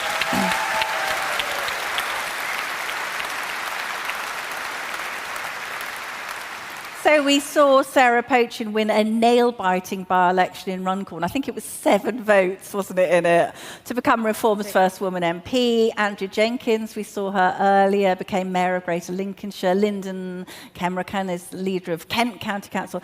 Do you ladies think that having women occupying these high-profile roles is now giving permission to other women to think, oh, this is acceptable? I think the great thing about Reform is that it's a meritocracy. Whether you're a woman or a man, if you're a best thing for the job, you'll get it. And I think...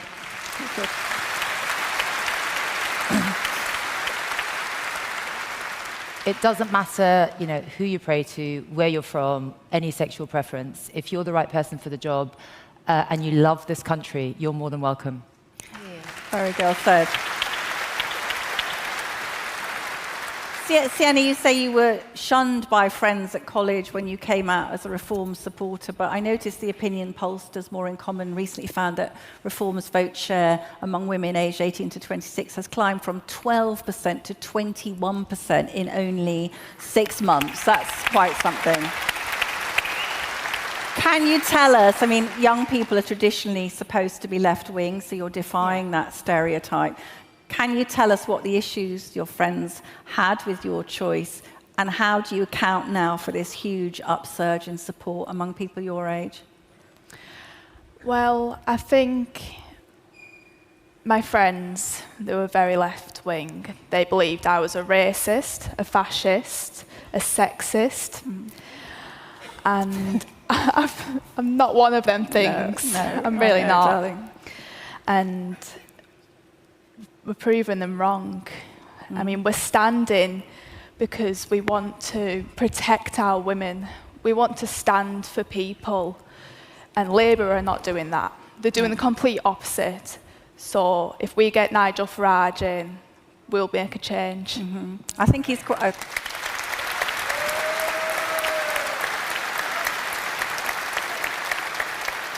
I think Nigel's feeling quite threatened by Sienna, actually. I think he was looking a bit worried about this Prime Minister stuff. Laura, Reform is also winning over middle-aged women, particularly women aged 45 to 54. What do you think has changed, and what encouraged you personally? Because it's not easy to change party, is it? Oh, there are lots of reasons why. But I have to say, as we're seeing with the women that we're campaigning outside in Epping, outside those hotels, because they're worried about their families, about women and girls' safety. I mean, that is a real issue. And people say, oh, you're in Wales, you know, it doesn't affect you there. But it does. It affects every single one of us. It affects our public services, affecting our safety on the streets. It has a real impact on every corner of Britain.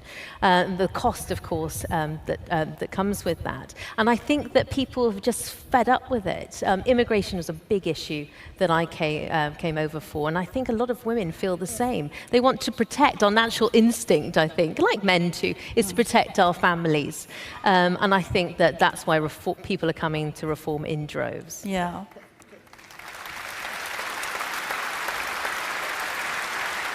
Layla, you've been very eloquent and forceful about this sense of betrayal among Conservative voters. What would you point to in particular as reasons for Tory disillusion, and why do you think Reform is a better choice? So when I decided to leave, it was, I liken it to being in a marriage for a very, very long time with someone you really can't stand anymore and you don't agree with anything they say. And getting a divorce is a big step. And then the thing that really pushed me over the line, I think, was when the rape gangs came back into public domain. Not that it ever should have left. And I saw the Tories sit there and say, we want a national inquiry, we want this. And I sat and thought to myself, hang on, these are not new crimes. They were in government when it was happening, and they did nothing. Labour and Conservatives.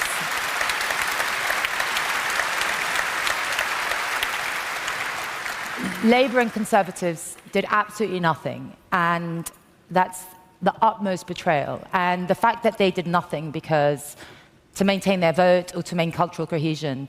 And when you can say it, these were Muslim Pakistani men who thought our girls were white trash, and these are our girls. Well said.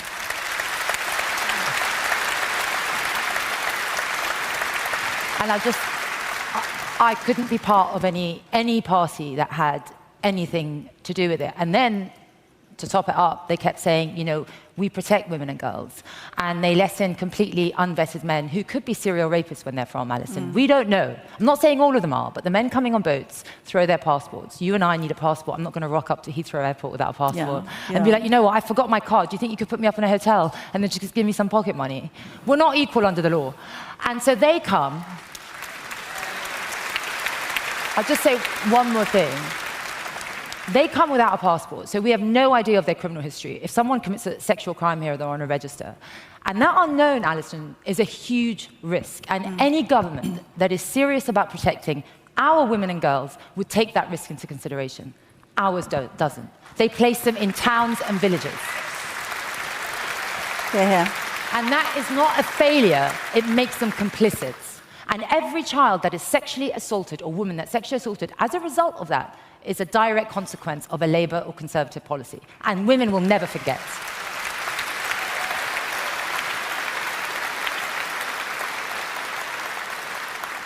Yes, going on from that, yesterday there was a guilty verdict in the trial of an Ethiopian, an undocumented male who arrived by small boat across the channel. He was put up in the Bell Hotel in Epping, and 8 days later, he rewarded the British taxpayers' folly by going out and about this peaceful Essex town, sexually assaulting 14-year-old girls and an adult woman.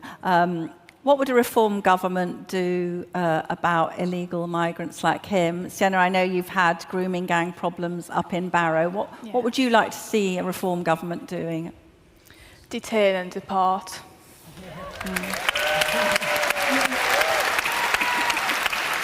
Yeah. And you said that there were people feeling scared in your community, people carrying... I'm scared. You're scared. I carry the dye spray because that's the only form of protection I have. I can't go to the police because they won't listen to us. They'll say it's our fault or there isn't enough evidence, and they'll leave it as that whilst they get away with it and we are silenced. So we're all scared. Yeah, yeah.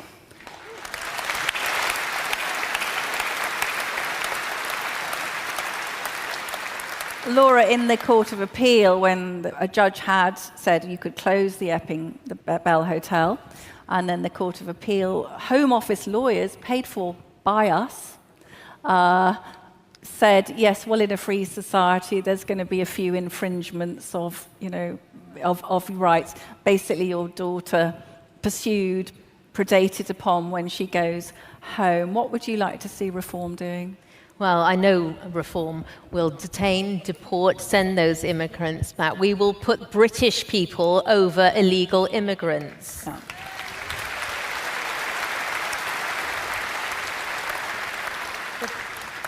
Leila, you come from an Egyptian background. You have been, I have to say, I welcome your outspokenness, because I think a lot of us sort of think, we know there are lots of fantastic Muslim people in our country. We don't always hear those moderate voices, and I really welcome you speaking out.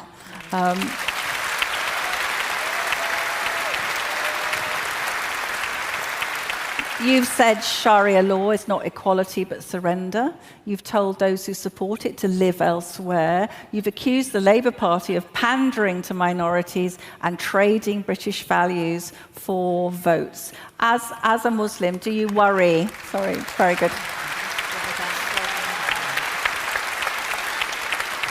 As a Muslim, can you explain why you think pandering is dangerous to our country?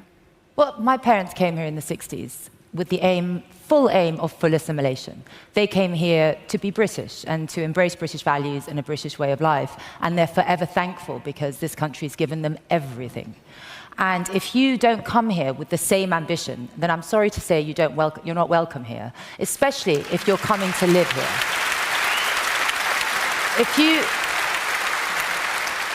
If you come here looking for Sharia courts and Islamophobia laws and censorship, this is not the country for you. There are many, many countries that you can go live in very happily who will embrace those values. I don't judge anyone's values, but if you come here, these are not our values. And you don't come here with that. And so for me, when I see communities that don't embrace British values, and some even say that they hate Britain or it's the wrong country for them, it makes me really, really angry, because not only have they come, they're living off the taxpayer money. They've been welcomed by this country with all its beautiful benefits and values, and they don't appreciate it. And I think we've allowed that. The fact that we have Islamophobia law discussion in Parliament is bewildering. You are not free if you cannot speak. You are not free if you cannot be offended and have the right to offend. Well said.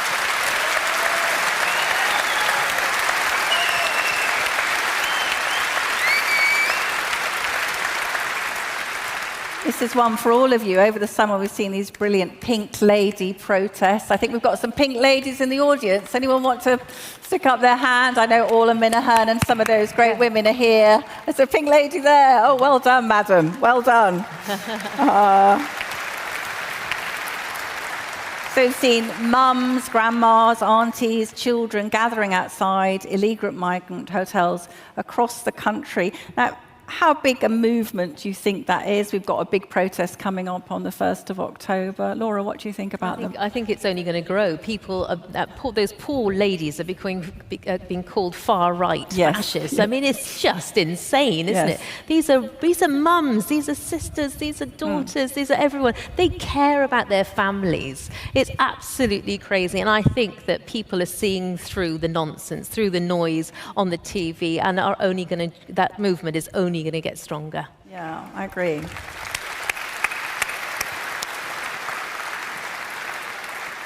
I don't know what you think, but I also think now when they say, oh, it's racist to object to this or it's far right, you just think, bring it on, right? You know, I mean, who cares? Sorry, no, you say. Call us what you want. Call us what you want. Really, I say bring it on, and I welcome it. Because we know we're on the right side of history.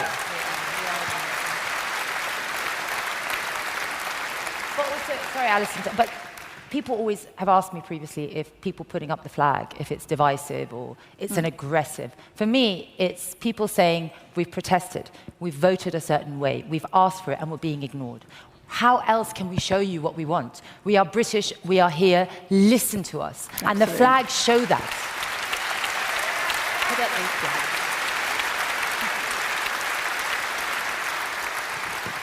I'm sure you've all had attacks online. I've seen Layla very viciously attacked. Middle Eastern men saying, Nigel Farage elevates minority voices like hers to front racist agendas under the guise of diversity. Bring it on. Yeah, nobody cares. Sienna, have you felt, you're very young still, have you felt intimidated? Yeah, some of the comments have been disgusting. I'm in between being told I'm going to be killed and murdered, or I'm going to be raped. Oh, honey. But thank you.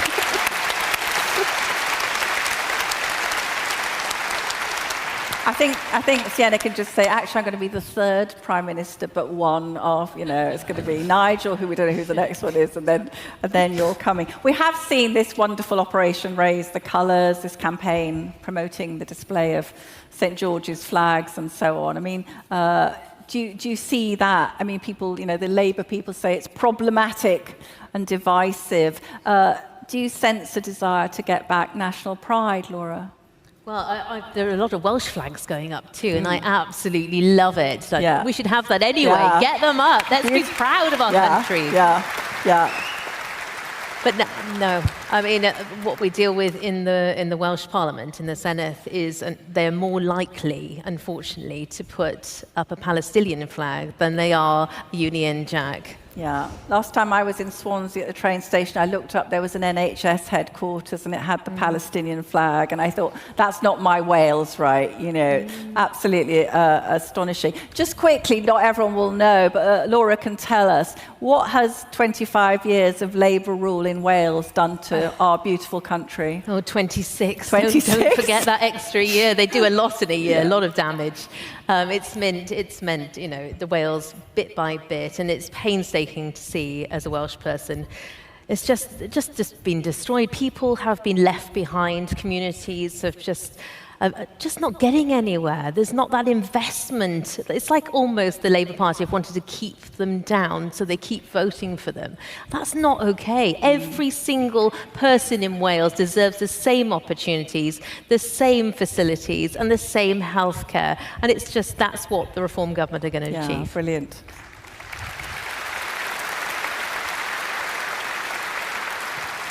I should say that my source in Cardiff has told me that all the Labour ministers in the Senedd will not be running again next time. They're scared, aren't they? Listen, we're running out of time. We could talk forever. I just wanted to say a quick bit of advice to any women in the audience who'd like to come forward and do more. Sienna? Do it. Be brave. If you have the ambition and the courage, then do it. This is your future and your children's future. If you stay silent, no change is going to happen. Fantastic.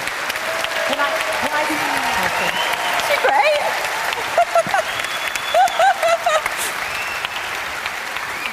I think we're going to end it there, for goodness sake. I mean, look at this kid, honestly, amazing. Final word, ladies. Layla.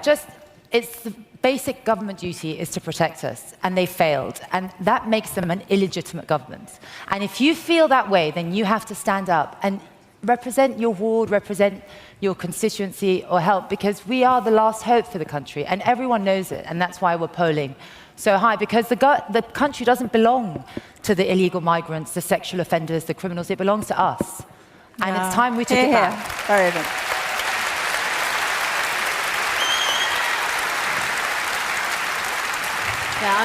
Last word to Laura. We're going to say it in Welsh. Diolch yn fawr. Come on, Laura.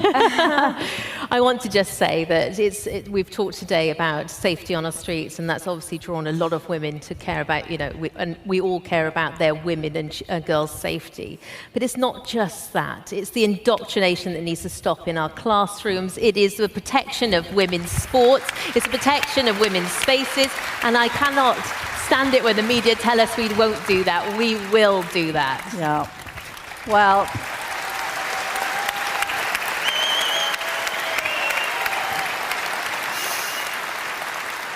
I think we've laid the bloke in a Smith, haven't we, today? Anyway, thank you to these three brilliant women, Sienna, Laura, and Layla. Thank you so much. Thank you. Thank you. Oh, look.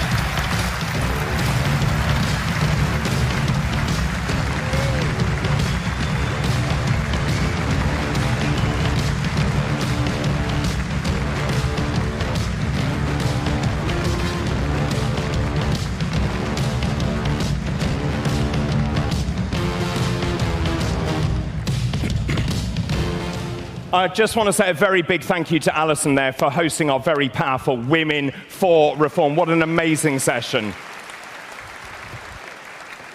Now, this party is underpinned by strong values which are represented, as you know, by family, community, and country. And with that in mind, I am so thrilled that joining us at conference is my very own mother. My mother is here with us at conference. Can you just give her a round of applause, please?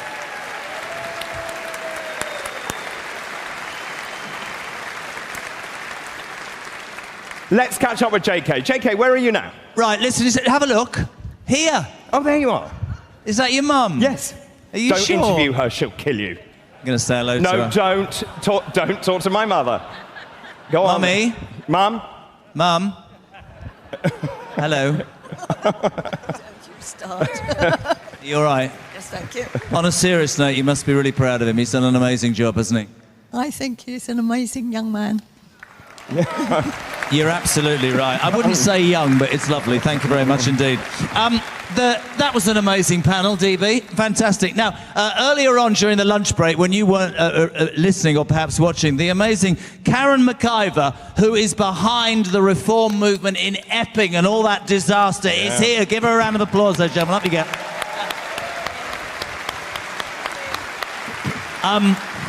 We haven't got long. The problems in Epping, for many people, sort of centralise the feeling that this country needs to change. It's important to the people of Epping and the people of the United Kingdom, right? Absolutely. We have been overwhelmed with the support. I always really point the fact that there's a very sad story to why we're doing this, but along with lots of friends from Reform in Epping, we are doing an amazing job as mothers. And everybody must remember that women are the backbone of this country, okay? And when we come together, we are strong. And here at Epping, we will continue to protest until that hotel is closed. It is next to a secondary school. It is inappropriate. And myself, along with all my wonderful friends and mothers of Epping, will not give up until that hotel shuts. I think the one thing... I think it's very difficult for our Prime Minister to speak about mothers on the streets looking after the interests of their children and call them far right. So fair play to you and all the mothers. Give Karen a round of applause. Thank you so much indeed. Can I just... Do you know this? No. Politics is an interesting game, isn't it? Do you know who's been sacked? Tell me. So the new Home Secretary is Shabana Mahmood. I know. The new Foreign Secretary is Yvette Cooper. Indeed. The new Justice Secretary and Deputy Prime Minister is David Lammy. You're a bit behind, Jeremy. Have a fantastic afternoon. Back to David Ball. Thank you. Well, ladies and gentlemen, I think you will agree it really has been a tremendous day so far. Let me tell you, we have garnered incredible media interest. The press coverage already is extraordinary. I've got about 5 or 6 interviews I have to do the minute I leave the main stage. I know the rest of the team very busy doing all the media as well. Let me tell you, every single person in this country is talking about Reform UK.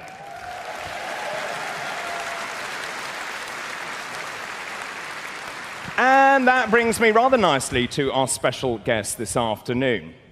Now, he was implicit in the creation of this party, even though he was a politician in another Commonwealth country. Reform UK was conceived in 2020, morphing from the Brexit Party, which, as you will remember, was a single-issue party, into what it is today, a dynamic, vibrant party with comprehensive policies addressing every single issue affecting Britain. What you may not know is Reform UK was modelled on a party of a similar name in North America, the Reform Party of Canada. Our special guest this afternoon is a member of the King's Privy Council for Canada. He's a companion of the Order of Canada, a recipient of the Alberta Order of Excellence. He was the founder and the only leader of the Reform Party of Canada, and under his leadership, the party reshaped Canada's political landscape, introducing themes of democratic reform, fiscal conservatism, and decentralisation. Let's now meet the original reformer.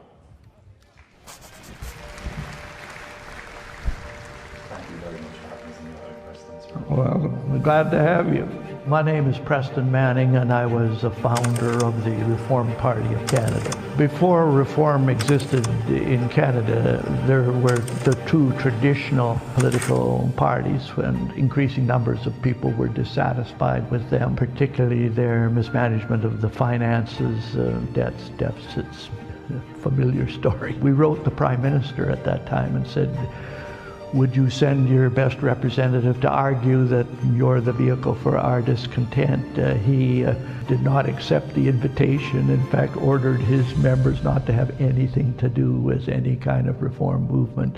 I'm a proud Canadian. This country is the second largest country by landmass on the face of the planet, and it has immense resources, not just physical resources, but human resources. And I've been a critic of Canadian democracy, but for all its faults, 5 people were able to start and take the tools that democracy gives to us all and end up creating a governing party. Well, Reform Canada challenged the political establishment. It gave rank and file people a voice, and I believe that Reform UK can do the same thing. My impression is that he's a charismatic leader. I have what the media call reverse charisma, so I'm not in the same league, but I think there's a necessity of having a leader that can inspire other people, not simply inform them on particular positions, and I think Nigel is very, very good at that. To the British voters, you have an opportunity to demonstrate what a bottom-up democratic movement can achieve. Not simply in opposition, but in government. And in doing so, you'll be in the forefront of political transformation, not in the vanguard.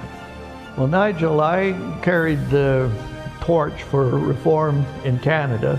I now hand that torch over to you and wish you and your people every success.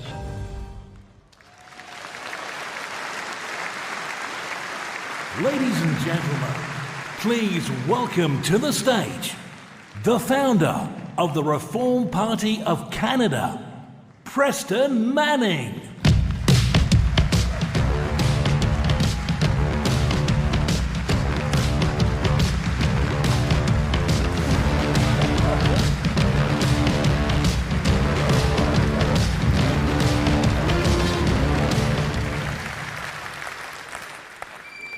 Well, Thank you very much, and a special thank you to Nigel for inviting me to join you today.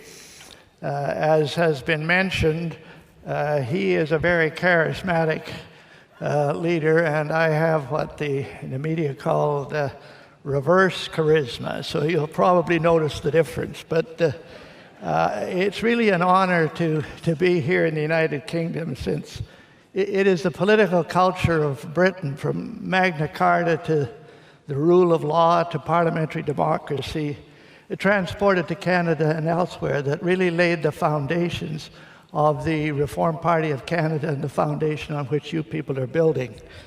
Now, Nigel's asked me to briefly share the story of Reform Canada in the hope that it may first encourage you, but secondly, there may be some insights from our experience that will be helpful to you in building, taking the next steps for Reform UK. In our case, it began in a meeting of 5 people in a boardroom in Calgary, Alberta, which is in the western part of the country, the best part of the country. And we were dissatisfied. Does this sound familiar? We were dissatisfied with the offerings of our 2 traditional political parties. Dissatisfied particularly with increasing deficits and debt, but dissatisfied with the indifference of central Canadian and government elites to the concerns and aspirations of ordinary people, including the regional interests of Western Canada.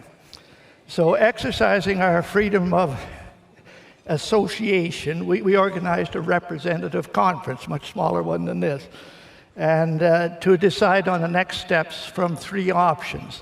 One was to work within an existing party, which at that time there was the governing Progressive Conservative Party, who were in office at the time. A second option was to create a new Western-based lobby group or interest group. And then the third option was to create a third party, which Western Canada has a history of doing that, a history of bottom-up populist movements, not only as protest movements, but actually got into government, and which is another thing. So anyway, presentations of these options were made to this conference.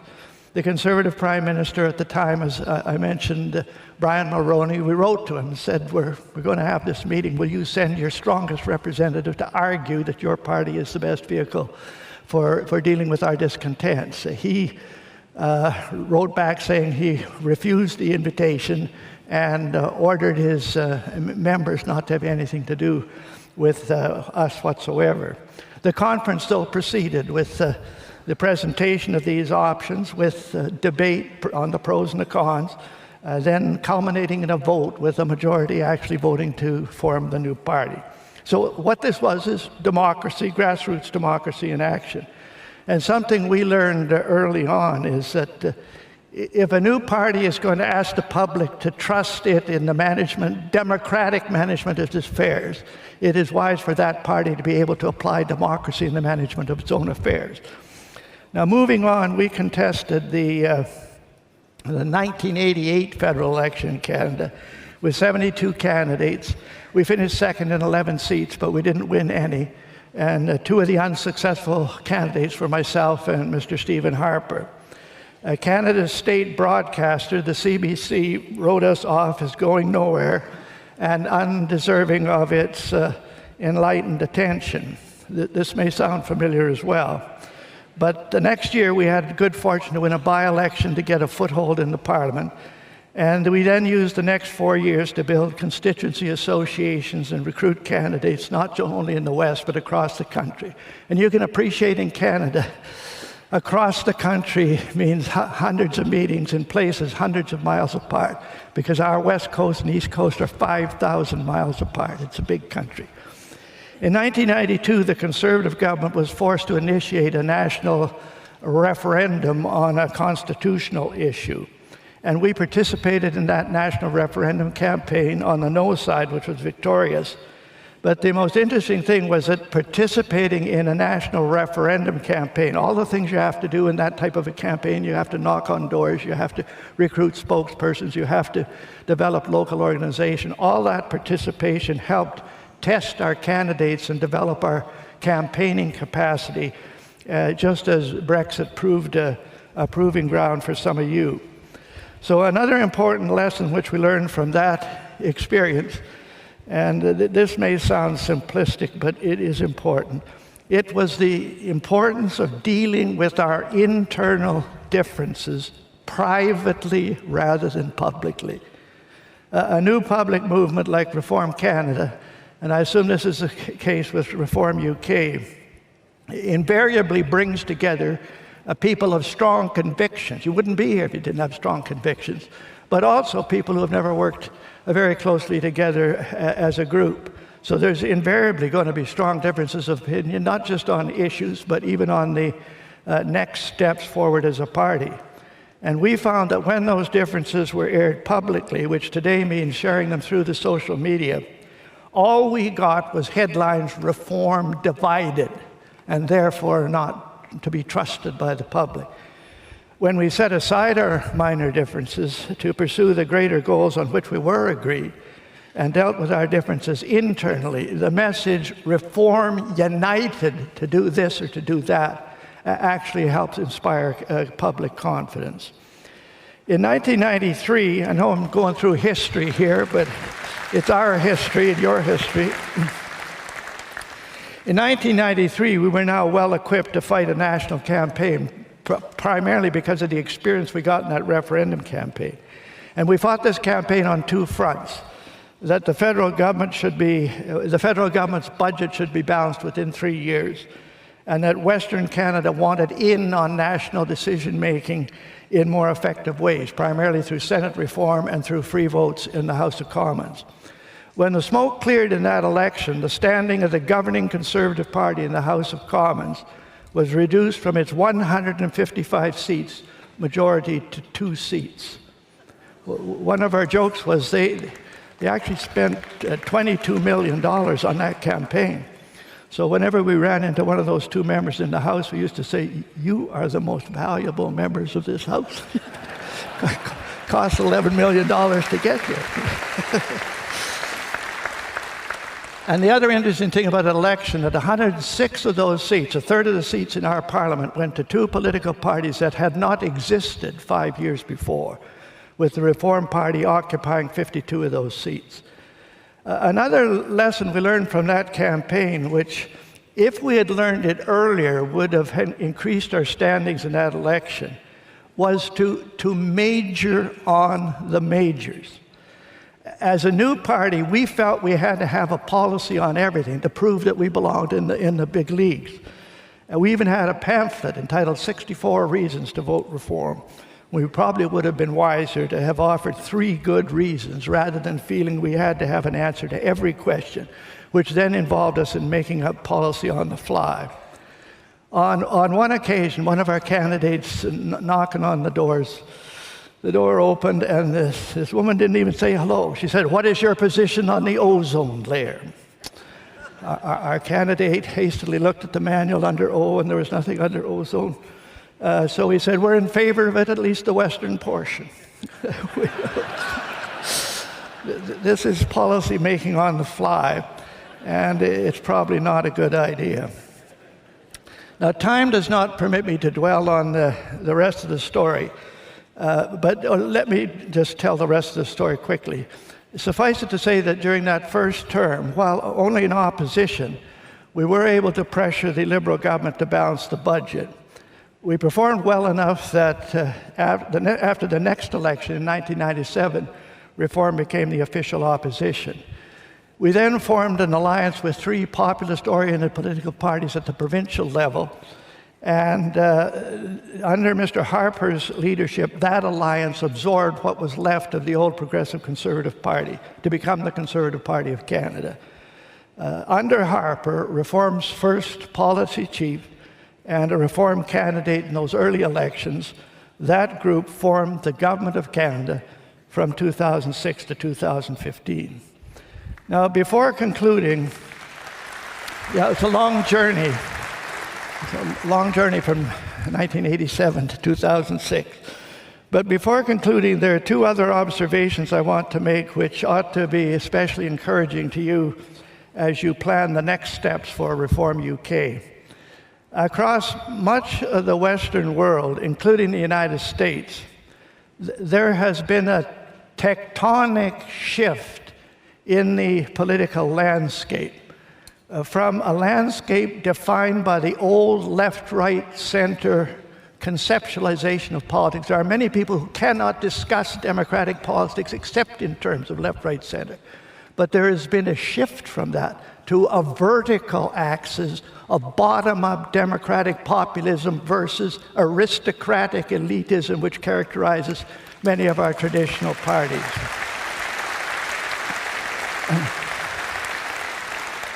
Here in the UK, Reform UK has been the first of your political parties to acknowledge and represent that shift and to harness that bottom-up political energy, to prove that that bottom-up political energy can be harnessed to addressing current issues, such as rectifying unrestricted immigration, restoring law and order to your streets and communities, restoring fiscal sanity at the governmental level. And you should therefore be encouraged and proud that in this sense, and I mentioned this, I guess, on the tape, Reform UK is in the forefront, not in the vanguard of the politics of the 21st century. This vertical axis, and you see it in Europe, you see it in Argentina, you see it in the United States, that is becoming the defining axis in politics. And the parties that understand it and represent it, particularly from the bottom up,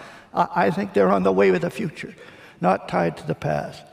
But now a second observation. Well, I am flattered that Nigel should suggest that Reform Canada could be a source of inspiration to Reform UK. I'm acutely conscious that in the political history and culture of your own country, you have much more older, more instructive, more inspirational resources than those of us in a younger country like Canada. Was not the Wilberforce campaign to abolish slavery by law and legislation rather than by forces in America a bottom-up political movement? Political action by rank-and-file people on a moral issue, the type of issue on which the rank-and-file are especially mistrusted by the elites. Were not the 19th century campaigns to expand the right to vote? What was the name of that legislation? The Great Reform Act of 1832. The Israelis' Great Reform Act of 1867. Was not the pressure to create that legislation was pressure that came from the bottom up, not from the top, by rank-and-file people, and which expanded their role in government, just as your movement is attempting to do. So in my view, British political culture contains all the examples and instruction that Reform UK needs to be inspired, to be encouraged, and to be instructed. No other Western democracy has such a rich potential and heritage on which to draw. But now I must conclude. Useful lessons from the experience.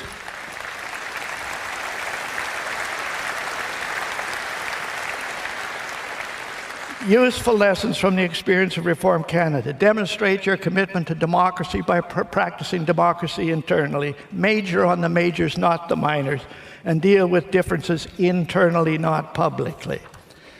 Be encouraged, as our experience has proved, that there is no reason why a bottom-up democratic movement such as Reform UK, utilizing the same tools of democracy in the very country that gave them birth, cannot achieve similar success and greater success than to what we achieved, creating a credible, capable, reform government for the United Kingdom. And so,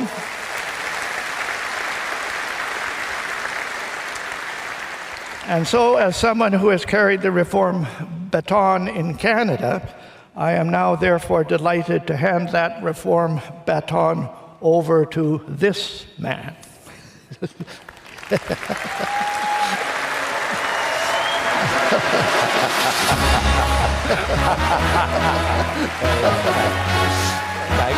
Thank you so much. What a guy, what a guy! Thank you so much. Thank you so much. Here we are, photograph. Okay, here we are. Very good. Fantastic. Looking forward to Go taking it. gently. Oh, we've got music.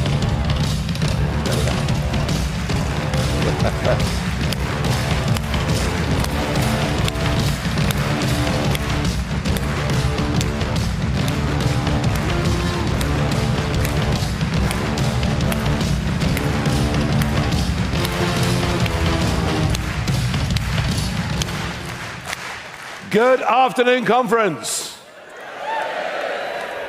Do you like the suit? Quick flash.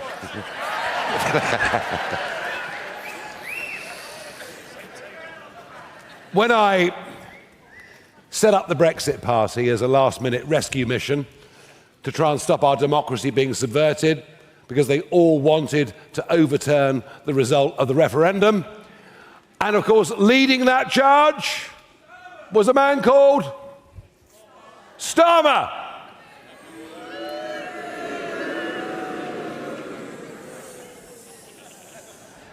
That was a very low boo.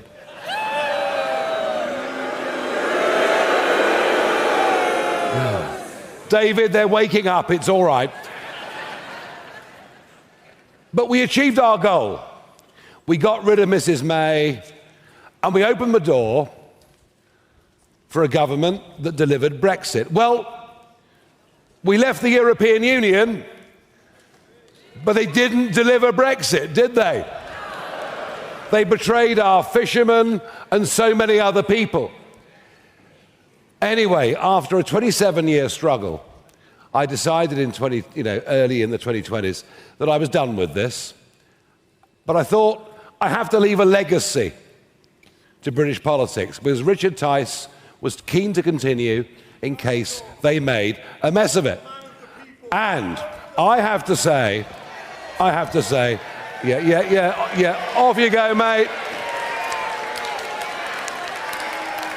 Boring, boring, boring.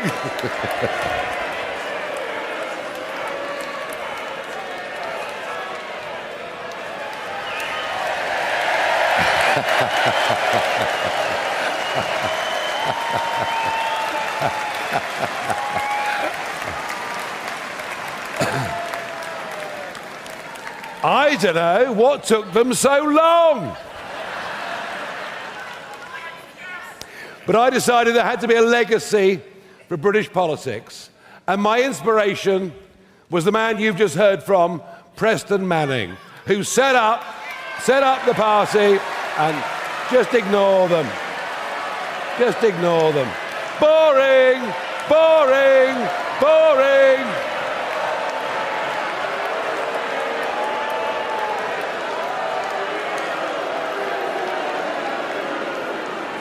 Well, I don't know. She looked like she'd been on the sauce all afternoon. I don't know. I haven't been, I can assure you. And that was why I chose the name Reform. I saw what they'd done in Canada. It was transformational. They took it over. They destroyed the existing Progressive Party. They won government and put Canada back on the right track. I thank Preston for coming with his wife all the way from Canada. And, oh dear, you don't look very well. You're not looking very well.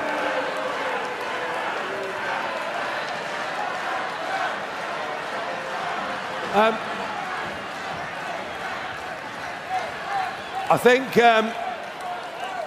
go easy, go easy. She's clearly got some anger management issues.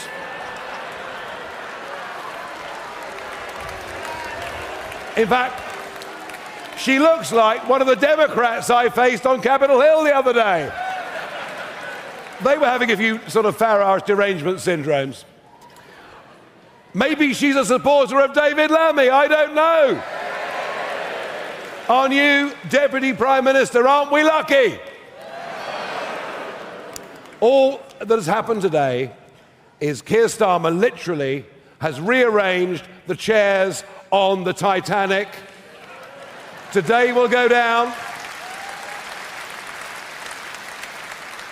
Today will go down as the beginning of the end of this Labour government, and thank goodness.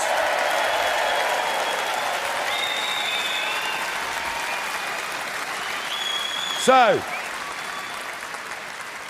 mark the contrast between a Conservative Party that doesn't know what it is, a Labour Party in collapse, a country that has been let down by both of them, a country that is sinking fast, and we all know it, to our bitter regret. And mark and contrast that compared to what is happening in this hall today, what is happening in our movement. And we are where the energy is. We are where the optimism is. I hope you're having a great conference. Now, do you know what's coming at 8 o'clock? The entertainment at 8 o'clock. They've flown in from America. We've got the Jacksons at 8 o'clock. It's going to be a huge party this evening, joy and fun. I hope many of you stay, and I'll see a lot of you tomorrow. But I am not the final act of today.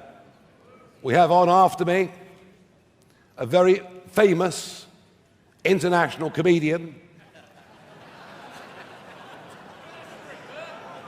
who moonlights as a member of Parliament. I'll let David Bull. Hasn't David done a great job?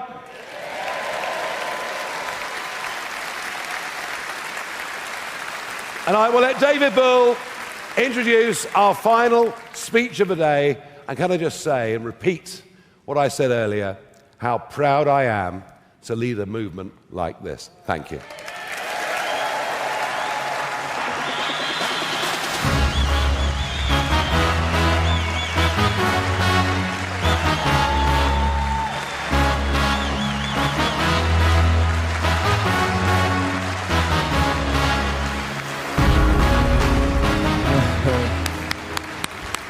Well, ladies and gentlemen, I think it is fair to say we have made waves today. We have upset the political establishment, and we have another day still to go. Now, so much breaking news I'm trying to keep across. Keir Starmer is panicking. Make no mistake, as Nigel said, this is Starmergeddon. The end of Keir Starmer.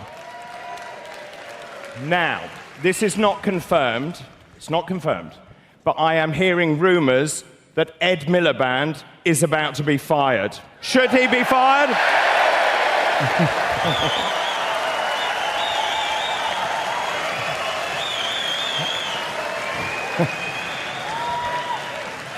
Would you like him to be fired?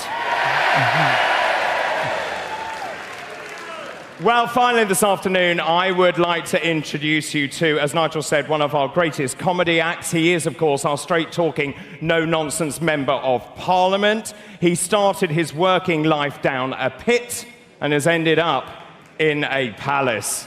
Let's see his story. Yeah, some happy days here. I'm really happy. So that's it. That's all there is left of it. For 3 years, I had the pleasure of working with my dad in the pits, and a lot of lads I knew from school as well. Came here and followed the dads in the pit. And this is where 1,000 men worked. All factories now.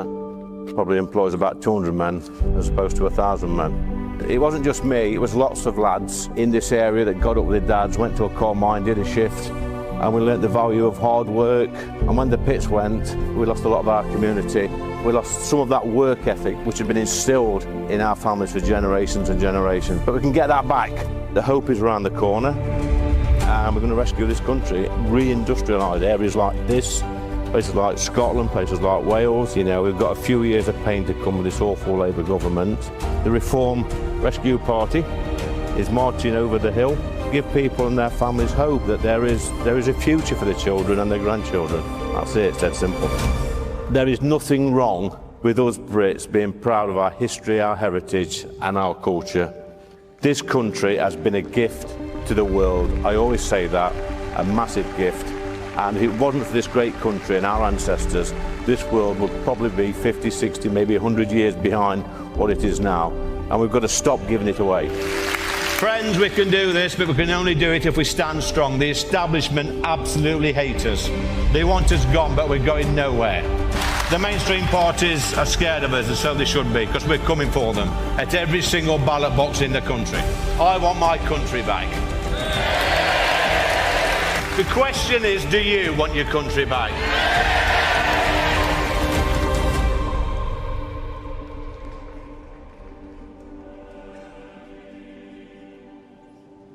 Ladies and gentlemen, please welcome to the stage Reform UK's Chief Whip and the Member of Parliament for Ashfield, Lee Anderson.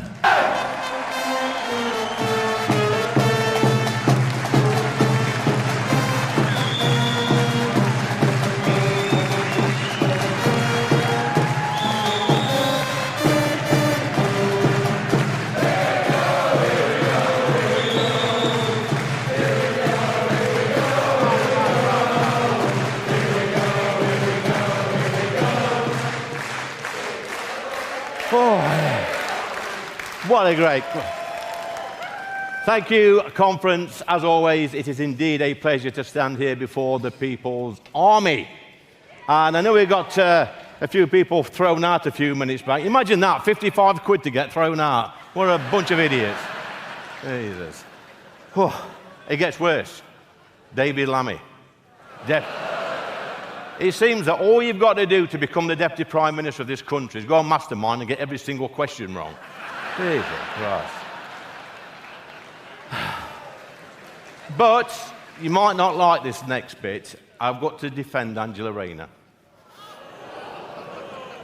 Because I've been told by a good friend of mine that she did actually get sound financial advice from her financial advisor, Diane Abbott.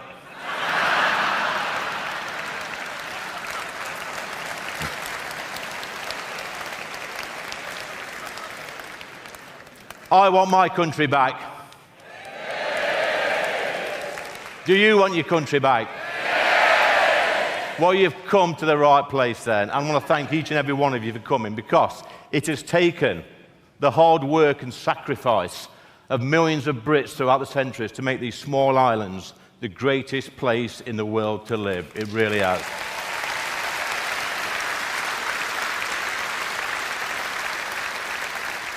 But in just a few short years, useless, spineless career politicians have done their best to give much of that away. But have no fear, Reform are here, and we will punish them. We will punish them at every single ballot box in the country. I grew up at a time when we were proud. We were taught to be proud of our history, our heritage, our culture. We were not ashamed of who we were or where we came from. And we should never be ashamed of who we are. We are Great Britain. Never forget that.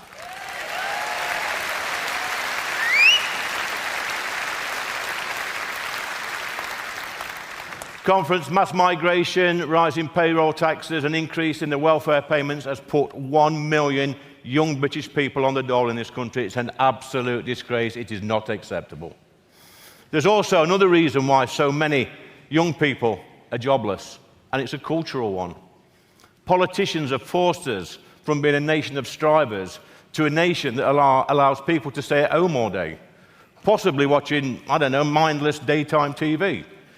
I mean, it wouldn't be so bad if we had something good on television, something like the Jeremy Kyle show. I mean, quality TV that was, wasn't it? And what I want to know, Jeremy, is where's that lie detector machine? Because I want to borrow it next week and take it to Parliament for PMQs.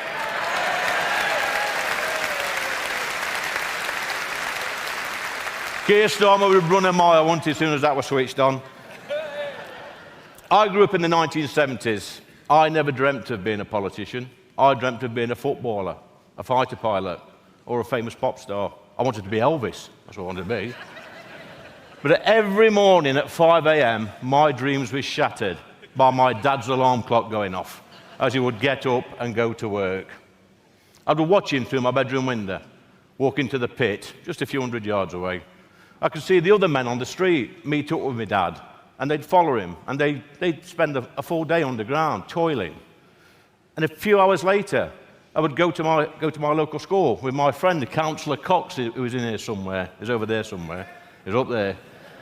And I would sit with the other children in my class, and I knew that their dads were working with my dad underground, doing a shift underground. And that created a terrific bond between all of us in the village. And we were taught by some great teachers, some brilliant teachers, even male teachers in a junior school. Imagine that these days.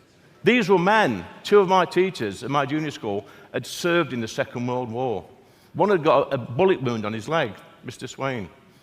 And we didn't have to call our teacher, well, we called our teachers Miss or Sir, and that was it. We didn't have to call them MX or any other pronoun. What a load of rubbish that is.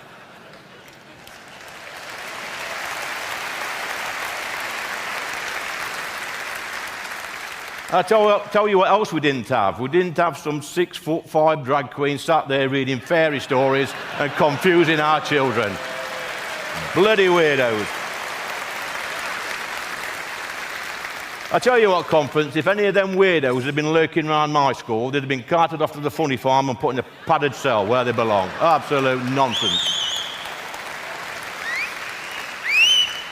We had proper teachers who knew about our community, and they felt a sense of pride that they were teaching the children of miners and factory workers. And when my dad had done his shift down the pit, we would often see him in our garden, tending to his vegetables. We had a fully stocked garden with vegetables, and at the bottom we had some chickens, and they gave us the eggs in return for a few scraps we gave them every day.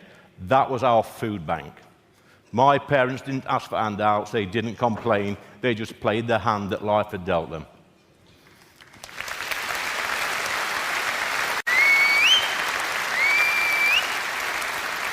At the dinner table, my mum and dad, they would talk about their day at work, and my sisters and I would listen. They would talk about the people they'd worked with and the jobs that they were doing. For me, as a child, it was fascinating. Because there's far too many young people these days who have never heard an alarm clock go off, or sat around a dinner table listening to their parents talk about work. This may seem like a very small thing, but the impact on me was massive. It was the best education a young person could get outside of school.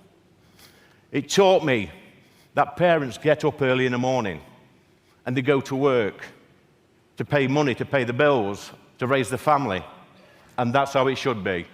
If you're able-bodied, you should do your duty. You should go to work, do your bit for your family, your community, and your country.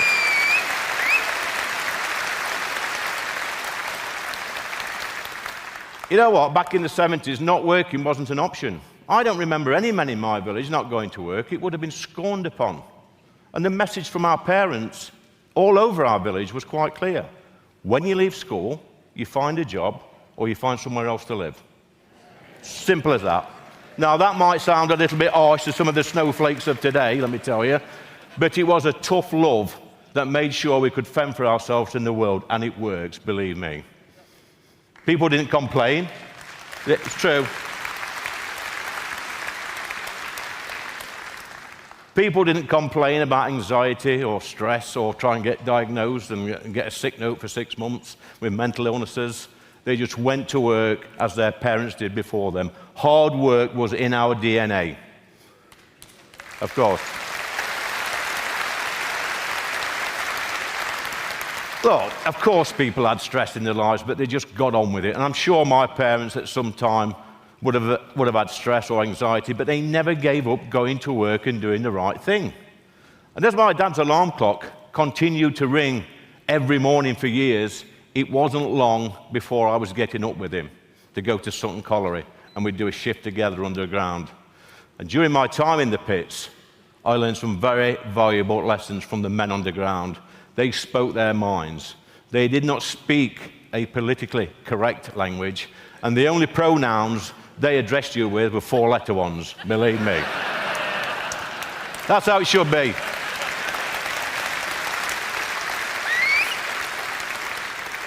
These men were hard-working family men who loved their family, their community, and their country, and so we should, so we should.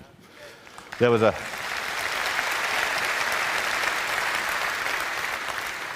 strong bond between the men that worked down the pits. It was a working-class bond. These men were aspirational. They wanted their children to do better in life than they had had. And that's how you measure progress in our communities. But guess what?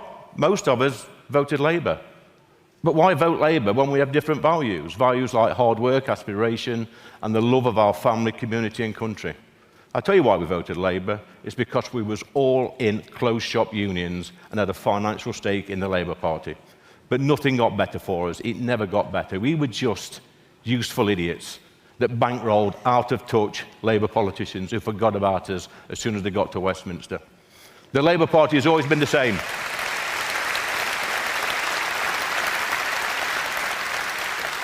It's always been the same, the Labour Party. It only exists by keeping poor people poor and then blaming everybody else. Yeah.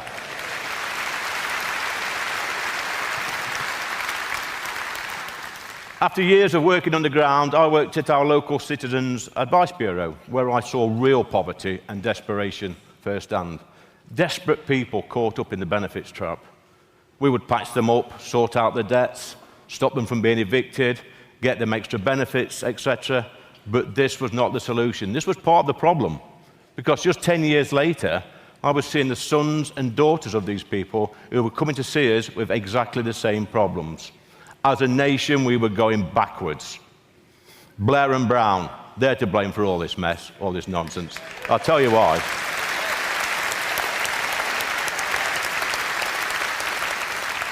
They introduced the tax credit system, which in the following years has led to people being trapped on welfare. Overnight, the tax credit system allowed people to stop working full-time and just work 16 hours a week for the same wage.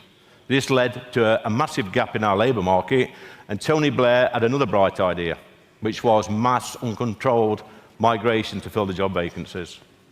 So a generation later, we have 1 million Brits and their children, millions of Brits, should I say, and their children, who are trapped in the benefit system, a system that was meant to help them, not hinder.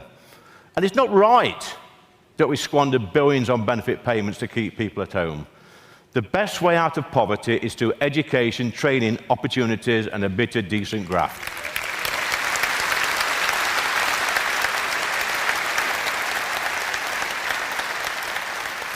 Benefits should be a safety net, not a career option. Work, yes, true. Work should always pay more than benefits, which is why Reform UK will overhaul our benefit system and reward the workers, not the shirkers. Having some of that, aren't we? A Reform UK government led by Nigel Farage will re-industrialise the home of the Industrial Revolution. That's us. And I'll tell you what we will do. We'll get rid of that net zero nuisance, Ed Miliband, by scrapping net zero. He needs to go. We'll scrap the diversity roles and spend that money on frontline services, yes. And we will doge anything that requires taxpayers' money to function.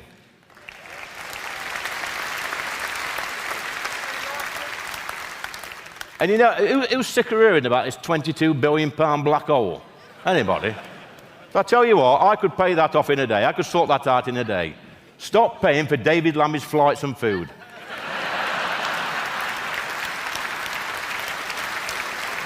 Ooh. That's the solicitor's letter in the morning from The Guardian or somewhere like that. I don't know. You couldn't make it up, could you? We will show our young people what made Britain great. We will remind our young people, our children, about the Industrial Revolution. We will let our young people know that they are the future of this great country and make sure they have the right education, training, and opportunities to make a good life in this country. We don't want to see our brightest and best leave. What a waste. Reform UK will put in measures that will show our young people that this is the best place on earth to work, live and raise a family.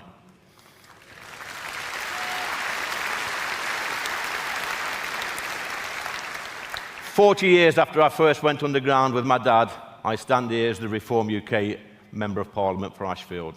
There's no hiding place for me in Ashfield. I live there.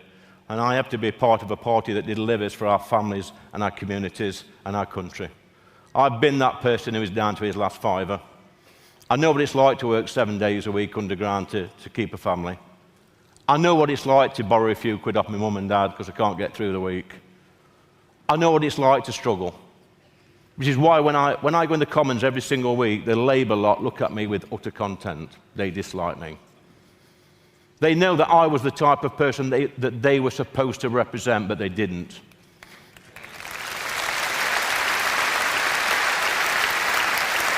They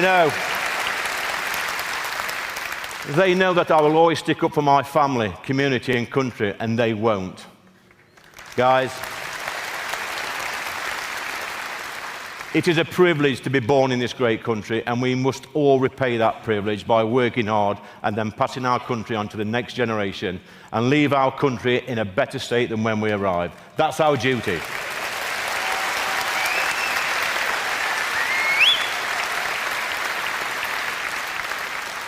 Sadly, though, conference, at this moment we are failing. This government is a disgrace and they need booting out of office at the first opportunity. Every single one of them. My journey has taken me from the pit to Parliament, but on the way, I've worked with some proper people doing proper jobs. I've sat in that pit canteen listening to people's concerns. I've sat in my local pub listening to people's concerns. I walked down the streets and talked to real people. I've worked with the homeless and people stuck in poverty. And I know what they all want. They want their NHS to work. They want their schools to work. They want good housing. They want our roads fixing. They want criminals locked up. They want our borders to be secure. They want the police force to do its job. They want the armed forces to recruit the best people. I could go on and on and on about this, but basically, you know what they want. They want their country back. Thank you, conference.